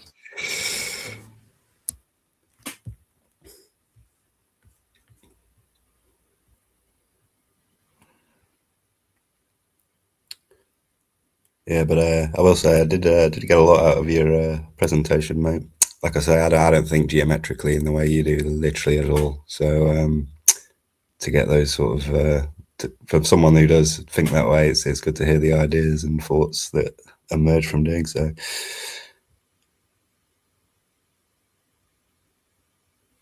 I'm afraid some of these articles are dead links. Yeah. I'll fix that. It might be something my side. Which one was the problem? Oh no, I think I found it. It's got some copy paste error from the chat. Okay. How many holes does the universe have? The shape of the cosmos could be much more complex than anyone had ever imagined. Around 2,500 years ago, humankind began to recognize that our planet is round, although a few flat Earth supporters still deny this today. The shape of our universe is not clear, however. Previous studies have suggested that the cosmos probably has a fairly simple shape, such as a three-dimensional equivalent of a spherical surface or a plane. But this view may be wrong. According to cosmologists from the collaboration of observations, models, and predictions of anomalies and cosmic topology, compact, the same group, isn't it? So yeah, I think this is an article in the same group, published to April 24. I can't remember the date of the last one. They found that the shape of the universe could be significantly more complex than previously assumed. Earth also appears flat at first glance. This is because its radius is so large that the surface's curvature is barely perceptible. To prove it's a sphere, you would just have to start walking. If you were to move straight ahead without ever turning, crossing over mountains and oceans, you would inevitably return to the same starting point. Cosmologists collect similar clues to determine the shape of the universe. Yeah, I think this is basically describing the same thing, so I'll give us a rest from that, I think. I was just randomly thinking, if the universe was donut-shaped, would there be a center of the universe, or? I don't know. I don't know the topology enough to know that if you're on any point, you can go. No, because it's a finite space. It's a finite surface with no edges. That's the way to think about it. So it's a finite space, no edges. So whether you can call any point in the middle or not, because from any point you can just go all the way around and get back. It's just some loops will take you longer than other loops if you were to go this way around rather than the long way around. Yeah, I don't know if that answers your question or not. I mean, it was a bit of a tricky question. I was just trying to think, like, yeah. Yeah, I suppose there's a middle of the system. It's whether you're thinking of it as a geometric hull, as an outside surface, or as a magnetic field that is structured in the same topology that has no surface but is topologically the same. You know. Yeah, I guess I'm thinking as well, like if there is a donut, with a donut, there is like a hole in the middle, right? Is there a hole in the middle of the donut-shaped universe where there's nothing is? Yeah, I suppose there's in the structure there's a still point where the vertex only rotates, so it's the only bit not in motion. So yeah, you could call that the center, but whether it's the center of a thing you can exist on or in or around, I don't know. If such a thing does exist, it could also be the place where all the forces are immensely colliding. You know, I don't know what you'd call it, like gravitational waves or whatever. It may be that place is where everything is colliding, and there is actually something it appears like nothing, but there's something immensely powerful happening there. It's like immense force.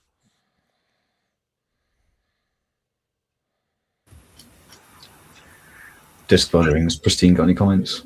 Anyway. Seems she's on the board.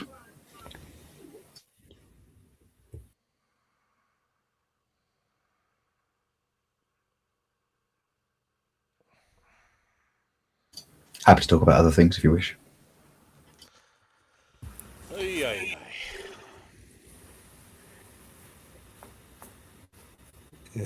That paper, it's a bit too long to go into now. There's a few academic papers there.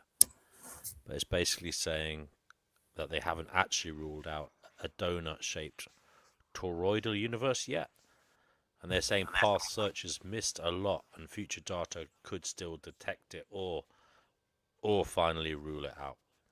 So that academic paper might be of interest to you. It's the first one there.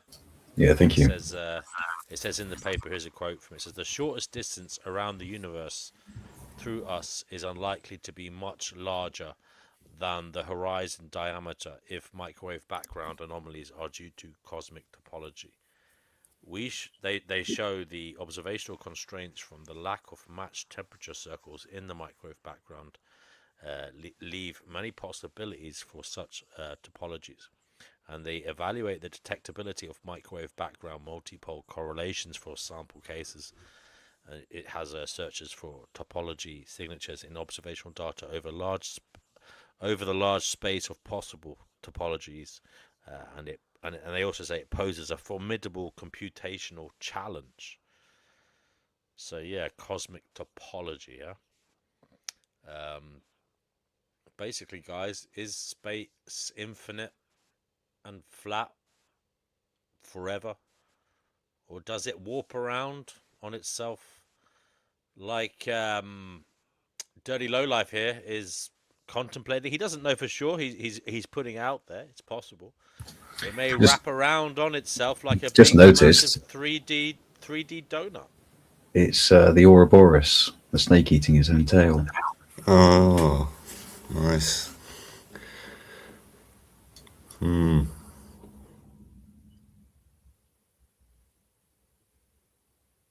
Uh-oh. What is the... Sorry, go on, Deodor. No, it's okay, go ahead. Well, I was just going to ask, what is the consensus on the shape of the universe? Is it that it's flat? Is that the current scientific consensus? Do you know? I've heard that it's infinite and flat. I don't know whether that is. I don't know. I don't know if that's the current consensus. We'll have to look it up. Sorry, I missed the question I was reading.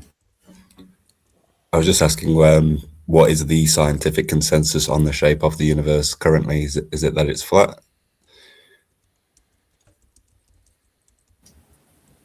I don't remember. I've got a couple of them, but they're from a long time ago in my reading. So I think a lot of those will be perhaps defunct now. Let me see. Find out for us.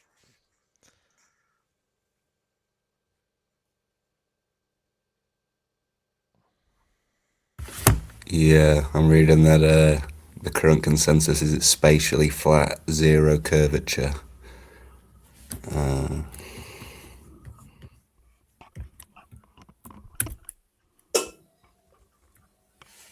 Apparently, cosmologists distinguish two related but separate concepts, which is geometry and topology. But again, I don't think in this manner, so I don't understand this stuff.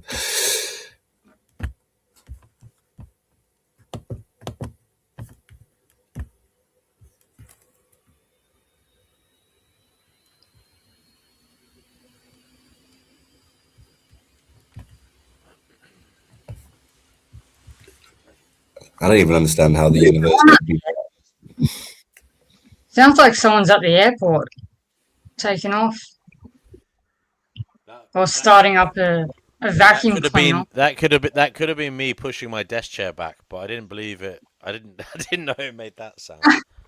Oh. I'm far from taking off. I'm getting closer to the ground. I'm becoming horizontal.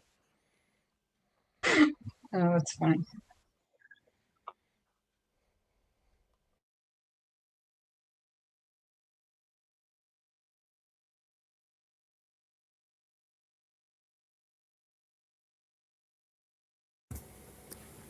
Anyway, I think I'm gonna have to chip off, guys, because I have to get up early. But yeah, just thanks again, Dirty, because that was super interesting, and you structured it quite well as well. So really appreciate it. And yeah, thanks to NW for hosting this. I've got a lot out of it. And yeah, thanks everyone else for your input, Pristine, Fatima, everyone else. But yeah, thanks guys. Have a good one. Take care. Thanks for your attention. Take care, PGA. Take care, PGA. Cheers. I think Dirty Lowlife, this is just the beginning. You've started something. Let's be honest, we've got a lot of questions here. The thing is, I have more questions now than I did before, because you've opened like a door into something I wasn't thinking about, and now I'm just like, what the fuck's going on? Thanks for that. Thanks for that, Dirty Lowlife. Here was me perfectly fine, and now you've got me wondering about the shape of the fucking cosmos and existence itself, whether it's toroidal, you know, whether it is a 3D shape fucking wrapping around on itself in the shape of a donut. Yeah, thanks for that. So now, pleasure. We will have to become obsessed with this idea and look into it further, because obviously we don't know enough to talk about it at length. But it's a good subject, and thanks for raising it with us today. We will have to look into it further. Guys, if you want to come on, link is in the live chat, or it should be very shortly, and you can come on and talk about toroids, donuts, you know, and that kind of thing, until your heart's content, or other matters. All other matters considered. The link is in the live chat, so you are welcome to come on here and tell us what shape do you think the universe is.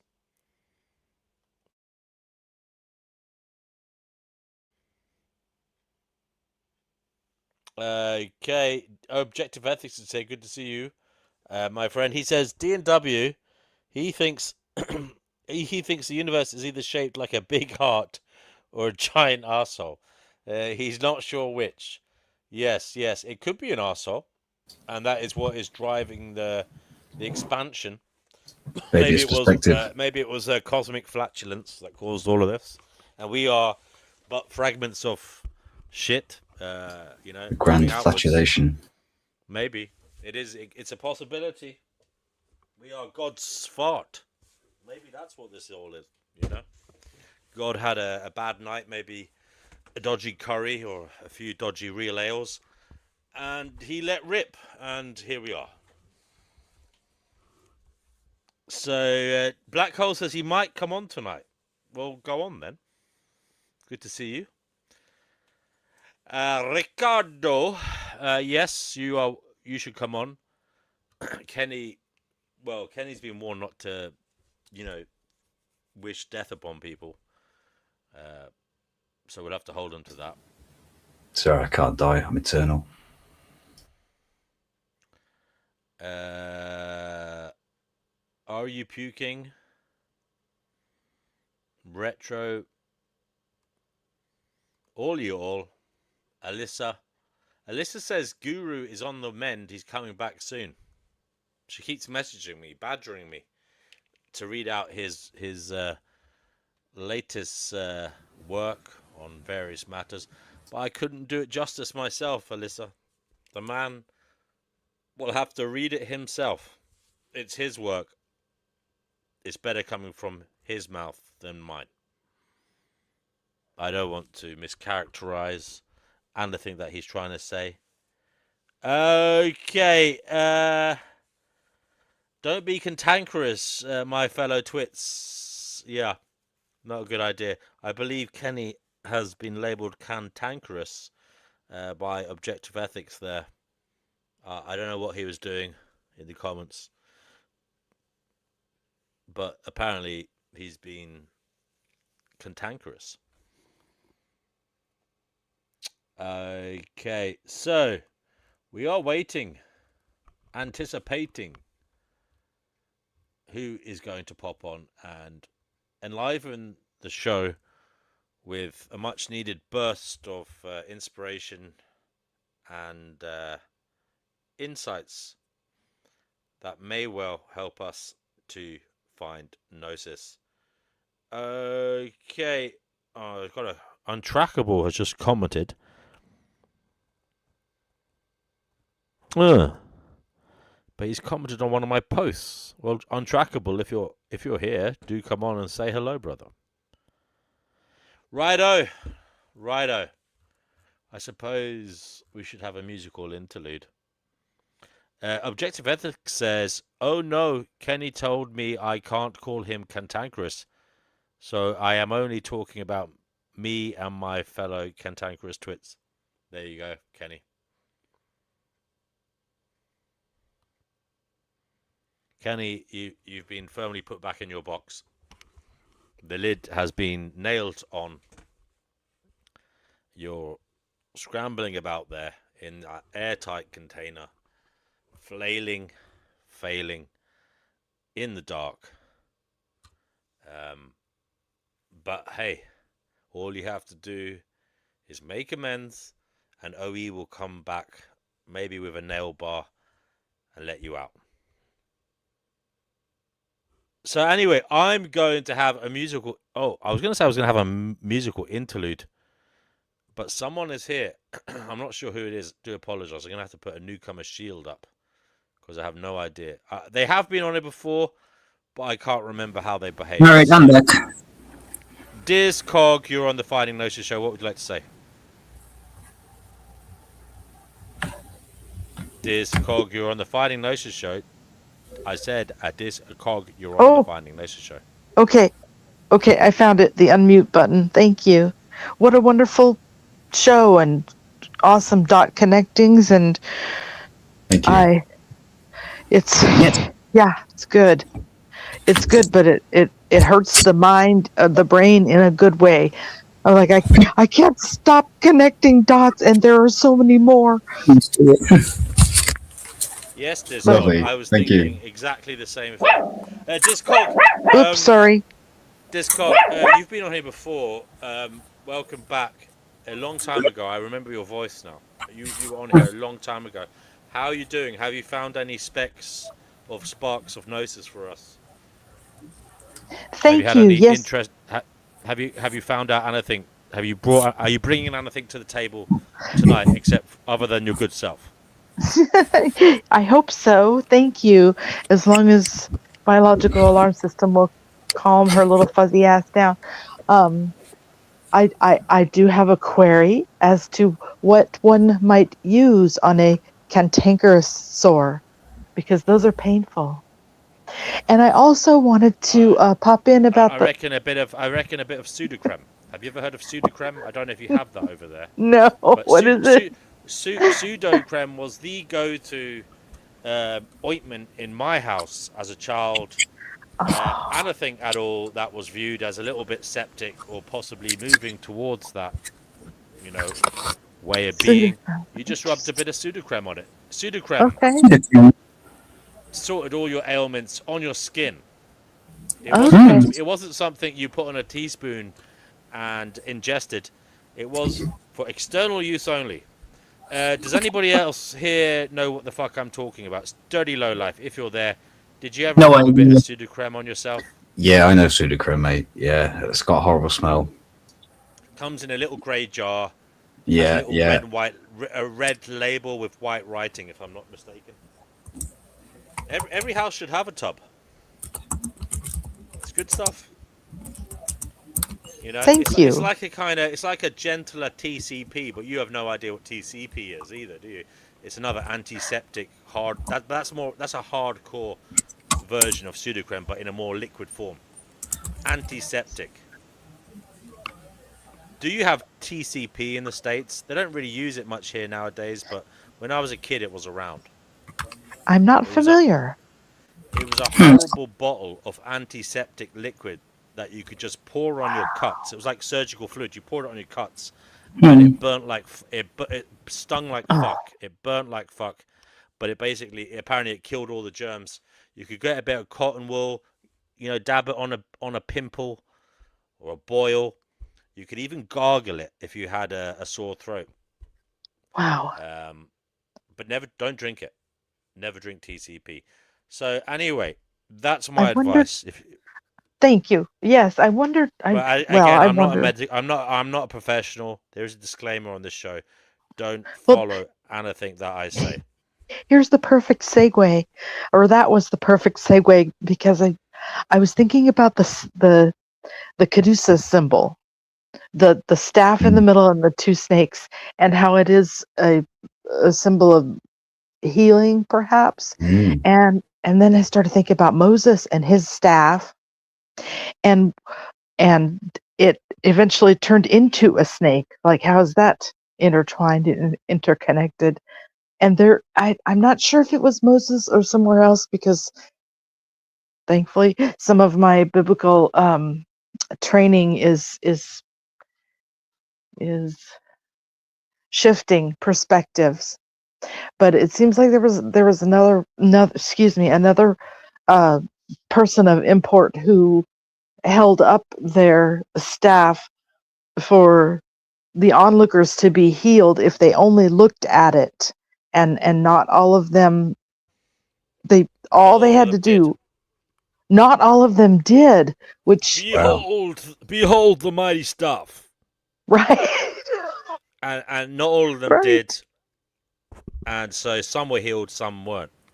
I heard Moses. Did you encounter the burning bush? I mean, I know I saw an old boy in the park one day saying, "Behold the mighty stuff." But he definitely wasn't Moses, and he was arrested shortly after for flashing. Oh God! and then all of these obelisks everywhere.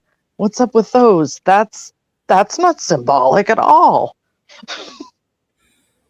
Why are those everywhere? But that's a whole other topic, I suppose. Discog. Interrelated. I like your name. Yeah. It's very cool. Oh, thanks. Absolutely. It is an attempted reversal. Discognition. Right. It's an attempted reversal of the cognitive dissonance.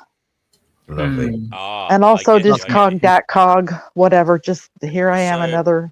We went on a meandering journey here, there, and everywhere because you brought up cantankerous cretins. But Discog, what have you learned since we spoke first? Please enlighten us. We seek Gnosis. I don't do well on pop quizzes, but there's a lot in the cauldron that is being stirred about, not unlike the graphic that flashed me eyes so wonderfully. It feels like a lot of that. So I usually have some, and breathe. I usually have a centrifuge time that allows the information to spin itself out into gold. So I'm not sure that I could say one specific thing that I learned that I know nothing, but I learn that every day. So does that answer your question? Yeah, it gives me more questions though. Everything, right? This whole Gnosis seeking is, I'm like, okay, just, it's like, give me another, just one more answer, and then there's 50 million more questions, and I'm behind. It's okay. There are reruns and replays. You don't worry. You can play them at triple the speed if you're, I don't know what it is. Is it premium member on YouTube? Is that what it is? Premium member? Yeah. You can even play it on quadruple. I think even 5. I think you can go whatever speed you want. Nice. Play it whilst you're asleep. Play it in your sleep. Ooh. And then maybe in the morning, subconsciously you will have attained Gnosis. It seems to be a never-ending quest. And Discog, never mind all that. Well, I say that was a bit glib considering that is the topic of the show. I apologize. But you're Discog, awesome. I want to ask you about what the hell is going on right now.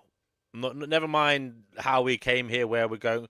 What is going on for you right now as you see it, this world? And I'm not talking about your personal life, although you can tell us if you want. But I am more talking about where you are from your vantage point. What is going on? That's not heavy at all. Well, you know that, and thank you for asking. This is interesting and intriguing to have one's own meandering voice. Have you seen the cartoon with the if the cat tossing things off the end of the world? Or have you seen that? Anybody seen that? It's a cartoon, of a cat, and you know how they push things off the edge. And it comes back and hits them on the arse. It comes Yeah, back around and hits them on the arse. Is like that something the one? from Tom and Jerry. Yeah. I haven't quite seen it doing the boomerang thing, but people are like, this is why the world can't be flat, because the cats would knock everything off the edge. And I'm thinking, I'm pretty sure that's what's happening right now. Really? And the cats being knocked off the edge. Do you mean that metaphorically, poetically, or quite literally? All three. Are you talking about the fabric of the universe? Are things going over the edge, perhaps? Things are doing something. Do you know and what? I don't know what it is. For some reason, you've got a certain energy about you that doesn't she lift the vibe, guys? I'm not saying you guys don't do that too, but absolutely, she's come on here. She's got this kind of nature you can tell is good, and she kind of lifts the vibe, doesn't she? She makes us all feel happy. Whether that's a good thing or not is another question. Should we be happy being in hell? I don't know. But Discog. Look, there is this. I would say undoubtedly, there seems to be a consensus. I'd say consensus, a near consensus that the world's in a very bad place, and it's never been so more apparent. Is that fair to say, people? Yeah, no, I think that anyone that has eyes and seeing things around them would say that we're in a very, very dire and precarious type of planet. Yes. Yeah, and it's just never been so apparent. But is it because we know too much, we see too much, we're inundated with so much bad news because of the internet? I'd say. Oh, sorry. Is that what's going on? No, I say that we're reacting to things just around us, and like things like the internet just intensify just the chaotic breakdown that we experience in our local environment, which sometimes has a cross convergence because, like, at least in terms of geopolitics and economics, we are interconnected in a world economy. So yeah, that's just like me, like, viewing things from that kind of point of view, but I don't think it's exactly that way, but I think it's a good analogy. Okay. And how does one pull back from the edge, Discog, if you feel that we're all falling off it? I'm not sure that we're all falling off of it, but some things are definitely getting. Maybe the centrifugal.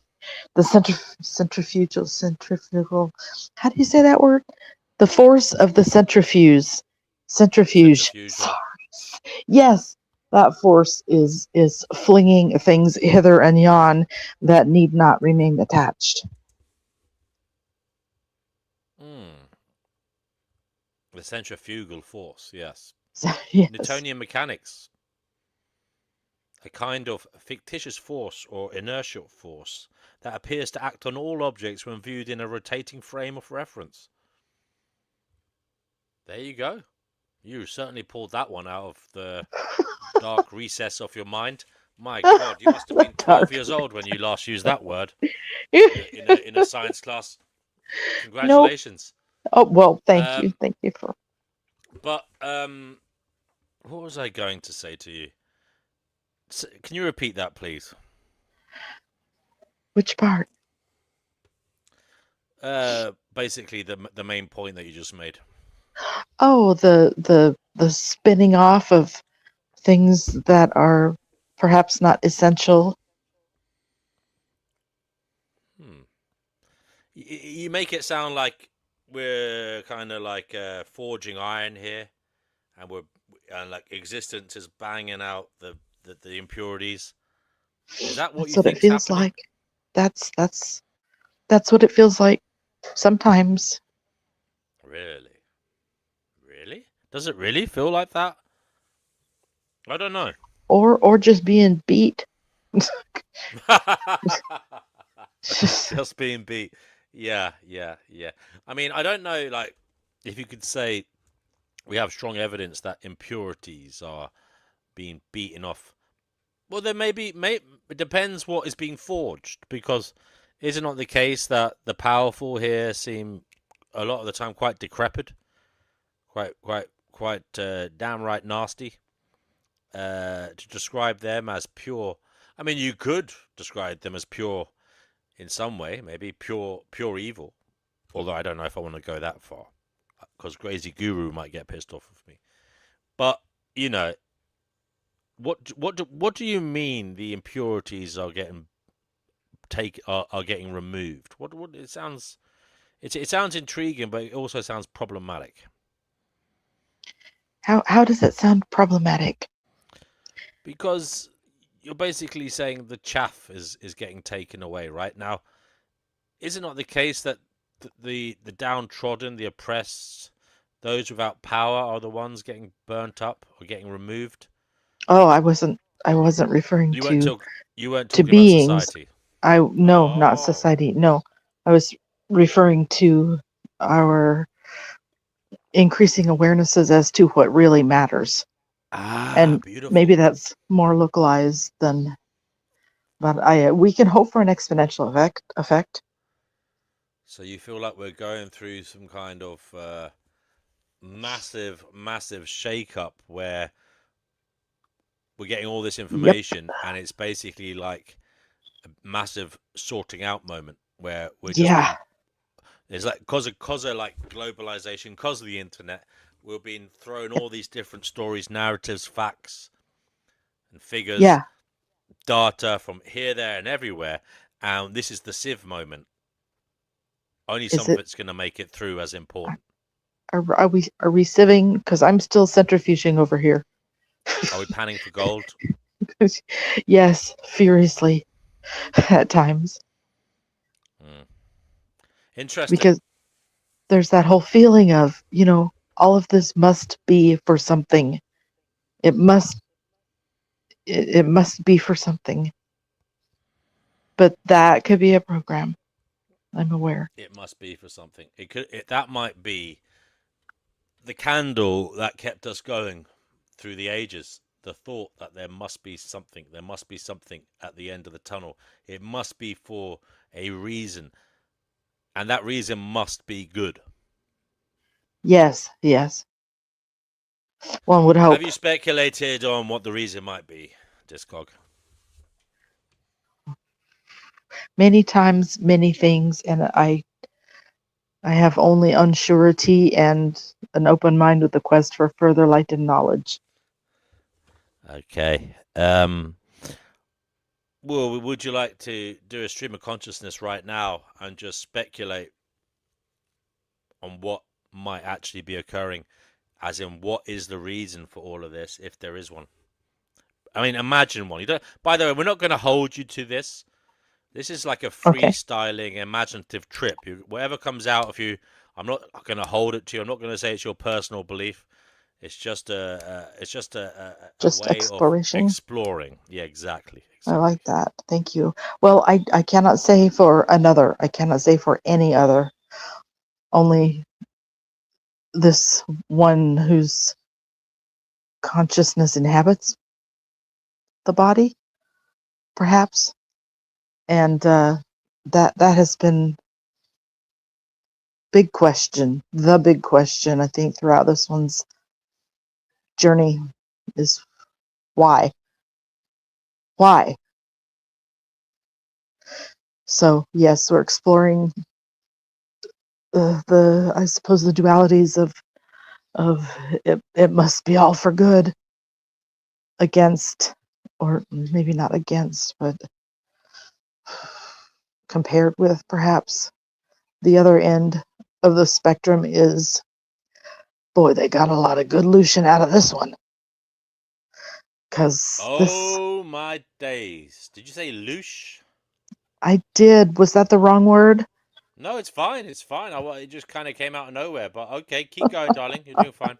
So I'm sorry for interrupting. I should have done that. That was bold. I'm really naughty, but No, that's okay. That would okay. Keep going. Because the wonderment has been why is this so difficult? Why is this? Why I try and I fail. Even one of my younglings said, "Mom, you try to make things better, but you just end up making it worse." Like, shit, thanks, youngling. Something to look at. Maybe not something to apply to oneself, but something to look at. And I suppose enough things have. Go ahead. Try making. She said your youngling said, "You try making things better, but you make it worse." Yeah. I'm trying to help you. Not that I know what it's like to be a parent, but obviously you've got to try and motivate her and keep her happy. I suppose you could say something like, "Well, at least you found out what didn't work." Ooh, that's a good one. That's how we learn, right? Is by fucking it up. Yeah, that's one thing you can cross off. That doesn't matter anymore, or doesn't apply, or isn't necessary to follow. Can let the cats to the push truth. it right you off found the an edge. error. You found an error. You're closer to the truth. Congratulations. Thank you. And that leads right into, if there were a purpose or for this being, she tentatively said, it would be to correct the record. To correct the record. Yep. What in darnation do you mean by that?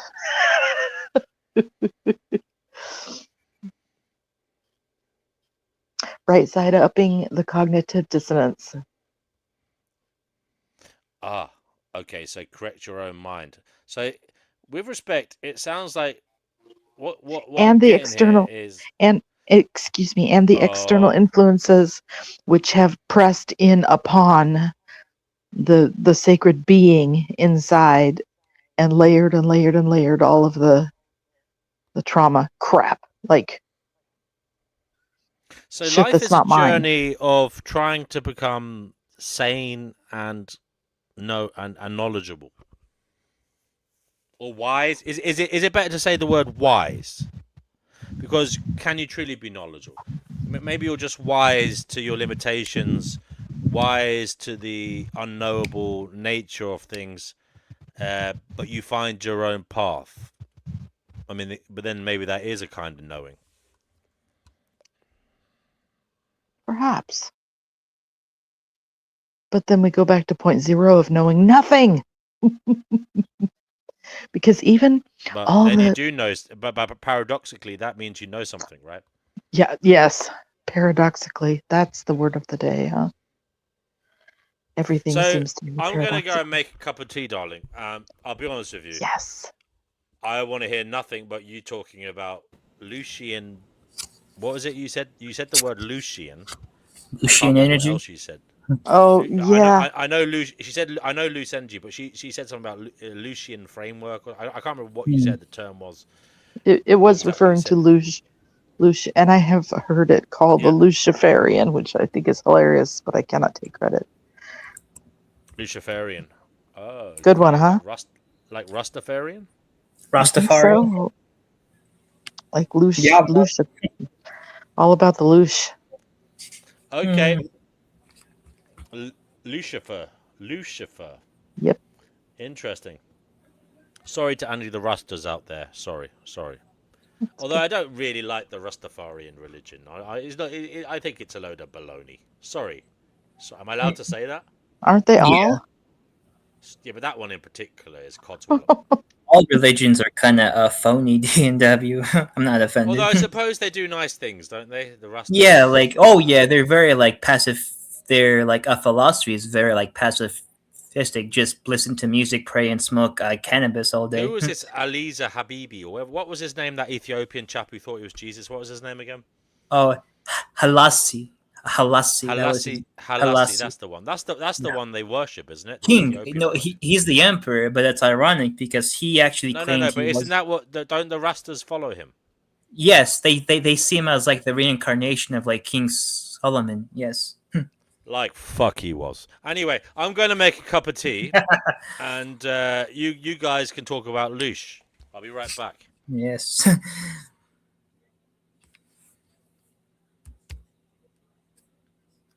They say why, in the human nature, why, tell me that way. Sorry, I'm singing Michael Jackson. How can you not? Yeah, he was. I grew up listening to him. Yeah. Yeah. Me too. I haven't seen the film. Have you? Not yet.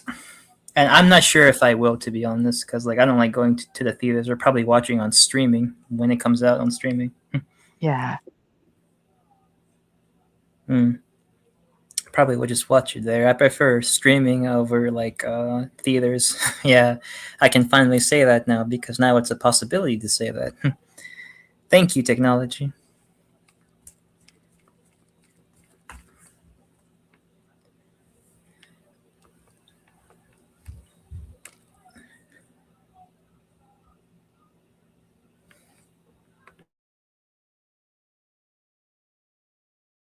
I'm literally trying to extract Loosh from you, Discog.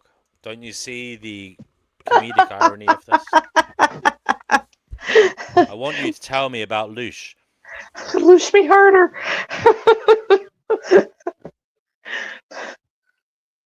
I don't know. I've only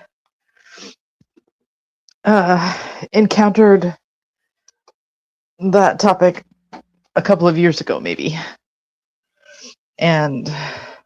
But also before that, wondering like why is this so hard?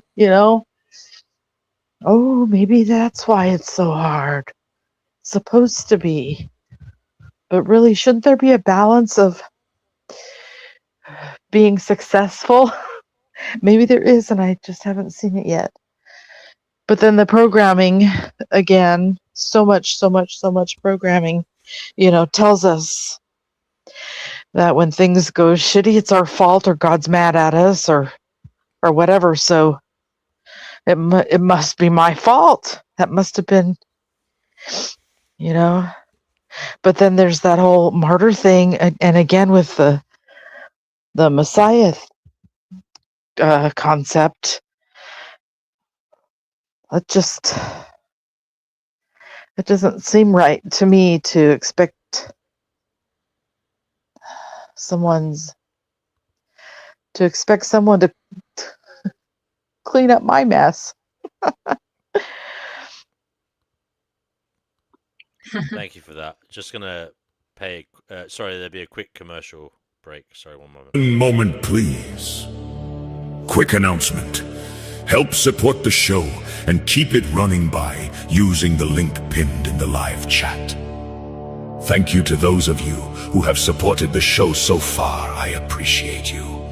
It really helps keep us going on our journey to finding Gnosis. Every little helps. Donate now if you can. Thank you. Fatima, would you like to interject here? And maybe we can see how the conversational dynamic between you and Discog plays out. And whether there is any near spark of Gnosis formed from its playing out. From its fusion. Okay. So Loosh energy, hey? A lot of people say we have that. And then like I could see that being real, Yeah, like I definitely do have moments of like euphoria and eudaimonia where like I do feel like there is a Loosh type of presence. Though whenever those moments happen, right, I don't think about the word. I don't say, oh my god, that was a Loosh moment. I just say, man, what a feeling. Yeah. Yeah, it seems to me that like. Do you know that ad? Oh, what a feeling, Toyota. Yeah. Yeah. Oh, that was a joke. Oh yeah, it was a good ad. Yeah, I got a feeling. Yeah, so like when that happens, right? And this is where like I go back to language, Discog, like whenever we act in real life and inhabit. I heard a faint voice of D&W. Oh, anyways, whenever we act and we act in real life, we don't think about terms and logic and philosophy. We act out of instinct and pure intuition. Yeah, it's almost like these words are just like tentative labels that we apply to like human experience and feeling, you know? It's just, yeah, you know? May I side quest there for a moment? Yeah, sure, go ahead. Will you retain your thought train? Side quest activated. Where's my sword? I'm gonna go as Zelda mode now. You said that our responses to situations are, did you say intuition and habit? No, not habit. Intuition and instinct. Yes. And instinct. Okay. If okay, here's the side quest, is that the instinct and the intuition have been, in this one's experience, systematically stripped away and overridden. Ooh. So we're still peeling back the layers of programming, like the layers and layers of programming, and sometimes we cannot get to the instinct or the intuition. Not putting a problem out, just saying. Just saying. But go ahead, please. Thank you. Oh, so you claim that those intuitions and instinct have kind of been like you say like tampered by like programming, right? From like other things, right? Yes, hijacked. Yes, and stronger than claim. It's a knowledge from this one's experience. Of course. Oh my God! Welcome to the club. I think the majority of us here have been hijacked by other things because like we all have moments of a self-doubt. Yeah. I most definitely have been hijacked by a lot of things programmed. Yeah, absolutely. And like there were times where like my instinct and my intuition was always challenged by self-doubt. So it's good to have self-doubt. Yes. You should always be autocritical of your ideas, yourself, and what you value, because one day it could turn out what you value could actually be very wrong.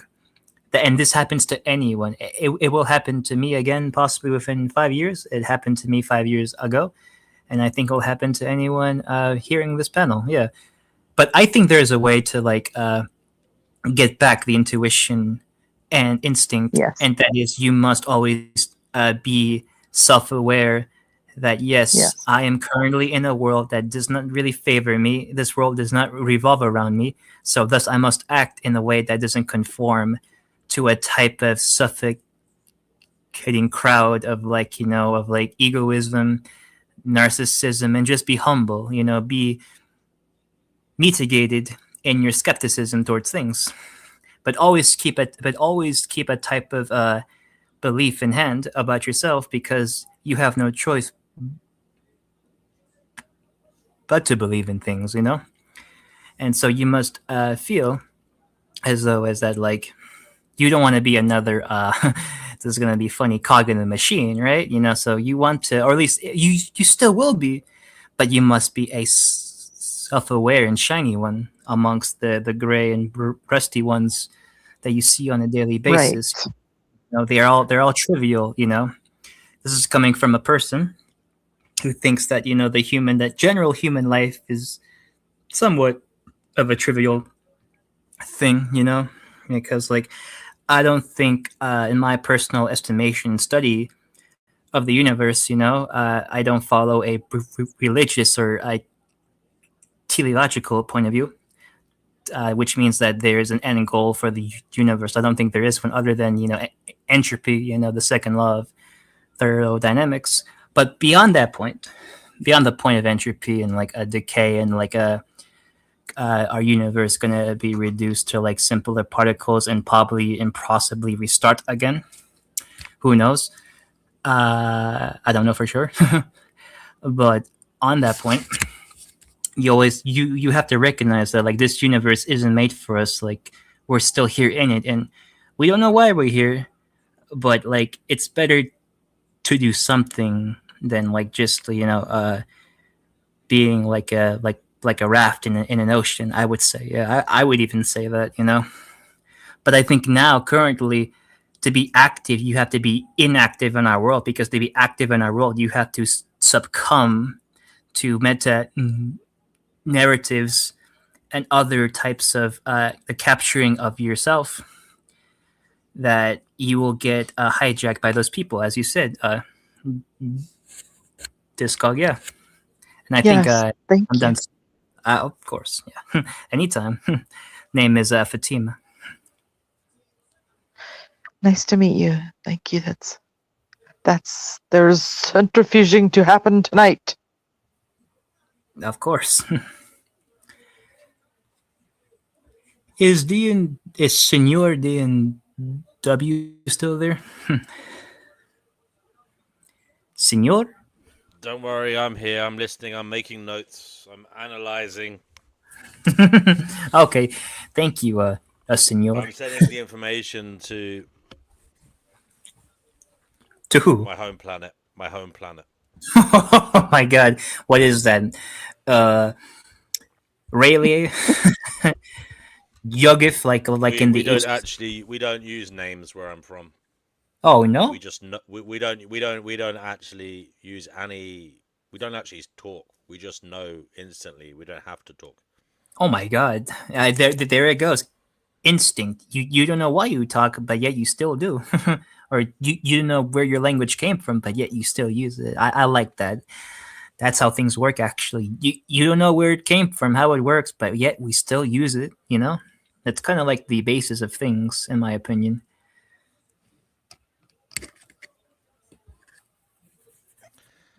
Yes. Okay. I'm having a cup of red bush tea here, and I am thinking about what happens next. Que rico. I'm living on the edge. I don't know what's going to happen next, conversationally. Can I just pass comment? Oh my God! I was not expecting that. I did. That came out of nowhere. Sorry, mate. I've just been having something to eat and got a cup of tea. Well, I literally that was a real spanner in the works. I did not expect Dirty Lowlife to talk after his, after the amount of time he had remained silent. That was not to be expected, in my view. Oh, I've been listening. Yeah, I just want to pass comment on what Alyssa said. Yeah, I am tired, Alyssa. I've spent a lot of energy presenting is like that, but yeah, no, I'm good. Thank you for checking. And the energy I've got back is of a much finer quality. So yeah, all's good. Are you puking? You asked me about fencing. I haven't done Western fencing with a rapier, although I've been very interested in trying it. I practice Japanese sword fencing. Oh, very nice. Yeah, I love Japanese sword fencing. That's very nice. Wow. Did you use a samurai sword? I'm joking. Well, I've made a wooden bokken and bought a couple, and beautiful. I find it a very direct physical meditation that teaches you you're edgeless. Absolutely, yeah. I've always loved the martial arts of like Asian cultures. Yeah, because like it's tied within their spiritual traditions such as Zen, Taoism, and Buddhism. It's very tried in that, and I think there's much richness to be found within the ontology and metaphysics of Buddhism, especially the Theravada branch that's found in Myanmar or Burma, as some might call it still, Thailand, Cambodia, Laos, and Sri Lanka. Those are the top 5 most Buddhist countries, and their school is Theravada. Yeah, so like those countries have very exquisite martial arts as well, especially Thailand. Thailand specifically with their Muay Thai. Yes, Muay Thai was created by monks, and like I think in like 16th century Thailand, back when it was called Siam, the Kingdom of Siam. So yeah, it's I very watched a video Yes, once yes. about someone making a samurai sword, some Japanese monk or something.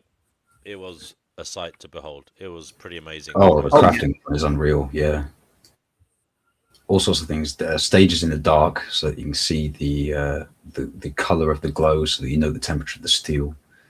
Several thousand folds, often 2,000 or 4,000 folds, of continually cut and then folded in half steel.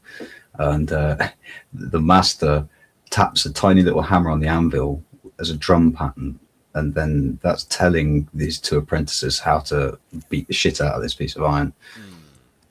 Yeah, crazy stuff. And the bend. Last comment is the bend in the blade is achieved by dropping it into the quench bath water blade first. It's actually straight when they forge it, and the bend is from the cooling process.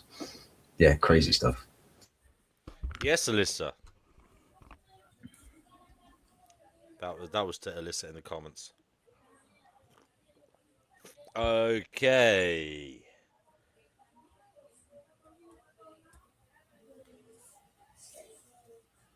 Is he coming on now, Alyssa? She says, "Is it cool for Gracie to come on?" Of course. Of course, it's Untrackable, always... much love. Untrackable left a beautiful comment. Please. A beautiful comment. Did I missed it? He said he loves this show. Keep it going. He left that on my community post. So that was very touching and well received comment. Thank you, brother. Thank you. It's the Appreciate place to you be. too. Appreciate you Expansion. Expansion, right? Objective ethics. I mean, it's a bit of an innuendo, perhaps. I don't know. Maybe that's just me. But he says he's got a bit of a bend in his sword. There you go. As long as it doesn't twist. Yeah, that's true. As long as it doesn't bend the wrong way. That could be problematic. And yes, Discog expansion. The only other option is contraction, right? Yeah, expansion, contraction, or there could be another third way we haven't found yet. We want Elizabeth or Gracie. We want Elizabeth or Gracie. Alyssa, you come on first. Right, we need Alyssa before Gracie. Surely, we need to have light relief before we face the monster. It's been a while. It's been 2 weeks now, I believe, without them. Yeah, and I kind of do, like for the amount of short time. For the amount of short time they were here, they actually made themselves quite a presence on your show, DNW. That They were, yeah, and then the bloody psychopaths just upped and left. Yeah, what a bunch of cunts. They got us addicted to them, and then they just fucked off as if we didn't. Yeah, like cold turkey. Cold turkey, exactly. Yeah, like it's almost like now they're back. Now they're back for their narcissistic Hell supply. Yeah. It's almost like Guru came in. That's all it is. You know that they're narcissistic psychopaths. They don't give a rat's ass about us. They left us out in the cold. They fucked off, and now they're coming back because the narcissistic psychopath needs their supply. So they're coming back. They're coming back. Knew they'd come back. They're always coming back. Yeah, they love this and account. They say that there is no evil, but what they did was the definition of evil. Well, I think, I think. I'm only joking, Gracie. I'm only joking, Gracie. Oh, watch him come in like, hello. Oh shit! The link is not in the description. You are right, sir. Oh yeah. Oh yeah. It was not the NW. I'll share it. I'll share it in the chat. The link is in the live chat. Now. Come on, Guru. Come on. Speak. Hable.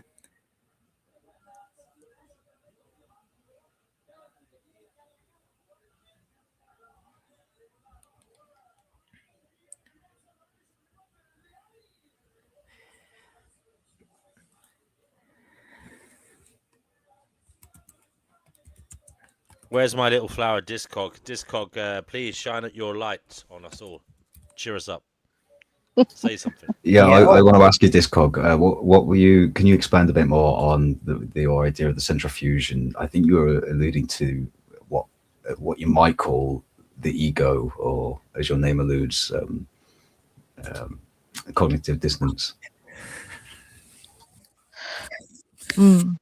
Yeah, the centrifuge of, thank you for asking, the centrifuge of the mind in which one allows the not gold to release. Like the spinny thing, the centrifuge. Yeah, sure. I'm with you. Yeah, so the information in sorting out what is true. Right, so it's a filtering mechanism. Yeah. Yes. Yes, and especially with thank you, and especially with the the impositions of the external realms, and trying to define one and define one's experience, and attempting to define one's intent, which are all falsely applied. Mm-hmm. Good luck, Objective Ethics. Good luck at work, brother. Thank you for stopping by and keeping us entertained and informed in the live chat. Appreciate you. Ciao, ciao. Ciao. Okay, we're waiting for Grazy. Sorry for butting in there. I was just reading OE's comment. Untrackable, you're on the Finding Gnosis show. Good to have you here, brother. I do hope you are exceedingly well. What would you like to say? And everybody else, feel free to interject at any time when they feel compelled to by whatever force is driving them in this strange existence that we are all apparently sharing. Thank you. Yeah, so I had to look up the words in the title. So I only got a snapshot, sentence-wise of what it means. So would that mean that, like dreams, or, senses? It's like, what is an experience? And, it said something about, needless rewordings and stuff like that. But I do think dreams are experiences. You can have a dream of something horrible happened because, maybe you had a bad day. Maybe you read a book, or those are the visceral, real life, like you did that type of experience. But what happens in our brains when we sleep? These things called dreams, nightmares, terrors, and whatnot. When you wake up, only you had that, and it wasn't real as far as affecting the physical world, but it can change your mind about your decisions moving forward. So is it not an experience? Yeah, I can't distinguish them. And you make me think that you get recurring dreams as well, like a recurrence of exactly the same dream. I had that as a child, and which is, tautology again, the needless repetition. And also, we have these conversations, right, about any topic on any given day, and maybe I didn't feel understood the first time I said it. So, this new day and the way that I feel right now, it's changed my experience as far as my outlook towards, whatever subject, or how I can reiterate it. You know what I mean? So yeah, different words doesn't mean I've changed my mind necessarily. It just means I'm just trying to, have a conversation with somebody, or a group of people, or however it may come down, a debate even. I'm just trying to get across to you to be understandable, because even though we have this common language, and even though there are multiple common languages, you may have to repeat yourself and use different words. So it doesn't mean that you were wrong the first time in how you wanted to express yourself. but maybe you didn't feel understood. Maybe. Thank you.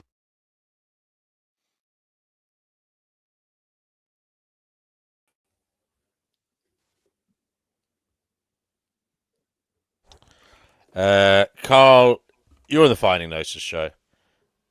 We lost Discog. It was lovely having you here, darling. Carl, you're on the Finding Gnosis show. What would you like to say? Hi everyone, how you doing? I know Hello. you saw a different version of me before.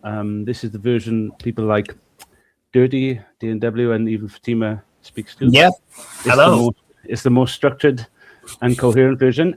There's a lot to explain, but I'm not really allowed to explain it right now. But I will be coming on soon with DNW's permission to explain to everybody what's truly been going on and the works I've been doing behind and why all this was relevant. Some people are up to scratch a little bit. Others, I am looking forward to speaking to Fatima first privately because she's more formal and so she can understand the true depth of the experiments I've been running. But pretty soon, with the help of DNW and others, I shall be back on the show as long as I'm welcome and in a more structured way. So everybody know there's no hard feelings to anything and everything will come clean and be explained soon. Don't worry. All right. But I really wanted to come along tonight because I love the presentation DNW and Dirty put on. Huge hobby of mine, but I'm more on the meta side. And I did send an email, and so long as DNW is okay, I wanted to show how awesome tonight was for me because I've been struggling with a certain bridge of terminology for things I've been mapping in the Bible to Gnosticism and the hierarchy of angels and logic and reasoning and structure. And I couldn't think of a bridge in terminology until these absolute legends came up with the title, which blew me away, which was the Ternal Toroid Tautology. Is that correct? Did I get that correctly? That was Dirty Low Life that overcame. Yeah, came up with that. Tautologies, yes. I've been struggling with something for so long. So whoever did that, Dirty, if it was you, thank you so much. I needed it. I couldn't bridge it. But if I read this thing, so long as I get permission to now, what I mean is it doesn't overtake what you guys do. What it is a metaphysical bridging from my work to yours, and it could help you. And I'd be happy if you guys just took it on in your work and seen if it help you. So I'll read it now. Before you do that, guys. Yes. Just please consider this. The stream somewhere now. To bring in new voices for our conversation. We do not want to become an echo chamber. Share the stream now. Bring in some new thoughts to compare and contrast our ideas with theirs. Because Gnosis is not found in isolation. Good places to share the stream include your social media platforms such as Facebook, X, Instagram, Telegram, WhatsApp, YouTube, community posts, Reddit, Discord. Share now. Bring new voices to help us all find Gnosis. Yeah, just if you could get sharing now, because I'm looking at the live viewer stats, and if people start sharing now, it should go up by a few at least in the next, I'd say 15 minutes. Okay, please start sharing on your social media, the show. Bring in new people. We need new blood. We can't do this in isolation. Go ahead, Guru.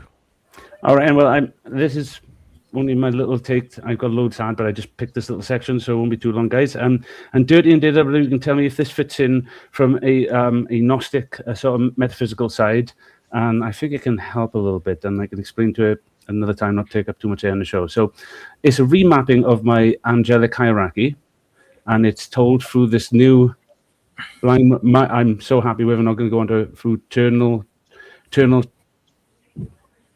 Toroid, and Tautology, through the Ternal. Right? So Ternals in the Bible are described as seraphims, the vernal triune flame at the highest level. Seraphim are the closest to the divine source, pure, fiery, threefold coherence. They represent the eternal principle itself, the living dynamic, free in one, doubt, will, wonder, bearing claim and witness, bearer, claim and witness, etc. The eternal flame that never divides. Toroids are cherubims, the guardians of the wheels within wheels. This should help you with your structures you're trying to build.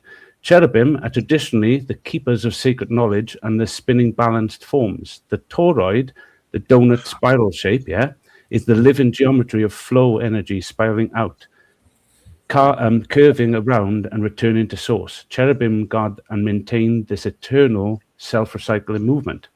And then tautologies are known as the thrones, the foundational seats of divine authority and judgment.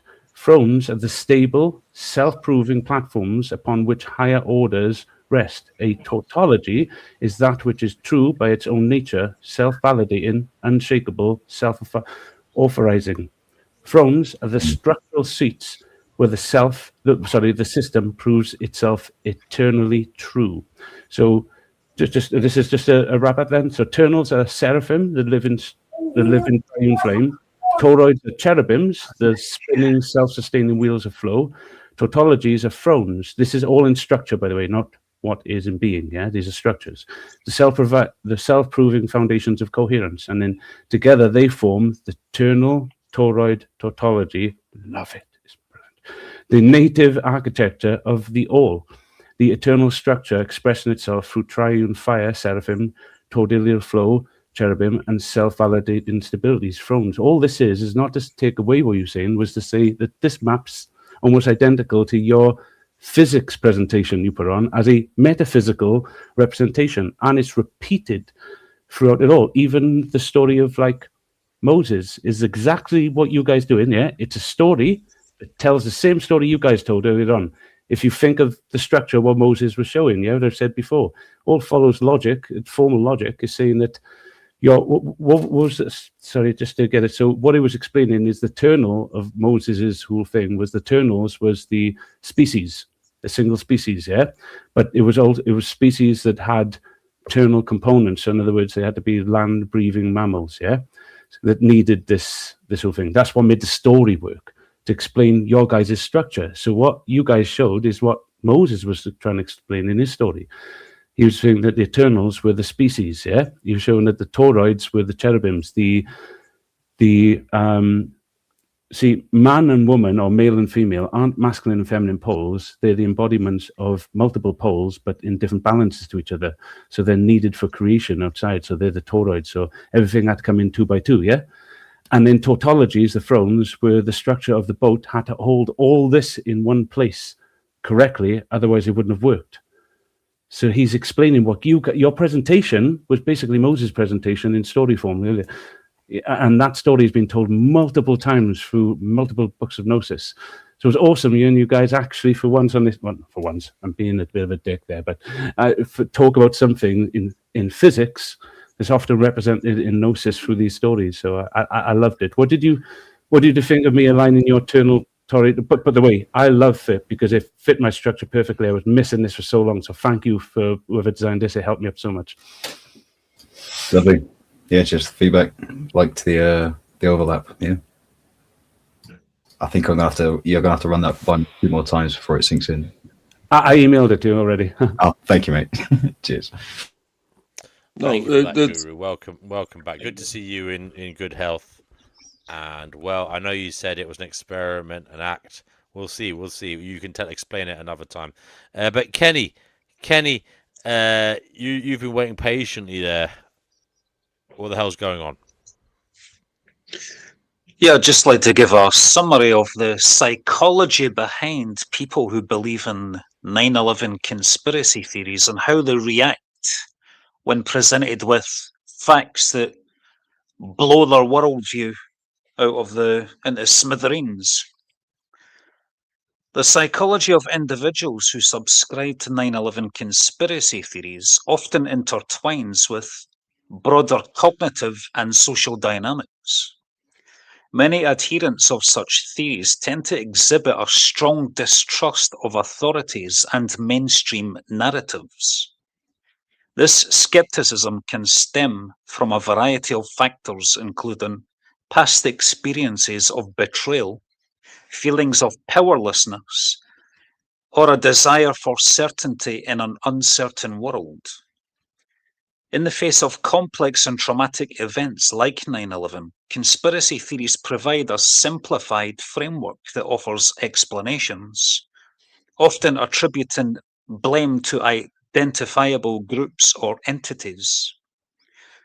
When confronted with factual evidence that contradicts their beliefs, individuals who hold these theories may display several psychological defense mechanisms. Cognitive dissonance, the mental discomfort experienced when holding two conflicting beliefs, often leads them to dismiss or rationalize the opposing information rather than reevaluate their own views. This can manifest in various ways, such as clinging to original beliefs even more strongly, seeking out like-minded individuals for validation, or reinterpreting the evidence to fit their narrative. Moreover, the social identity theory plays a role, as embracing conspiracy theories can foster a sense of belonging and identity among followers. When their beliefs are challenged, it can feel like an attack not just on their ideas, but on their social identity. This can trigger defensive reactions, including hostility towards the messenger, or a retreat into echo chambers where dissenting voices are excluded. Ultimately, interplay of cognitive biases, emotional needs, and social dynamics makes it challenging for these individuals to confront and accept factual evidence that undermines their deeply held beliefs. Thank you and good night. There you go. That was a message to you, whoever he was talking to. I'm sure you know who you are. Thank you, Kenny, I suppose. Carl, you've got your hand up. Yes. I want you to keep it up, actually. I'm enjoying this. I've got some power over you. I don't know. I can't quite remember the choice. The last time I made a fully grown man hold his hand up in the air. So still, so perfectly. We'll have to keep doing this for a bit longer. I'm going to make it bigger just so. Yeah. Upright and true. I'm getting something out of this. I have power. There's a man in Wales holding his hand up because of me. Can I ask you, which is the power? The one supplying you with it, or the one receiving it? I don't know, but now again, it is your left hand.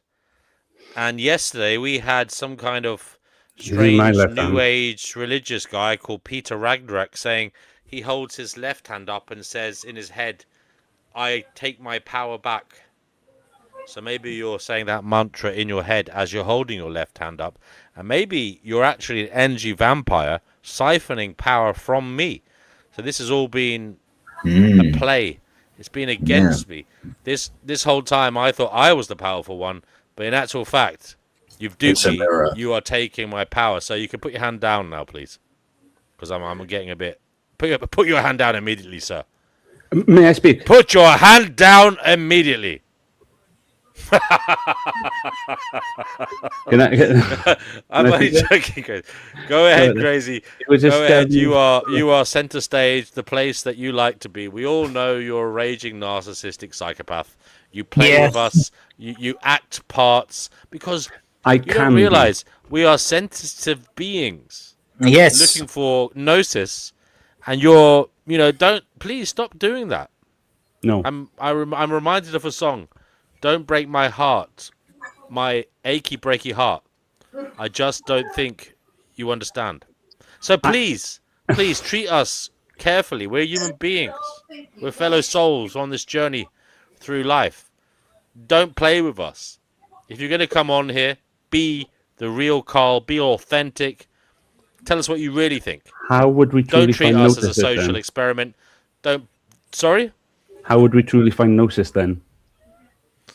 Well, I mean, look. There's people on here being genuine with you. And what you're doing is you're playing Is to their there? genuine Can you nature. name them? DNW, name one of them. Untrackable. That man there. That man there. He's the Untrackable. Untrackable. Is this the depiction. name on your birth certificate, sir? Untrackable. Is that the name on your birth certificate? Don't fall for that. You He's know, not you know gonna what tell that you his smile real name. was? That smile was Untrackable. That's fucking another narcissistic psychopathic ploy to try and get your personal details. You'll probably end up asking for your credit card number in a moment. That could be that anyway. There could be that. So, Anyway, correct. yes, Don't tell I me would those say details. Sorry. Dirty Lowlife is another guy. You're all great people, but Untrackable. You know, we got to say Untrackable. He's definitely Mr. Genuine, is he not? He's been there, done that. You know, has the receipts, sent the postcards whilst he was there.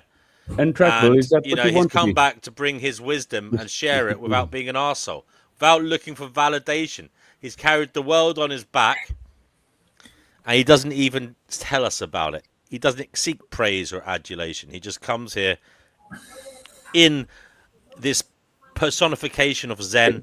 Can I address this, by the way? And is what he is. It was a moment. It was only a brief moment. It was me to say about Kenny's thing, which was that I agreed with Put what your he hand was up. saying.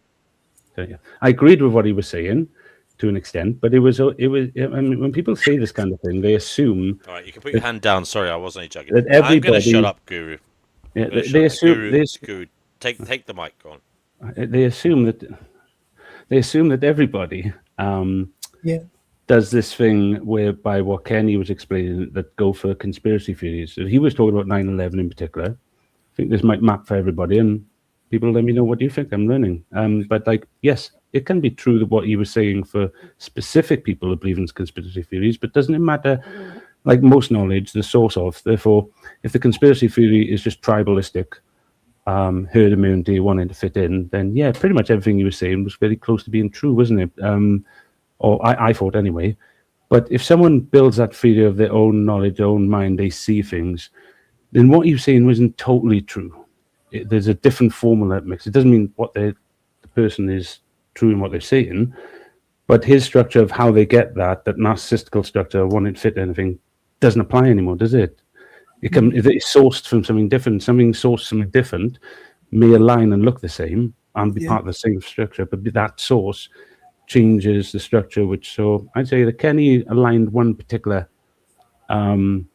individual that takes on conspiracy theories, but then there are other individuals that get their source a different way, and I wouldn't say his mapping fitted then, unless someone else disagrees. Do you think that Kenny's mapping was singular to one kind of conspiracy theorist, where others, and I mean not about different topics, but about the same topic, but just gets their information sourced or received from different techniques or individual? For example, if I experience Gnosis in something that allows me to take on a theory, as opposed to just someone telling me about it and I want to fit in, they would have two different mappings, surely, as across the board with all things. That's what I can find out. Sorry. I was just going to say very lucid. Maybe just me then. I can kind of see some resonance in it, Carl. No, it's the word you said. It's the source of it. It's whether it's coming from narcissism or somewhere else in the being, surely, or perhaps not in the being. But Well, I think all of us have some shade and some specks of narcissism in them, and like, I'm kind of tired of that word being flown around because I don't think any of us are like Blason's. Except for D&W, I heard he's a great guy. I heard he's one of the best. I hear this, but I've been lied to before, so you know. Yeah, he's okay. Yeah, he's okay. Oh, I mean, for instance, you take a degree of knowledge. Take a PhD, for instance. Yeah, you just have to prove your point. You don't necessarily have to disprove everything that came before you because they were all PhDs and they proved a point.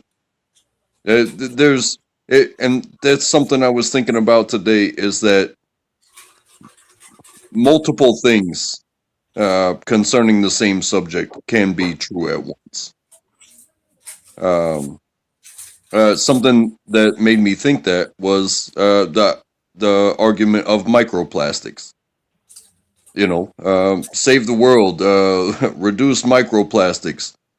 However, nature, and this is another PhD, this person become a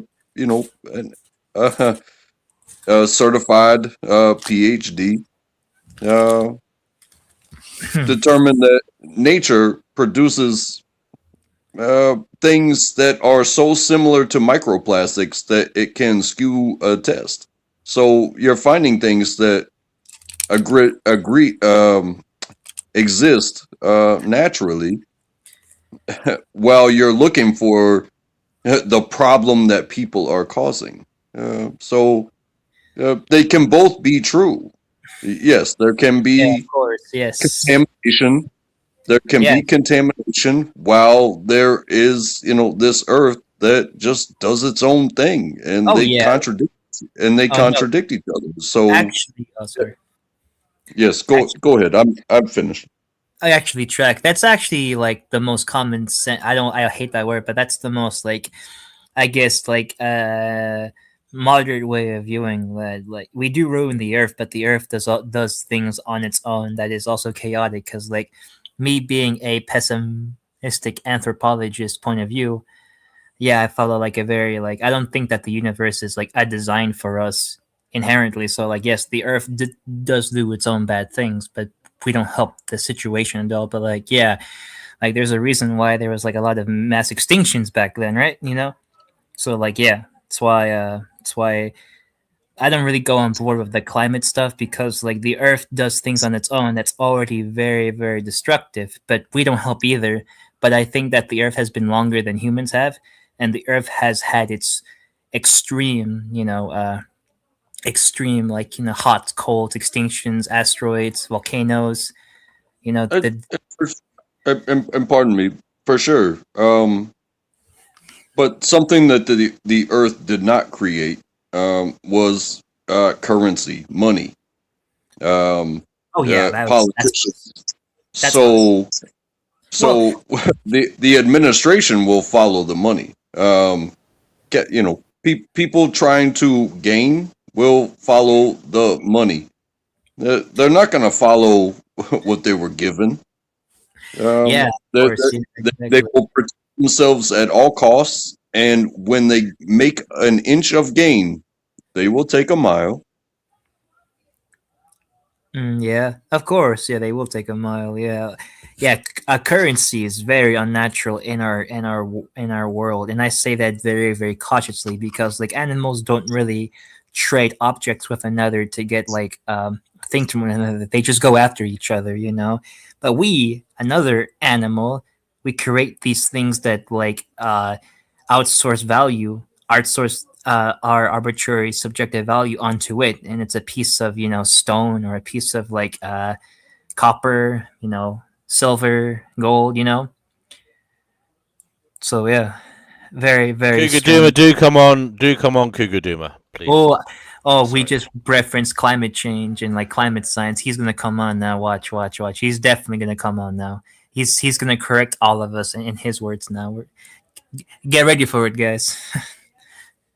But that is exactly why we have these conversations, right? So if I felt like I learned something from reading an article, and it's like, oh, I know so much, I can talk to these smart people, and I don't know where you are or who you are or where you come from, but you're such smart people, and this is it's an intellectual conversation, and then to have somebody come up here and tell us that we're stupid, it's just it is exactly the title of the show.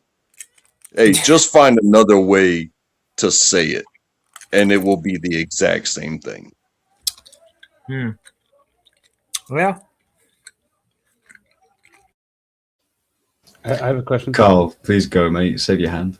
Yeah, untrackable. Is what you guys talking about is like how like some objective forces and phenomena can be mapped subjectively from multiple different points of view and perceptual framings, so that so like I was explaining how I could map metaphysical parables and revelation in Gnostic text to like physical mappings that Dirty and DNW put on today, and how you were saying that, you know, certain truths can be seen subjectively true from multiple angles, and seem like they not line up, but still be true at the same time. Is that what you guys were talking about? The truth is what's right in front of you. Getting somebody else to understand it seems to be the problem. It doesn't mean that you're not both true. It's just the test that you did, or the test that I did, or the words that I used to explain it, and the words that you used to explain it. They just don't seem to mesh with each other or with those that you're trying to get to understand it. It doesn't mean that it's a different world. Yeah, I'm saying, is that because obviously the truth that taking authority from is coming from a different point of view or a different perceived view, and yet somehow they're still mapping the same point, but they're doing it differently because... For sure. Like something so simple as right and wrong. That's not simple, but okay. Well, it is simple. Careful with that. It's just your point of view, isn't it? Not really, but hey, if you say it is simple and you think you have the authority to say that, then who am I? And this is how it goes. What was something that I saw recently? Is like it is impossible to argue with idiots. And then the response was, "But what if I'm right?" And it's like Confucius say, I always found the only people you can argue with are idiots. People who are not idiots, you don't argue, you have discourse with them. So I would disagree, but agree if that's what you meant. Because only idiots will argue with you because they're idiots. They don't know how to reason. Is that not true, or am I just seeing that differently to everybody else? Well, hey, if you share your experience, the words that you use will be scrutinized, and because somebody else saw it different, and they use different words, and then we will, it creates an argument rather than a discussion. Well, I normally find scrutiny creates discourse, but judgment creates arguments. So I'd say that if you were confusing someone judging your words rather than scrutinizing it, I'd say, yeah, but scrutiny doesn't cause disharmony, it causes harmony. It allows people to discuss and come to a medium. But judging someone's words, pretending you understand when you didn't ask any questions, I'd say that would do what you're claiming, in my opinion and my experience, unless you have a different opinion and experience and be willing to hear it. Well, yeah, we all have discretion about our reactions to. Wait a minute. Did someone give you authority to speak to all? Try to speak for yourself, because speaking for all is really rude for most people because you don't know all, and I wouldn't claim to be God and speak for all. But if you're speaking in general terms, if that's what you mean, I do apologize. I just thought you meant like you're going to speak for me and everybody, which didn't seem fair to me, unless you disagree. Oh, you're clearly using your discretion. Yes, I am, but I'm using my discretion for myself, not others. Maybe I'm wrong for claiming that all people have, freedom of speech and their vernacular and their slang and this way of expressing themselves. No, just that the people can be incorrect if they decide to judge other people's words because they think their words are the ultimate word, and that means that's what they're saying, rather than going, wait a minute, this is a bit off. Let's just check we're talking about the same words. People that don't do that, they create disabilities in others, and it's kind of ignorant because they're just trying to claim that their God and their version of word is. So whenever there's a discrepancy, what people normally argue about is the fact that they think all the words being claimed are what they believe it to be. And that is a form of ignorance to me and most people in common discourse.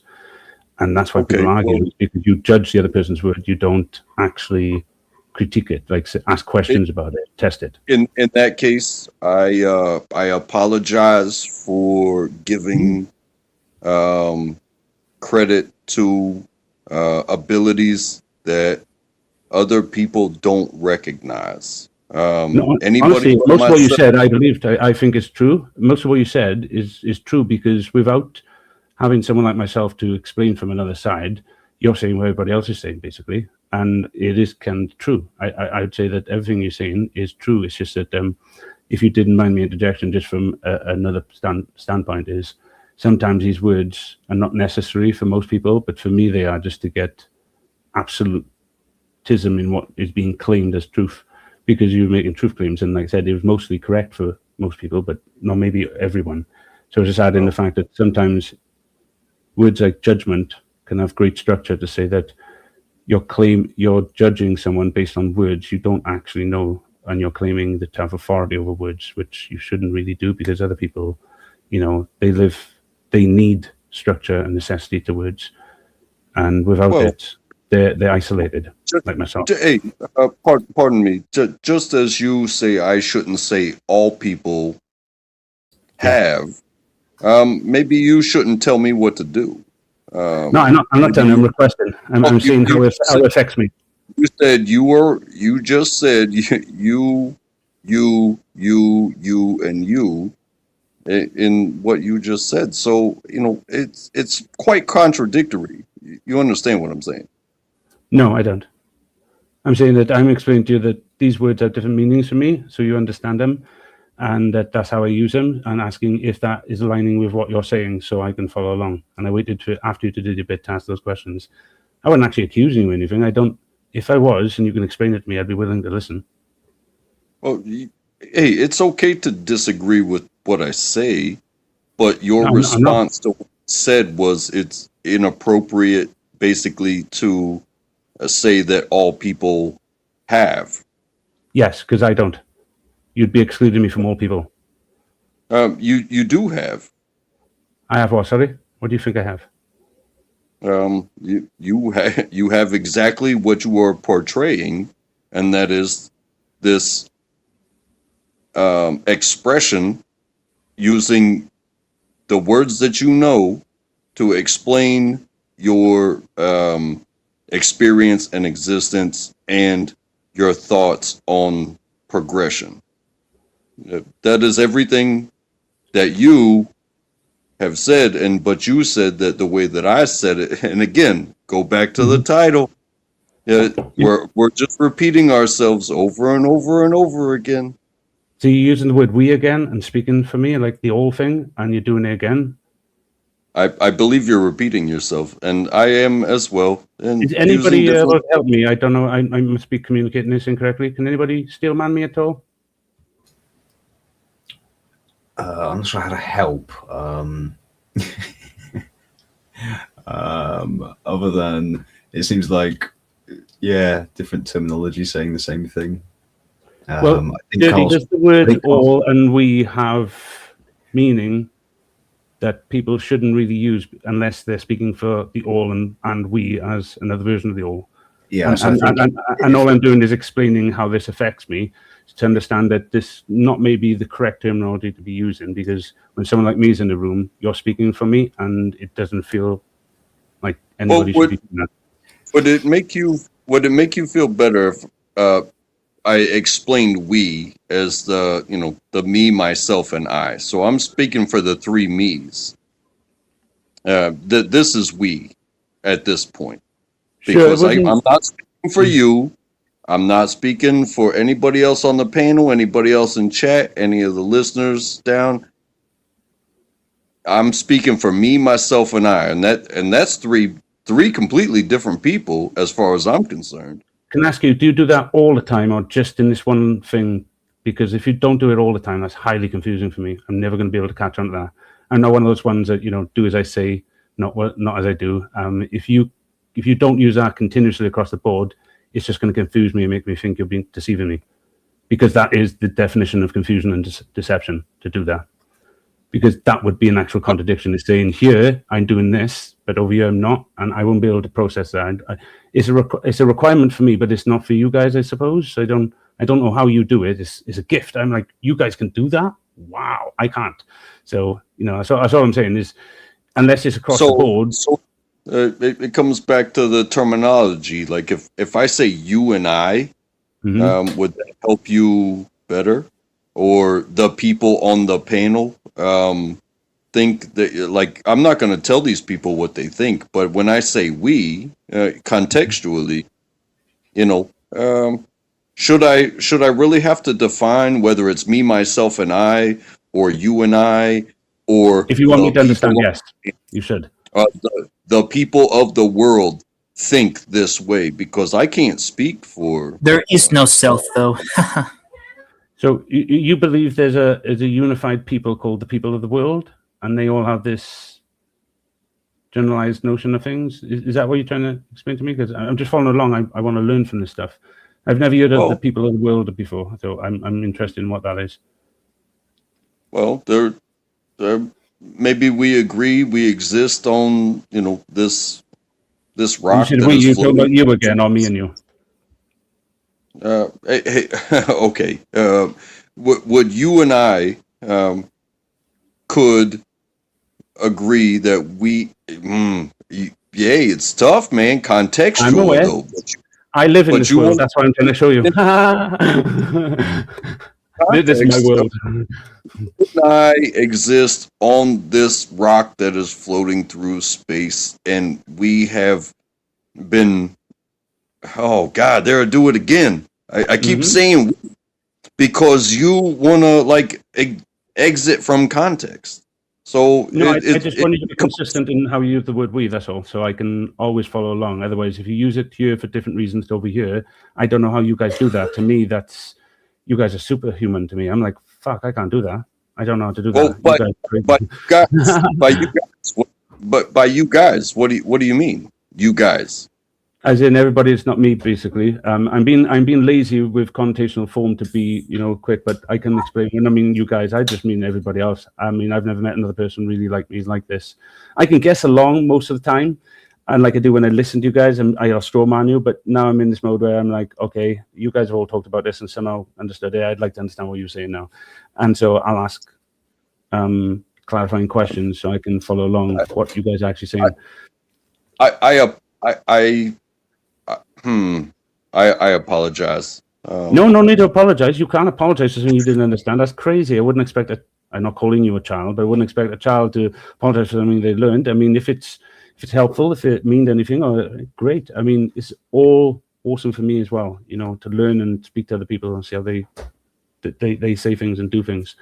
I don't really have many friends because my mind works like this and people don't get me. It's too much work. So... But like I said, I don't want to capture the show or anything. I wasn't supposed to be here. I was just trying to follow along. I do apologize. Carl, can I ask you a question? Always. Sorry. Do you need a denotative definition for a word, singular denotative definition of a word, before you can use it in thought pattern, in speech, in conversation?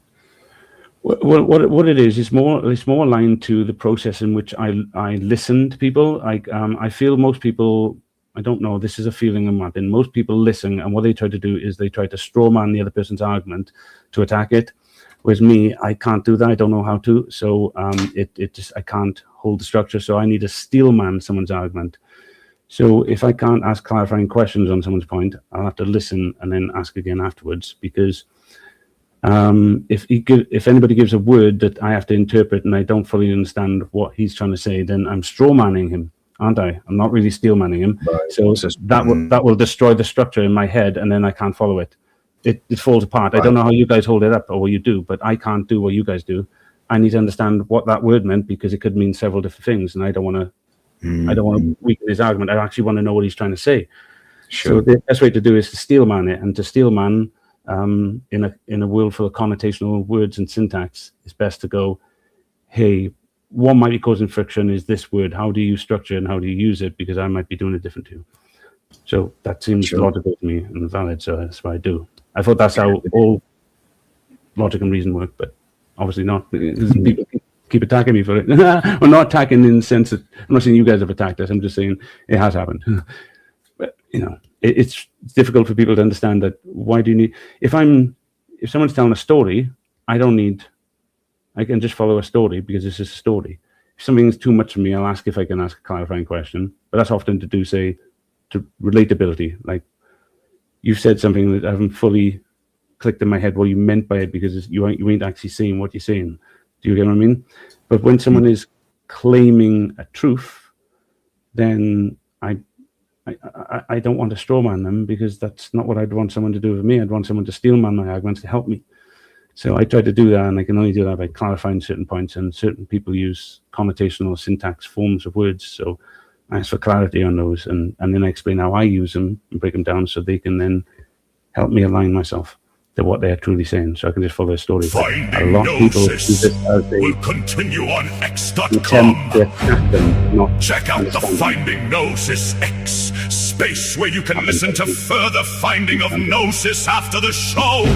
See you there! Finding Gnosis, now on X Spaces at X.com.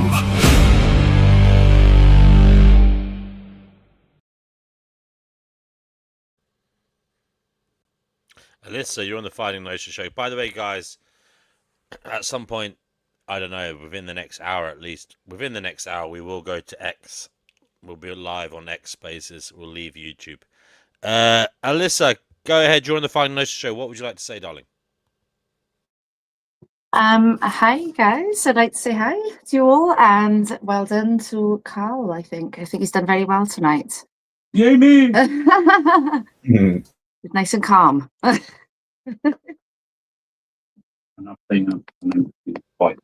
Congratulations.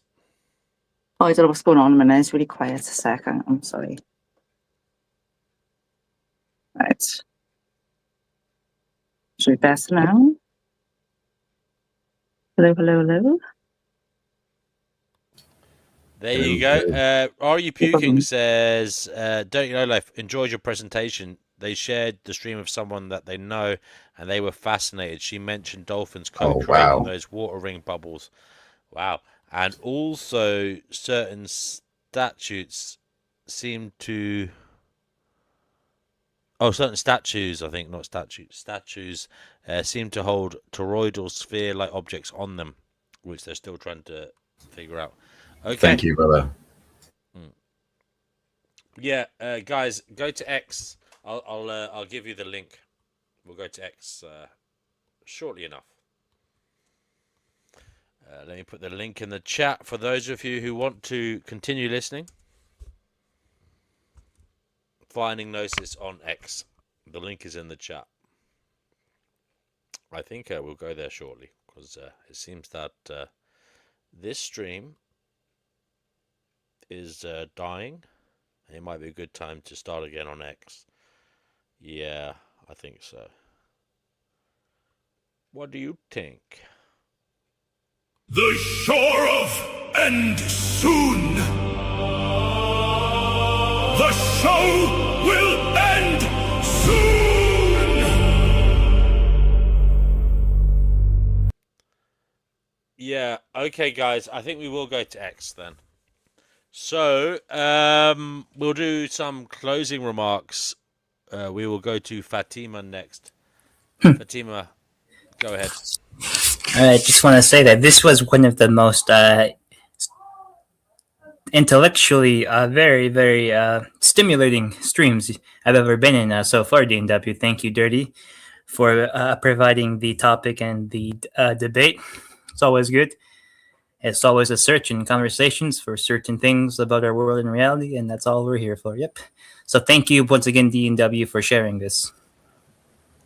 You're welcome. You're welcome. See you on X. See you on X. Pristine, do you want to give your closing remarks before you go to X?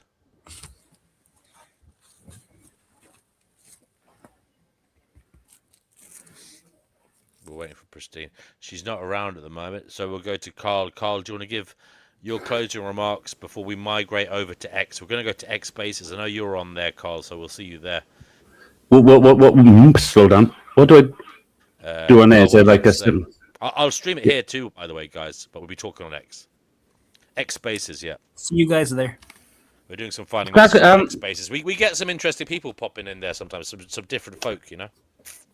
Oh yeah, definitely. I just don't know really what to talk about. I didn't really prepare anything. Normally I think about things. I No don't. problem. No I problem. mean, It's good to have you back. No problem. yeah, I mean, I don't mind coming across, but the only thing I got to add, because I'll try not to overthink and stimulate, is prepared. Is I'm now mapping the Ten Commandments as laws of Gnosis and what they truly mean. So, anybody's Okay. interested now. Cool. But other than that, I don't know what else to offer. Cool, Sorry. cool.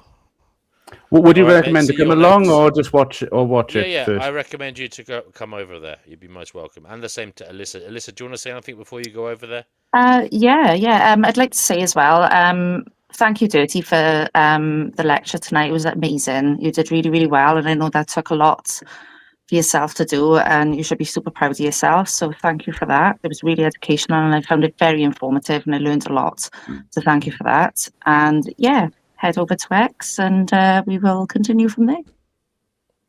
Lovely. Dirty Lowlife, brother, congratulations today on giving your talk and inspiring us to think about something perhaps we'd never really given much thought to. Certainly a mind expander and something maybe a lot of us will look into further. The shape of the cosmos, toroidal influence on reality. Interesting stuff. Thank you so much for bringing that out and having the guts to talk about it and share it with us. We appreciate you. Would you like to say anything before we migrate over to X? Just thank you for the attention and the time. Yeah, it's been lovely feedback and lovely self-reflection. So yeah, thank you, DNW, as ever, and see you on the other side. Lovely, brother. We appreciate you. Okay, guys, we're going to go to X now. So the link's in the live chat if you want to come over. We will see you there. So you lot take care. And we will go to X now. Bye for now. Bye for now.